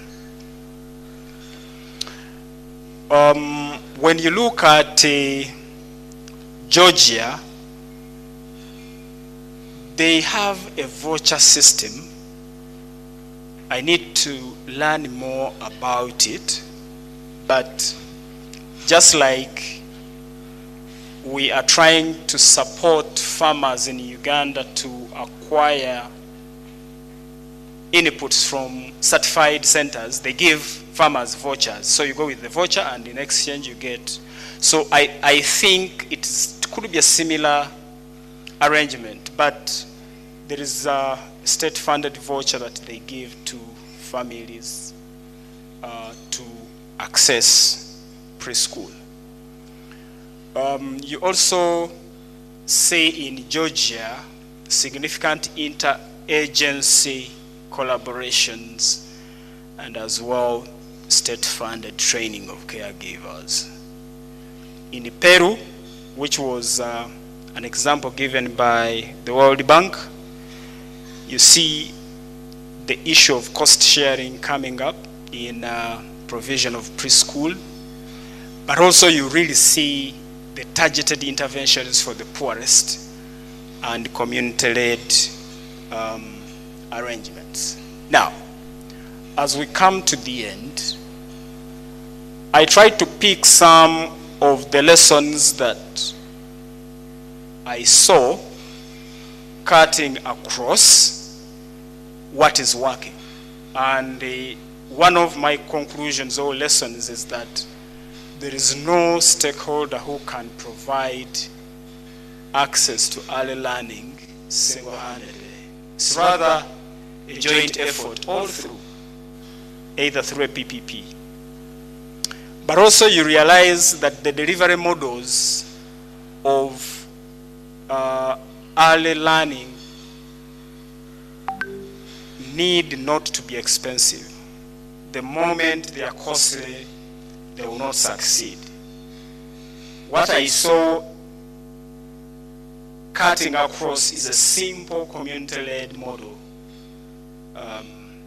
from within the community. Targeted interventions is a critical cross-cutting characteristic. Now, this means that a one-size-fits-all may not be the best model for us as a poor country. Rather, we would go by firstly targeting areas which are lagging in terms of access to preschool. Areas like Karamoja, Eastern Uganda, and others. Then I also realized that homegrown models work best in terms of providing access to early learning. And this made me remember because most of us who are a little bit of advanced age, our first teachers were our grannies and our parents. Through folk songs, folk tales, and I was thinking that some of these models need to be studied further and all revived. I also saw it as a lesson that in most of the successful models, you really see increased government support in the different kinds, either in monetary terms or in terms of regulation, in terms of quality assurance, and I also saw that there is need for early learning data. This is what I conclude, that exposure of children to learning early helps them to build the necessary foundation to human capital. That one, there is evidence.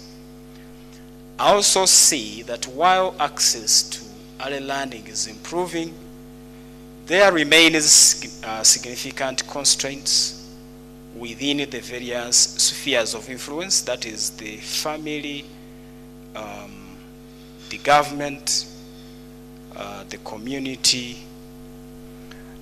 And in light of the above, I know that there is no single stakeholder who can claim to sufficiently provide access to early learning. And it's part of my conclusion to say that lessons from the delivery models that are working emphasize public-private partnerships. They emphasize community homegrown delivery models. They emphasize cheap options. And they emphasize positive discrimination or affirmative actions, targeting that lag behind. Thank you.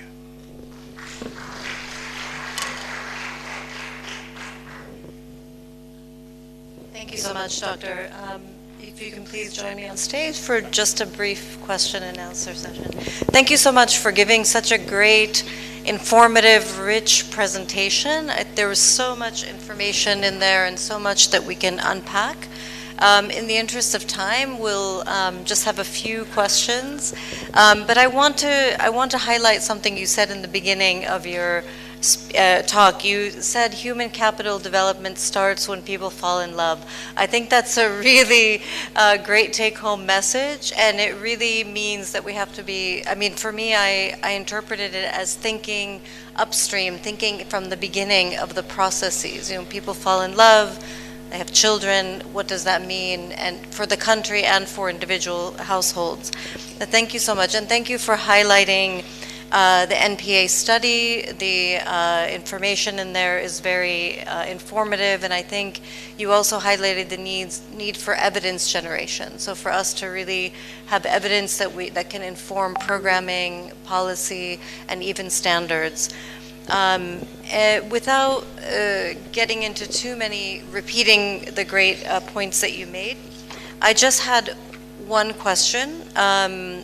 On the NDP 3, the National Development Plan 3, the plan demonstrates recognition of early childhood development as a key contributor to human capital development through strategies and priorities planned. How can we ensure that these are advancing the country's strategies for NDP 4? I think you've already highlighted some, but maybe you can provide us with a summary. So,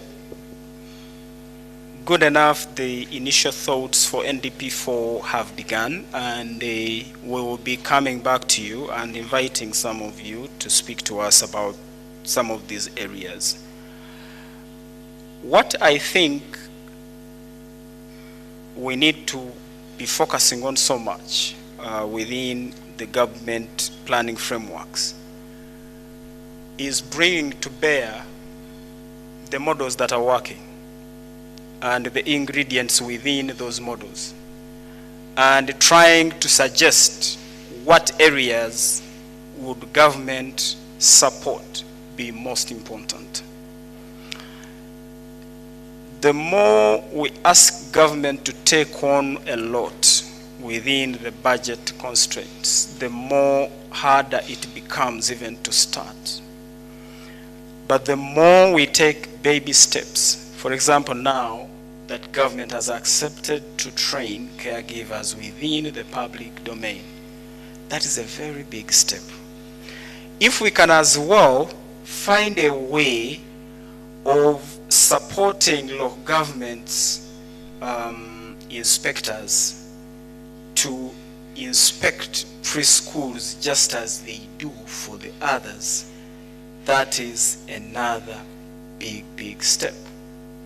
And as we move along, you'll find that a lot of milestones cumulatively we will get a time when government participation is maybe 60% and the rest is parents. But this has to come in a phased manner because our country is not going to become rich tomorrow and we have to live with these realities. But the issue here is to find very sustainable models, and some of them, we've highlighted them, where things are really working at the lowest cost. But finally, I think we need, as government, to convince ourselves that we are implicitly funding preschool, although in the wrong institutional framework. Just claiming those resources and taking them to the right institutions without adding more budget, by the way, to me, is one of the critical kind of steps that we can take. Thank you. Thank you so much, Doctor. I think you've emphasized a really important point on efficiencies within the current spending, both for public and private sector, finding ways to really make that spending more efficient. I'll ask you one more question. You know, just if you were to give one thing that you feel would be a real game changer, in addition to some of the points that you've made, that we can all hear today, government, private sector, development partners take home, what would you say to us? What is a game changer that you feel we should all focus on and try to take forward together as a collective? I think one of them is that if we can demonstrate to government that there are so many children who are in the primary education system who are not supposed to be there and they are receiving funding, and we demonstrate the possibility of taking them to the right level with the funding that government has been giving them, I think that will be one of the greatest kind of interventions. Thank you, Doctor. So not really asking for an increase, but to reshape how that funding is utilized, and thank you so much for that. I do want to just, we have to conclude soon. I've been given a time stamp, but we really thank you, Doctor, for the great written, rich presentation. I do want to take a moment to just mention that Genesis Analytics is here with us today, and I think meeting with a lot of the stakeholders here. And they are doing a cost-benefit analysis on ECCE and childcare for Uganda. So we do hope, Doctor, that you will also be engaged in that process, and I believe they're meeting with you soon, and other stakeholders. Thank you again so much, and thank you for the great presentation. And I'm looking at the organizers. I think that our time is up on stage, so thank you, Doctor. Thanks. Thank you very much. Thank you, Nada, and thank you, Hamis, for that rich presentation. Can we clap for them once again and for keeping within the time? I have a proposal. We have just had a cup of tea, chocolate, and all those things. And I think you are not so hungry. Can I request that you allow we make one presentation, then we go for lunch. And depending on whether time will permit, we will come back or we will not come back after lunch, so that will come the following day. Can I propose that we have one quick 30 minutes, so at exactly 3, we can go for lunch then. Thank you very much. Can I invite my colleague, Nairobi? Can you invite for us the next chairperson, Mr. Leo Michael?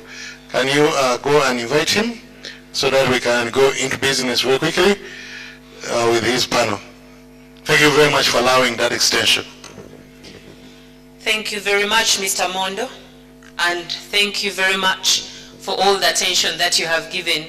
I request that we give this the same attention so that we can get the best out of this. Allow me to welcome Mr. Alio Michael.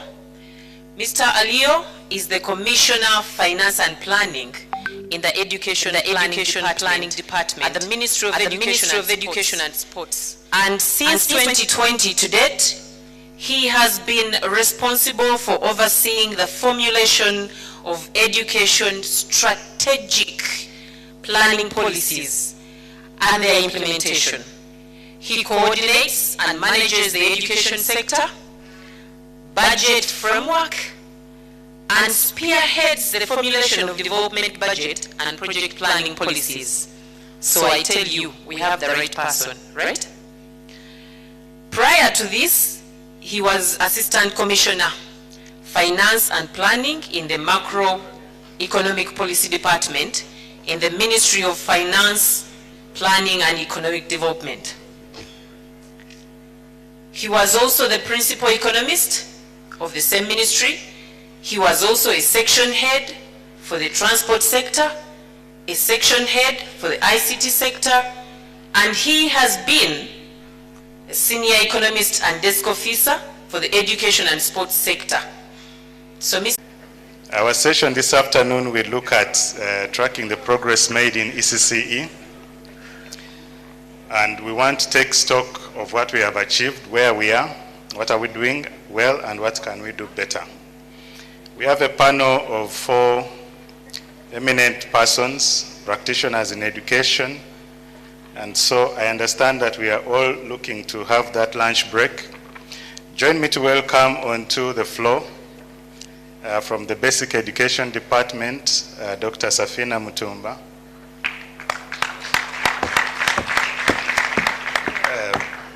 Dr. Mutumba is a Principal Education Officer. Also join me to welcome from the National Curriculum Development Center, Dr. Deborah Rangera.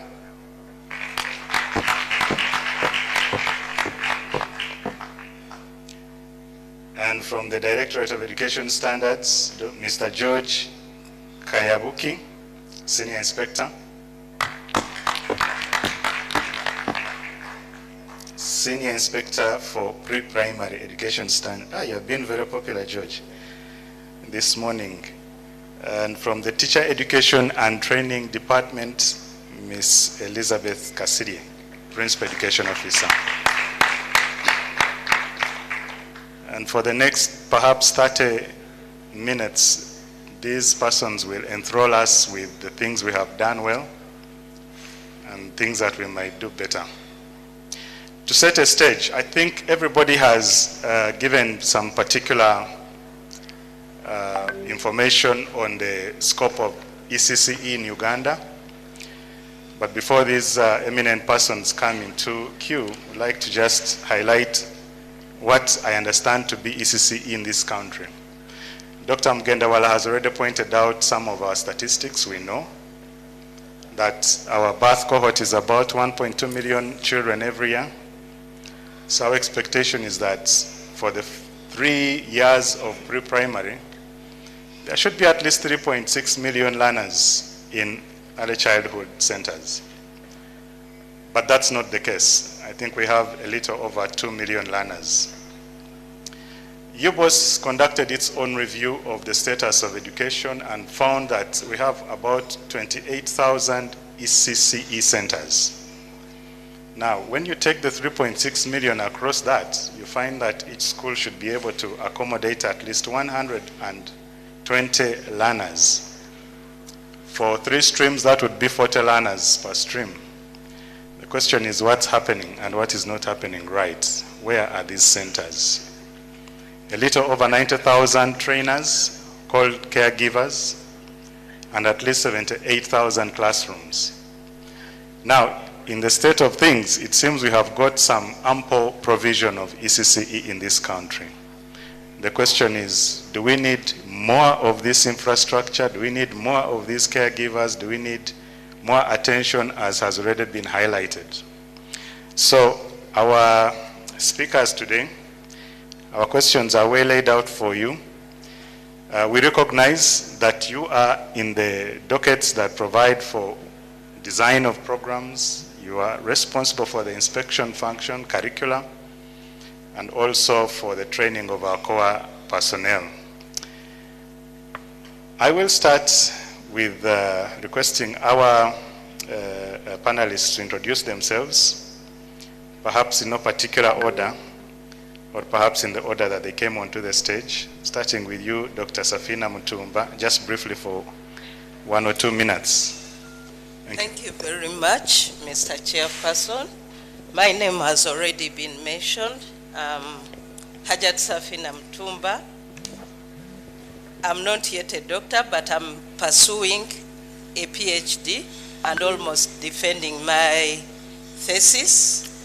I happen to be the Principal Education Officer, Pre-Primary Education, specifically Early Childhood Care and Education under the Basic Education Department.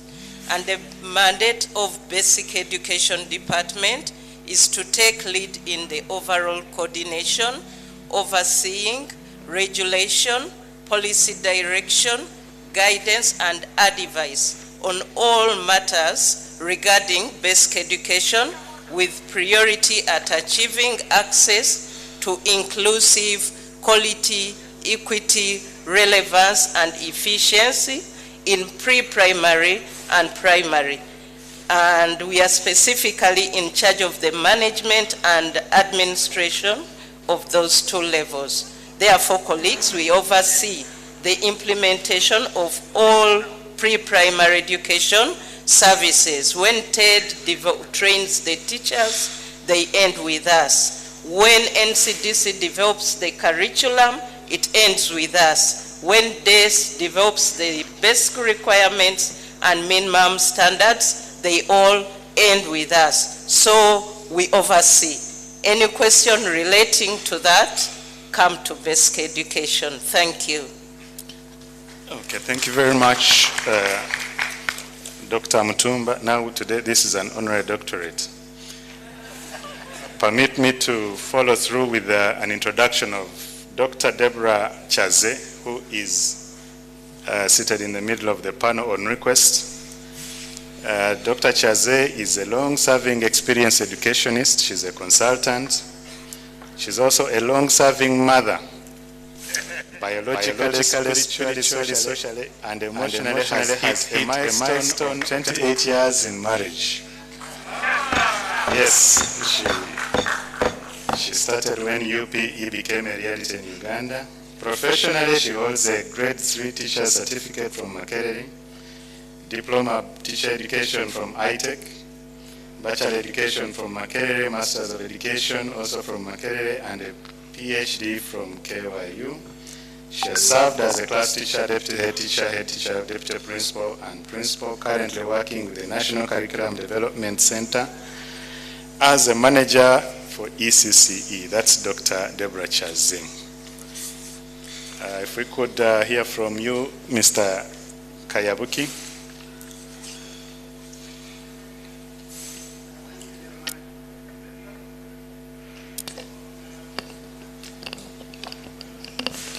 Thank you very much, Mr. Presenter. I want to make some correction. My name is George Kayabuchi, Principal Inspector of Schools for Primary and Primary Standards.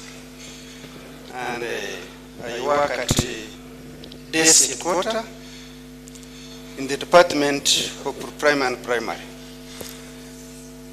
As you have mentioned, I'm representing the Directorate of Education Standards, which is the quality assurance body of the Ministry of Education and Sports.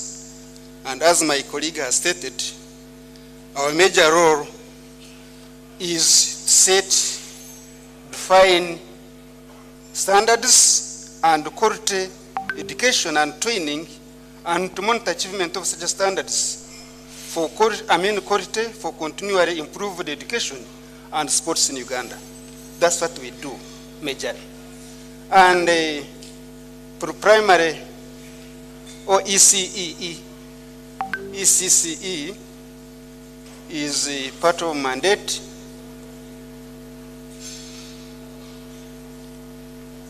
Yeah, because since we are developing the standards, we are also extending our arm to that level of education. However, the standards we have now are generic. They don't specify ECCE. They are all for all institutions. But we are in line of developing specific standards for that level of education. Thank you very much. Okay, thank you, George. I think you have already moved into the question. Let me just introduce Ms. Chisache Nsamba, who is a Principal Education Officer seated just immediate to my right, from the Teacher Education Department in charge of pre-primary teacher training. She's a professional teacher, trainer, holds a Master of Science, Human Resource Management in Education, Bachelor Education, Teacher Education from Makerere University. As an international postgraduate from Canada, holds a Diploma in Education, Diploma in Child Psychology, Certificate in Programming for Early Learning, a practitioner of ECD and currently doing a PhD at Makerere University. Please, a round of applause for this panel. So for the next 5 minutes each, starting with you, Dr. Mutumba, one of the key strategies in quality assurance for ECCE is licensing and registration of these centers. What are the steps that you have taken, steps that you are taking, and what else needs to be done to improve this function? Dr. Mutumba, if you will. Thank you very much, the chairperson of this panel. Responding to the question that you have just asked, as the Minister of Education and Sports, through the Basic Education Department, we developed guidelines in 2010 to guide on the establishment of pre-primary schools. And these guidelines entail all the requirements that guide on the licensing and registration of ECD centers. And during the year 2012, that mandate was given to the local governments after realizing that the ECD centers were so many and the center could not manage licensing all of them.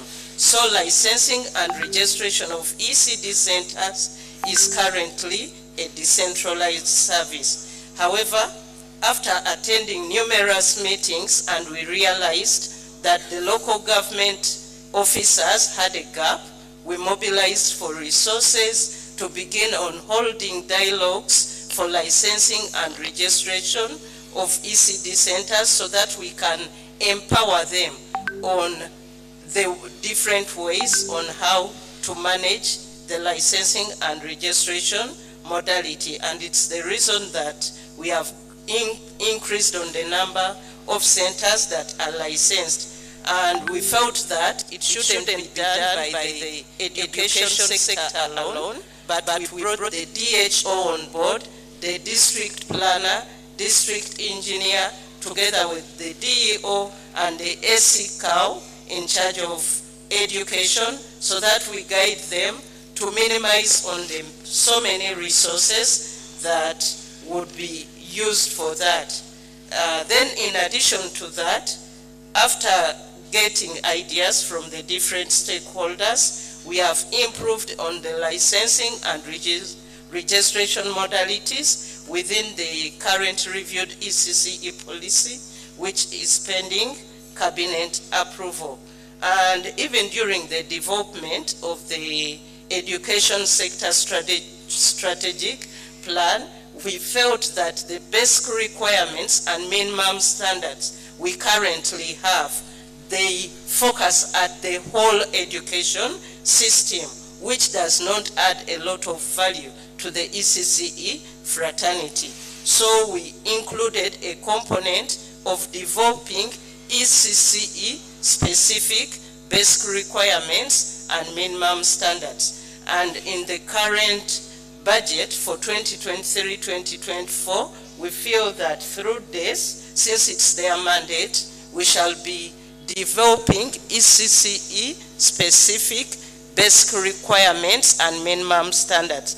But still, in addition to that, we have numerous partners that are supporting us in the implementation of ECCE. For example, UNICEF. Of recent, we were going through the work plan we are going to use in the next financial year. We felt that we should stop at focusing only at the dialogues, but we should go an extra mile of looking at the early learning spaces. Of course, not forgetting the holistic component as stipulated in the National Integrated ECD policy. That is what I can say, but still, with support from government, we have been carrying out quality assurance visits, that is monitoring and support supervision of the ECCE centers, so that we understand the status at which they are. And we have continued holding feedback meetings so that we guide them continuously. And this one will not stop because we feel that we still need it. We still need to continue supporting them. That's what I can say, Mr. Chairperson. Thank you. Thank you very much, Dr. Mtumba. Just to roll back a bit, I understand from the UBO study only 4,100 of the ECC centers, 28,000 of them are licensed and registered. If this is a fact, how do we achieve greater licensing? How do we complete the outstanding 83% of ECC centers? And how does this affect the quality of ECCE? Thank you very much. First of all, we need to continue working with HISIP so that we generate that data to help us exactly understand the number of ECD centers we have in the country, the number of those that are licensed, those that are not licensed, and those that are registered. That will help us have a basis from where to begin.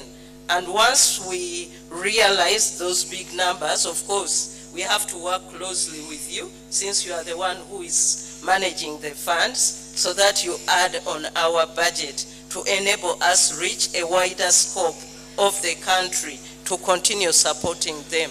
Because we realize that most of the people in the communities, in the public, don't have the expertise we have in ECD. And ECD, we can't just throw ECD on anybody the way you think like other levels of education. We need to empower them, guide them, so that they understand. And by the way, people have been mistaking the licensing we refer to in our policy to the trade license. Maybe it also adds on the challenge of making them hide away from the officers at the district. That has caused, by the way, when we moved around, we realized that to be a very big gap. People mistaken the trade license to the license that pushes for the quality. So we need to clarify those. Therefore, we shall request for more funding from you so that we continue supporting. Thank you. Okay, thank you very much. A round of applause for Dr. Thank you very much. Perhaps later you'll give us what your license considers when you are giving these licenses, because we have heard that some of these ECCE centers do not qualify to be licensed. So I think that will be for the next session. Okay, moving on very quickly to Mr. Kayabuki from the Directorate of Education. Sorry, I think this is for Ms. Chisache, Ms. Kasiri. From Teacher Education, the Ministry of Education has prioritized institutionalizing the training of ECCE teachers at public PTCs. Could you provide a roadmap for this? What steps have you taken and what is the way forward? Not to bring forward future questions, but there is also talk of the new teacher policy. Could you just tie this into your response, please, in about 5 minutes? Thank you. Thank you very much, moderator. The roadmap I can talk about is grounded in the objectives of the Ministry of Education and Sports, because we have 3. The strategic objectives for the sector. One is equitable access to relevant quality education and training, ensuring delivery of relevant and quality education and training, to enhance efficiency, effectiveness of education and sports service delivery at all levels. Training has come out as a key component in everything, and because of that, when the National Teacher Policy was approved in 2019, the Department of Teacher Training and Development came out with a 10-year strategic plan on how to see how this can happen, including the pre-primary teachers. The strategic plan we have is a 10-year strategic plan for teacher education from 2020 to 2030, where we are today. And we are lucky that it was made after the policy was approved, so it is within. One of the key things we are going to do as a mandate, we have to conduct research and diagnose studies of the teacher issues for pre-primary. Now that government has come in institutionalization, there is no way we can move on successfully without data of the many things I've seen since morning. The models, the quality, how to put together all the many trainings that have been taking place. That is one of the activities we have to endeavor to do, to conduct research and studies on the teacher issues, the pre-primary teacher issues is very key, because now we are moving into national scaling up.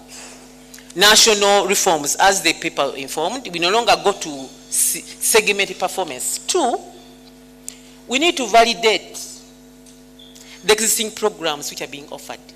I'm happy that Dr. from NPSA did very well. So many programs, including those who are not being put here, are in place. And many people among the stakeholders we have are offering different programs.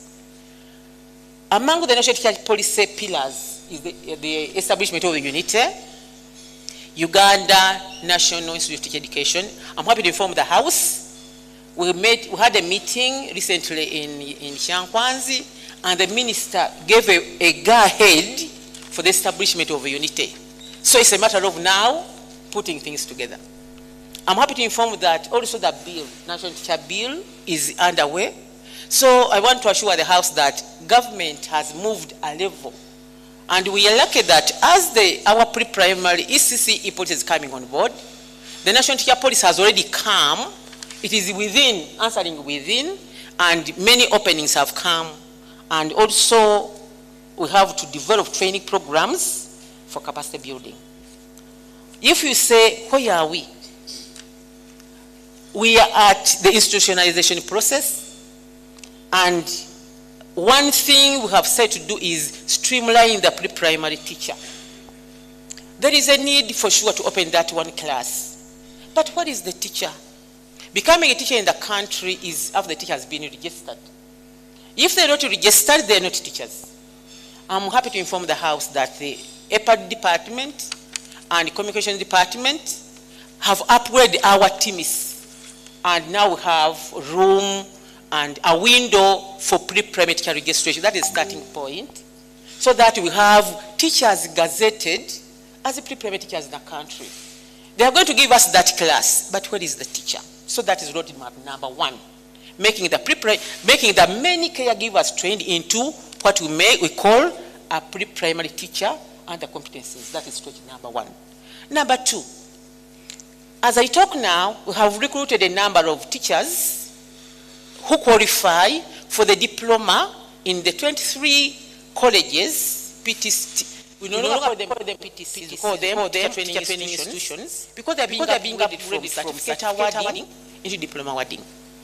We opened up since January to recruit all those caregivers, but the National Teacher Policy have qualified. We no longer call them caregivers. They are pre-primary teachers. The caregivers are those who have offered certificates for proficiency, but they don't qualify for registration.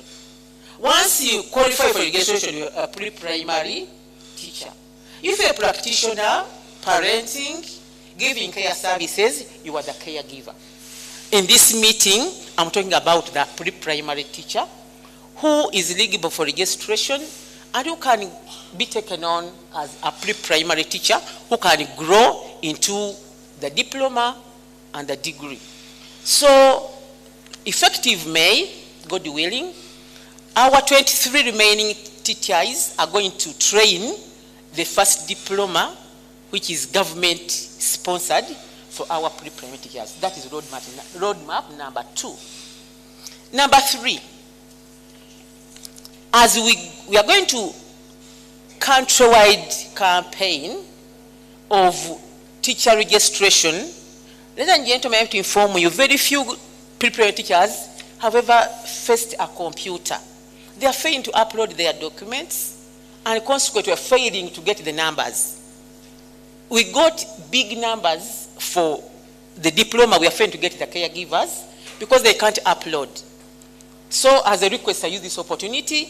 If you have been training some caregivers, or you know them, teach them how to go into Google email to upload their documents so that they can be recruited and we get this opportunity for the first entry. Step number 2. Step number 2. Through, with unity in place, we have gone to a level of putting together all the programs we have, you have been offering. The previous speaker talked of the models. Our next step is to request, we are going to take stock of all the models of training you have been offering through our community of practice in the ECD working group, so that we get to know what you have, if you have been training, for 3 reasons. We want to understand, is that program worth included into the curriculum, or is it worth to be a CPD, professional development?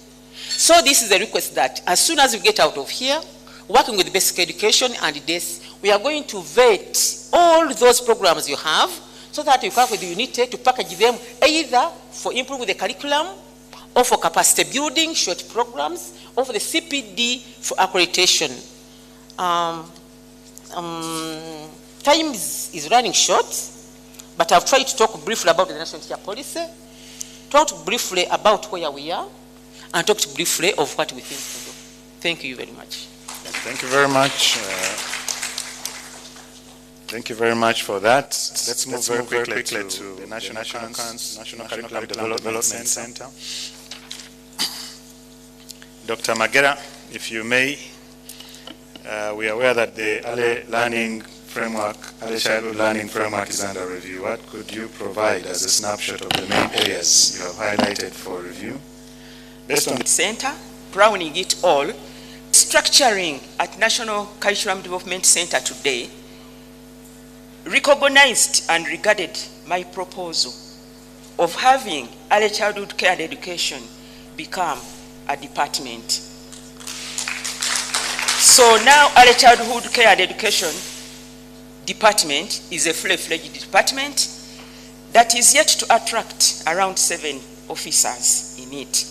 So far, we are 4.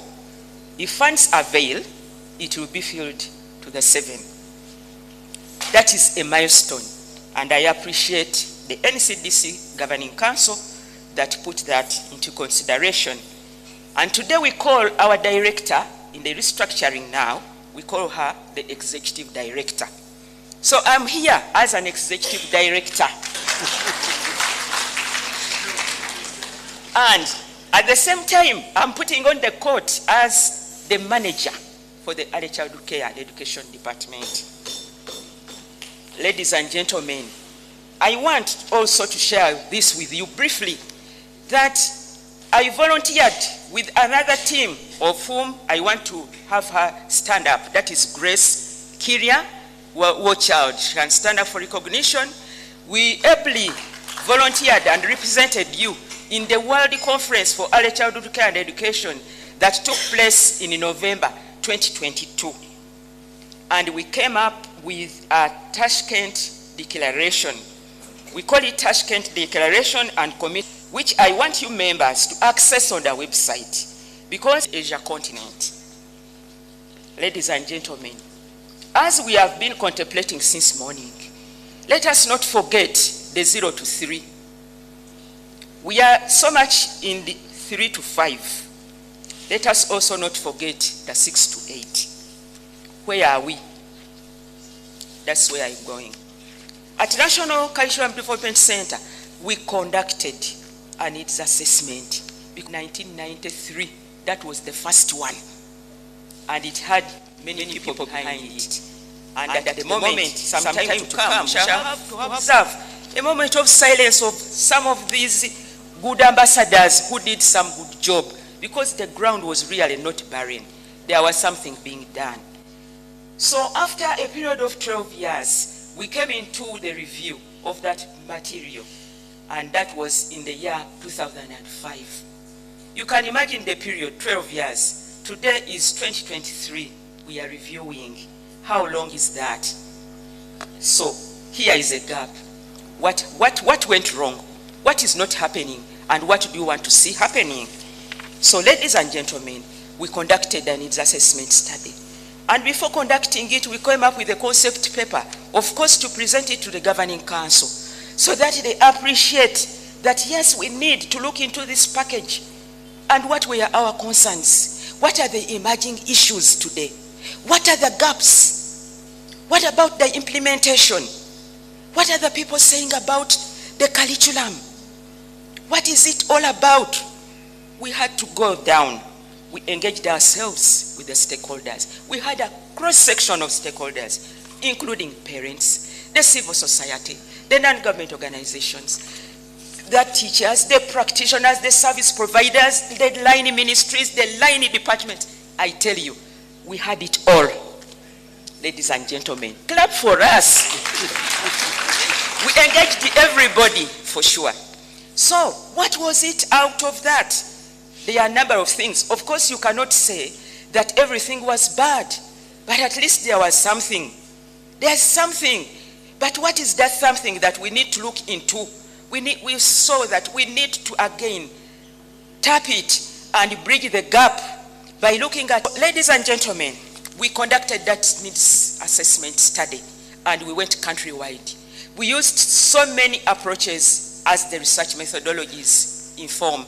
And one of them, we had to benchmark. We did a document analysis. We went into the face-to-face. We went into the online. Those who were not able to be reached, we are trying to reach them. Even on telephone conversations, we had that. So in it all, we observed a number of things, working, and we're sharing that report at length. But the needs assessment study was conducted. Now, so at the end of it, what did you do? At the end of it, we say, we engage, because in the structure, we have writing panels. And the writing panels have a cross-section of representation. We don't work alone. And these members on the writing panels are approved by the NCDC Governing Council. We don't sit alone. We have to share and see and have it done. So,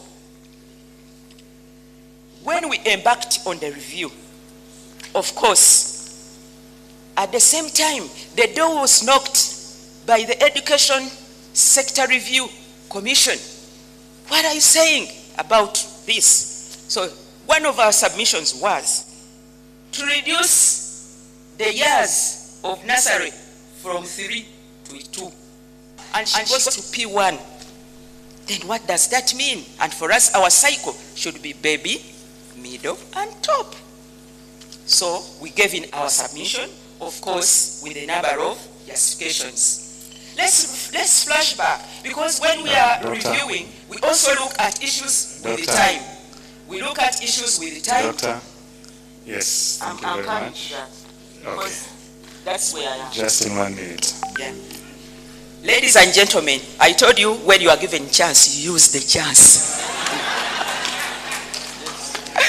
So we looked at a number of issues. We enriched the competences, we enriched the learning outcomes, we integrated the special needs, we have integrated the ICT, we have looked at areas to do with the science, but in the science we are looking at the science and technology, we are looking at the creative art, we are looking at the physical education, because today when you talk about play, we don't just say play, but it goes beyond. And we are also regarding how many hours should a child play. The child at most should play for 3 hours. And how many hours should a parent play with the child? At most it should be 1 hour when the parent is playing. But playing what? So this learning framework is going to address that. We are also looking at it by including the phonics, by including the local language. Why should we expose the child to local language at P1 and leave it at that? The child now starts to learn the alphabet in P1. We want it from down. So we are doing all that. And we are also looking at the handwriting. Today handwriting is not the handwriting of those days. The handwriting is getting lost. And we are finding even lecturers experiencing a problem. They give assignments and they ask students to submit work which is typed. But when they come to mark the scripts, because they are in the handwriting, they take to produce results because they are still struggling to analyze the handwriting. So, where is the problem? So I want to summarize and say that we have also developed the early childhood education and care curriculum framework, assessment guidelines. We have also developed the implementation guidelines. We also have the parent curriculum framework with the parenting training guide. I have it all. We have it all. I am connected. Over to you. A round of applause for Dr. Magera. And Dr. Magera will also indicate where these frameworks and guidelines can be found. They are still drafts. Very well. Okay, so point well noted. Thank you, NCDC, for that good work. Last but not least, moving very quickly to our colleague from the Directorate of Education Standards. We have already heard that inspectors are not giving attention to early childhood centers. What standards exist for ECCE according to this, and what challenges exist in ensuring compliance? What do you think needs to be done to ensure that the standards are operationalized? Mr. Kayabuki, in 5 minutes. Thank you very much, Mr. Moderator. Well, it's a concern that ECCE is not inspected well by local governments.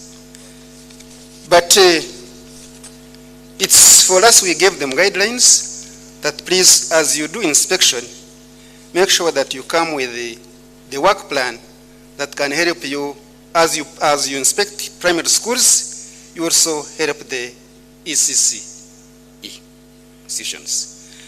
So I think that one, we are yet maybe to give more guidance on that one, such that which they were developed in 2010 and revised in 20,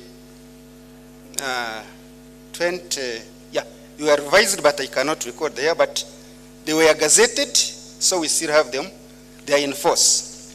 Except, as I told you, as I was introducing myself, when we are developing those standards, we didn't bring out clearly that these standards can be for ECCE.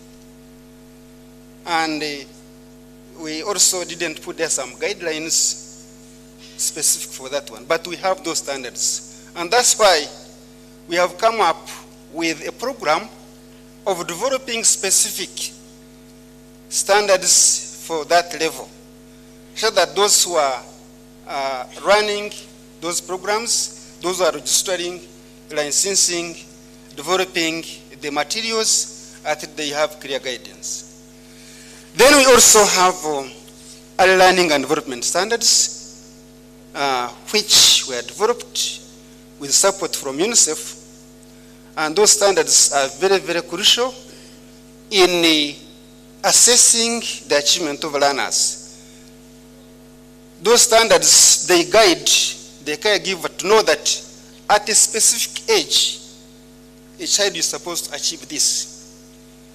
And those standards have the domains. Those are 5 domains, which talk about language, about mathematical concepts, about safety of the learners. They talk about spiritual development of the learners. So they are very, very important. So we have them, but the challenge with those standards, they have never been implemented to the level we wanted or we want, but we have those standards. Then we have also developed standards for ECD training institutions. Remember, this also goes to those ECD training institutions. Most of them are private, but we develop standards. They were approved, and we have them in force. So they're helping us that when you go to an institution which trains teachers of nursery, then they also have the guidelines. They have the standards. So we also have, remember we are going e-inspection, whereby inspection is supposed to be online. We have the tablets, and we have already. And I think this needs to be cured. I think sensitization is key. There are budgetary concerns. We have got a roadmap for the new strategic plan for teacher training from teacher education. And they're going through a process to validate the new and existing programs. Key to note from NCDC is there is already a new training framework. Correct me if I'm wrong. A learning framework. Yes, I think I was awake. Thank you. There's a new learning framework. It's still in a draft form. There are guidelines and under development. They will be available soon. And from the directorate, there's specific standards being developed as part of the BRMS. Is that a good summary of the things that we are focusing on to improve ECCE? How we wish that our panelists and the institutions could meet and sit together on the same table regularly and agree on these things, so that we can make a little more traction and a little more success. I have been just checking back to see if our working groups are still operational, and if they are not, there might be an opportunity there to bring forward our actions. If we could do that, ECCE shouldn't be much of a complication, at least from the side of provision. The side of financing seems to be a little more complex, but all your actions are well noted and well appreciated. So a round of applause to our panelists.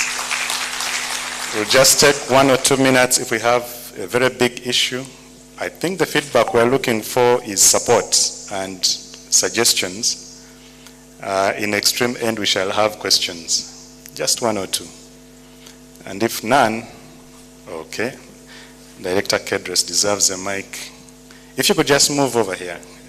I assure you this is a very good place to speak from. For just 1 or 2 minutes. Thank you very much, Michael. Thank you very much, team, for the good work done. Just 2 comments, really. The first one is that we have all agreed, and we have always done, that ECCE is extremely important. However, what I heard from almost all of you are all futuristic and have cost implications. The Ugandan woman is producing children every year, according to Michael 1.2 average, and they are all coming to school. So what happens now? So I was looking, for example, at the inspection of preschools. About 15 or so years ago, when it was fully decentralized, the sector recognized that the size involved, but also the law that requires decentralization would allow us to actually give away that, which we did. So what do we need to do to make sure that the local governments actually do their part? To me, that is really, really important and extremely critical. On that, of course, when government decided to take over the liberalization and privatization policy, 3 things remained with the center: policy making, quality assurance, and monitoring. So maybe, Michael, even as we go along, the issue of quality assurance, which is done by the inspectorate, needs to be re-centralized and made autonomous, as Kajubi had proposed. Because the reason why things are not done is that there's a lot of compromise, a lot of interference from the politics of the local, and that makes life very, very difficult. The last one is about the revision of the learning framework. It's of course exciting. By the time I retired, I left it on progress. But what I would like to say today is that even the one that is there now is very good. It's actually good. So I would want to appeal to all of us who are here to get it and be using it as we wait. Because as we heard from Dr. Mugendawala, people are doing anything, teaching a 4-year-old a curriculum of P1 or P2. They are just destroying our children. So my proposal and request is that moving forward, they said we should now call doctor in prospect. I think we need to enforce the use of the learning framework even as it is today, as we wait for the new one that is coming. Thank you. Thank you, Canon. That was wisdom, and we shall not have a rebuttal. Any other issue? Just one more? And if not? There is a hand? Okay.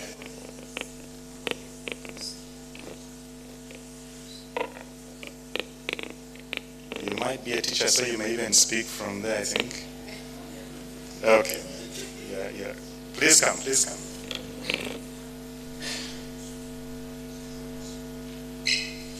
Thank you, the panel, for the insight you have given us. My concern is one, yes, we have the inspectorate in the Ministry of Education and Sports, but also we have this inspectorate in the Ministry of Local Government. How are the two interfacing when it comes to responses around the ECD in the local governments? Thank you. Okay, just very quickly from this, if you could just... Yes, thank you very much. Yes, what we do, we are mandated to train the local government inspectors on the on the tools we develop. And two, we also have a component of monitoring local governments. So when we go for monitoring, we have that interaction, and we agree on certain areas. We ask them maybe to see where they need more training or more support, and we handle that. So we have a close relationship with local governments. And before I leave, we also, as I have told you, that we developed e-inspection tool. That tool, when they use it for inspection, they normally submit the reports, inspection report to us. And those reports, of course, it is another way of interacting with us. We share, we also give them where they are supposed to improve. And that is a clear way that we can interact with them. Thank you. Okay, thank you very much. A round of applause, the final one for this panel. And we thank you for your attention. We are back to you, MC. Can we clap a little better for these eminent sons and daughters of Uganda? Thank you. Thank you very much, Michael, for steering this very important session. There were words I was hearing repetitively, and I think if we concentrate on them, we shall have better ECCE. I was hearing the issue of standards, quality, monitoring, inspection, quality assurance. And then the last one I was hearing, which I think I was guided by the politicians when I last visited the district, is when somebody talked about interference from political leaders. They told me, Commissioner Mondo, stop. We don't politically interfere. We provide political guidance. And so it's up to you to correct me or to tell me whether they told me nothing but the whole truth. What is also coming out is that so many things have been done. For sure, something has been done. But a lot more still remain undone. And like Jeff Kennedy would say, things don't happen. Things are made to happen. It's again we who have done what we have done to do what remains to be done. But certainly, we are not where we were yesterday, but we are not where we want to be. And so we have to continue putting the firewood, rekindling the fire, and ensuring that we do much more. I found this in UNICEF offices in Kampala. It is by a poet called Gabriel Mastro. He said, we have committed many sins, but the greatest sin is not to take adequate care of the children. There are a lot of things can wait, the children cannot wait. So if we are talking about reforms today and we are taking forever, then we are going to be caught up in a fix where so many children are going to lose their future. But also looking at the discussions here and looking at the people involved, then I started saying, is ECCE a woman's issue? I was seeing very few men making a contribution. And that's why I started in the morning, that even when we are providing for at the home, we provide the money and we think that's all. But children need us as parents, as fathers, in their lives. The men, this is a challenge to us. Even when you go for visitation, you find lots of women there, and you ask, where are the men? And then they say, the men, you know, they are so busy, they have provided the money. The money is not everything.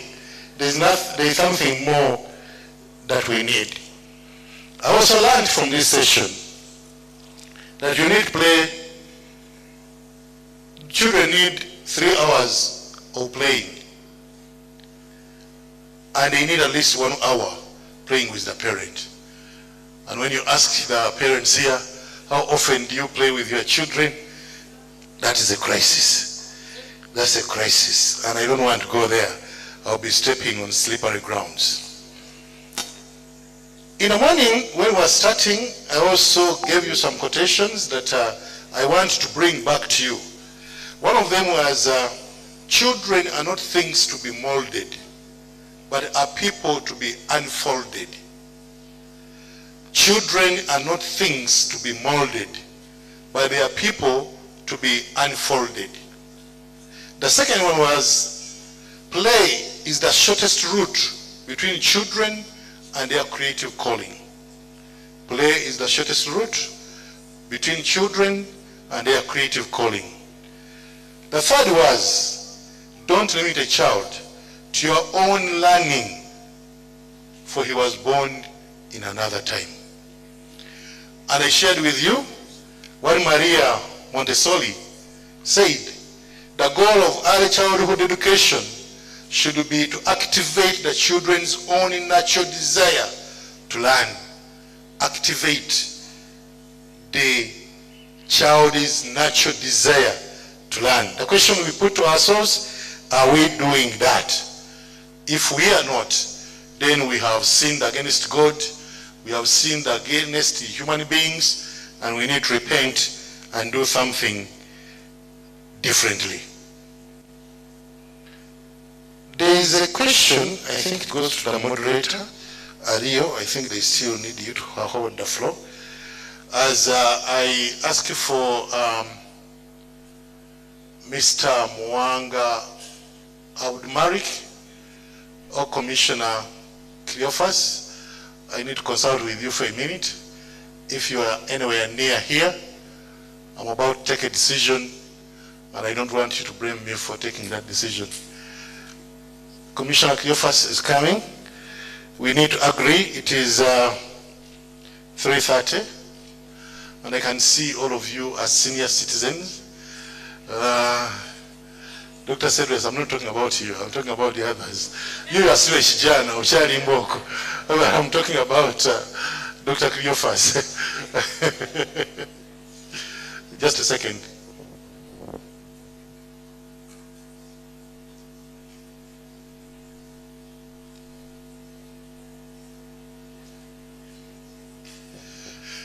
So does anybody have something burning that you want to raise? Different statements have been made, lots of papers have been presented. If you have something burning, we don't want you to burn at night. Can you please say it now or forever you keep your peace?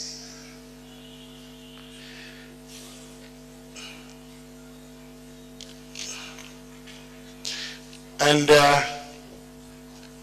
as you think about, yes, there's a hand there. As you come up, please just take a microphone to, you press it at the back and you see green. When green comes, then it speaks. DEOs, district inspectors of schools, and drivers from the 9 play matters districts, please report to the play matters table for another registration. Can I repeat? District education officers, district inspectors of schools, and drivers from the 9 play matters districts, please report to the play matters table for registration. It's immediate. Yes, pronounce your name and ask your question. Galauzi Pade, District Planner Wakisha. I thank all the presenters and the moderator. My question or concern is one, the issue which is really affecting the ECCE in local government is its governance and accountability, whereby you find that the department concerned, they are the one who are implementing, planning, and also monitoring and supervising themselves. I think they need to address that issue when the government, central government is implementing the ECDs in local government. Like example in place that when you look at the center, especially education and health department, it's looked at one department, it's added a ministry. But when the facilitator or policymaker come to local government, they think that the local government is also a department, which is not the case. There are a number of stakeholders in local government, which also support. Thank you, Senior Planner Galauzi. And when Michael is here, issues of finances, I don't talk about them. Michael, do you want to guide? Thank you, Mr. Moderator, but I think the issue at hand is about governance and not finances. So I think we may wish to give a little more attention about how the center and the local governments work together with regard to the governance frameworks. I understand this is the same question which the colleague from DES was trying to answer before, that there might be some gaps. And these gaps here are because there's a decentralization strategy and law which provide for some unique determination there, and the central government has its aims and roles. So for me, it is a big question to look into. Perhaps we shall have a more comprehensive response about how this governance structure can be fashioned to improve the correlation between the actors. But for now, I think we take note that there is, in fact, some kind of gap there to be addressed. Thank you. But it's not about financing. Maybe you could also specify, was it about financing? Interact with Michael. Mr. Galauzi, interact with Michael. We shall find an answer if that answer is not convincing enough. Can I get the last one, if any? Yes, can you run closer?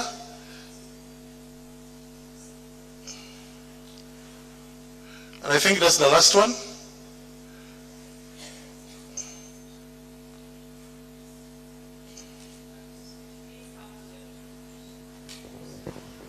Front, they need to put in the light. And as she comes, the team with whom I'm working, the entire organizing committee team for this event, kindly, as the others go for lunch, let's remain behind for about 10 minutes. Marik and under the leadership of Commissioner Cleophas, can we remain behind so that we can agree on a few things? Ma'am, you have the floor. Yeah, thank you so much. Assalamu alaikum wa rahmatullahi wa barakatuh. Wa alaikum salam. My name is Virunji Amina. I work with Muni University. And the issue that I feel, okay, it's my issue because I've been a CCT. I was once a CCT. And we were mandated to support early childhood centers in our respective centers. But one of the issues that we used to face was that mostly the reports that we needed were for public schools. And a little, like you could just go in if an organization has sent you there. So as the quality assurers, that is in the desk, and also teacher education, how best do you think you can help us to really lift up the quality of early childhood in Uganda with all these very good implementation strategies that you put on paper? How best can we support these various centers that do not even have the support that they needed to have to make sure that quality is realized? Thank you. Thank you, Moni University. Who can help me from Ministry of Education to respond? Des? Yes. Thank you. Dr. Hajat. Thank you very much. I'm responding to the one that Amina has just raised. Under pre-primary, we don't have government pre-primary schools. All the pre-primary schools we have been supporting are private. The government schools are only primary. And even the pre-primary schools there are private. They are community-based. Then on the issue of how then do you support them? We support them when we monitor and we hold feedback meetings with the teachers, the proprietors, and the local government officers to empower them on what the policy says. Then on the issue of the... Dr. Mgenda said you pass by. You want to contest the statement? It's true. The local governments that are here, at times they pass by. For example, they are supposed to submit quarterly reports to the basic education department. But at times, some of the districts or local government oversee and only submit the part of primary. So we have been encouraging them to incorporate rather than giving us the challenges when we are there for the feedback meetings. Thank you. Your colleague wants to add.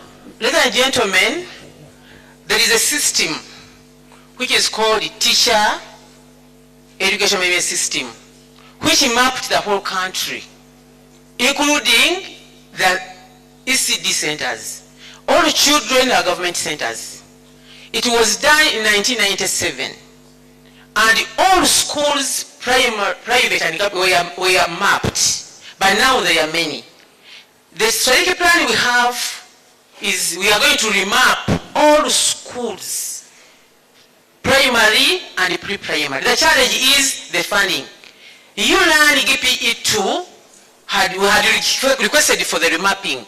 Unfortunately, it has not been captured yet, but we are looking forward. Once they are remapped, that's why government has restructured the PTCs from 46 to 23 to increase the capacity of the ratio between a center coordinating tutor, who is the CCT, to the schools. I was one in Kampala. I was CCT in Kampala. I had 700 schools, but only 13 were government. So, ladies and gentlemen, way forward, remapping of all schools so that they can be made through the Ministry of Teacher Education and also the inspectors at district and regional level. It is, like she said, we need our planners to budget bigger because the tasks are bigger, population is higher, but the access to reach them is a deficit because of low funding. Thank you very much.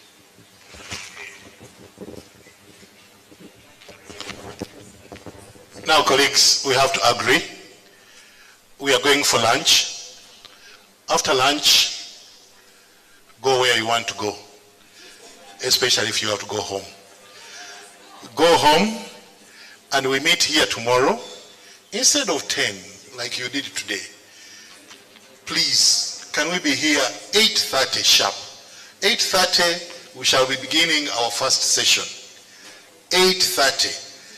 We shall not bother how many people are here. We shall start. But that's not in our best interest. Even if it rains, find a way of maneuvering. In some countries, it rains the whole month. Would you then not work because it's raining? So find a way to be here early enough. At 8:30, we begin our business. Is that okay? So let me request my colleague to guide you where we are going for lunch, and thereafter she's going to pray for the food. So when you reach the food, don't pray again because you'll be disturbing God. So just hear the announcement. You have the coupons. Go for lunch. I wish you a good evening. God bless you. Ladies and gentlemen, in a bid to activate our desire to live on and come back tomorrow, we will be having our lunch in the tents out there. And if you're getting lost, please consult and then we will point you in the right direction. But the food is out there. They said I pray for the lunch. So can we please humble ourselves? Food is a very important thing. Father in heaven, we would like to ask you for this time. We want to thank you for the time that you have given us together. Lord, we want to glorify your name, for you have given us the wisdom that you gave to King Solomon. As we go out for our lunch, bless it. Let the food give us the energy that we need to be able to continue serving you and serving the children of Uganda. We ask for all this through the name of Jesus Christ our Lord. Amen.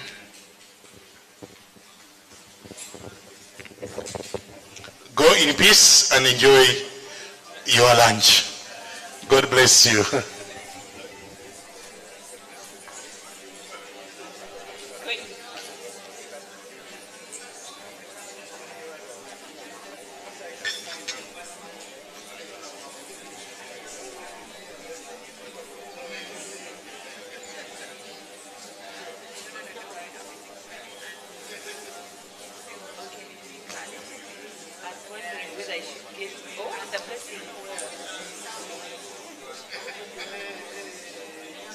I'll get your team for you then. I'll get your team. Malik, Doctor.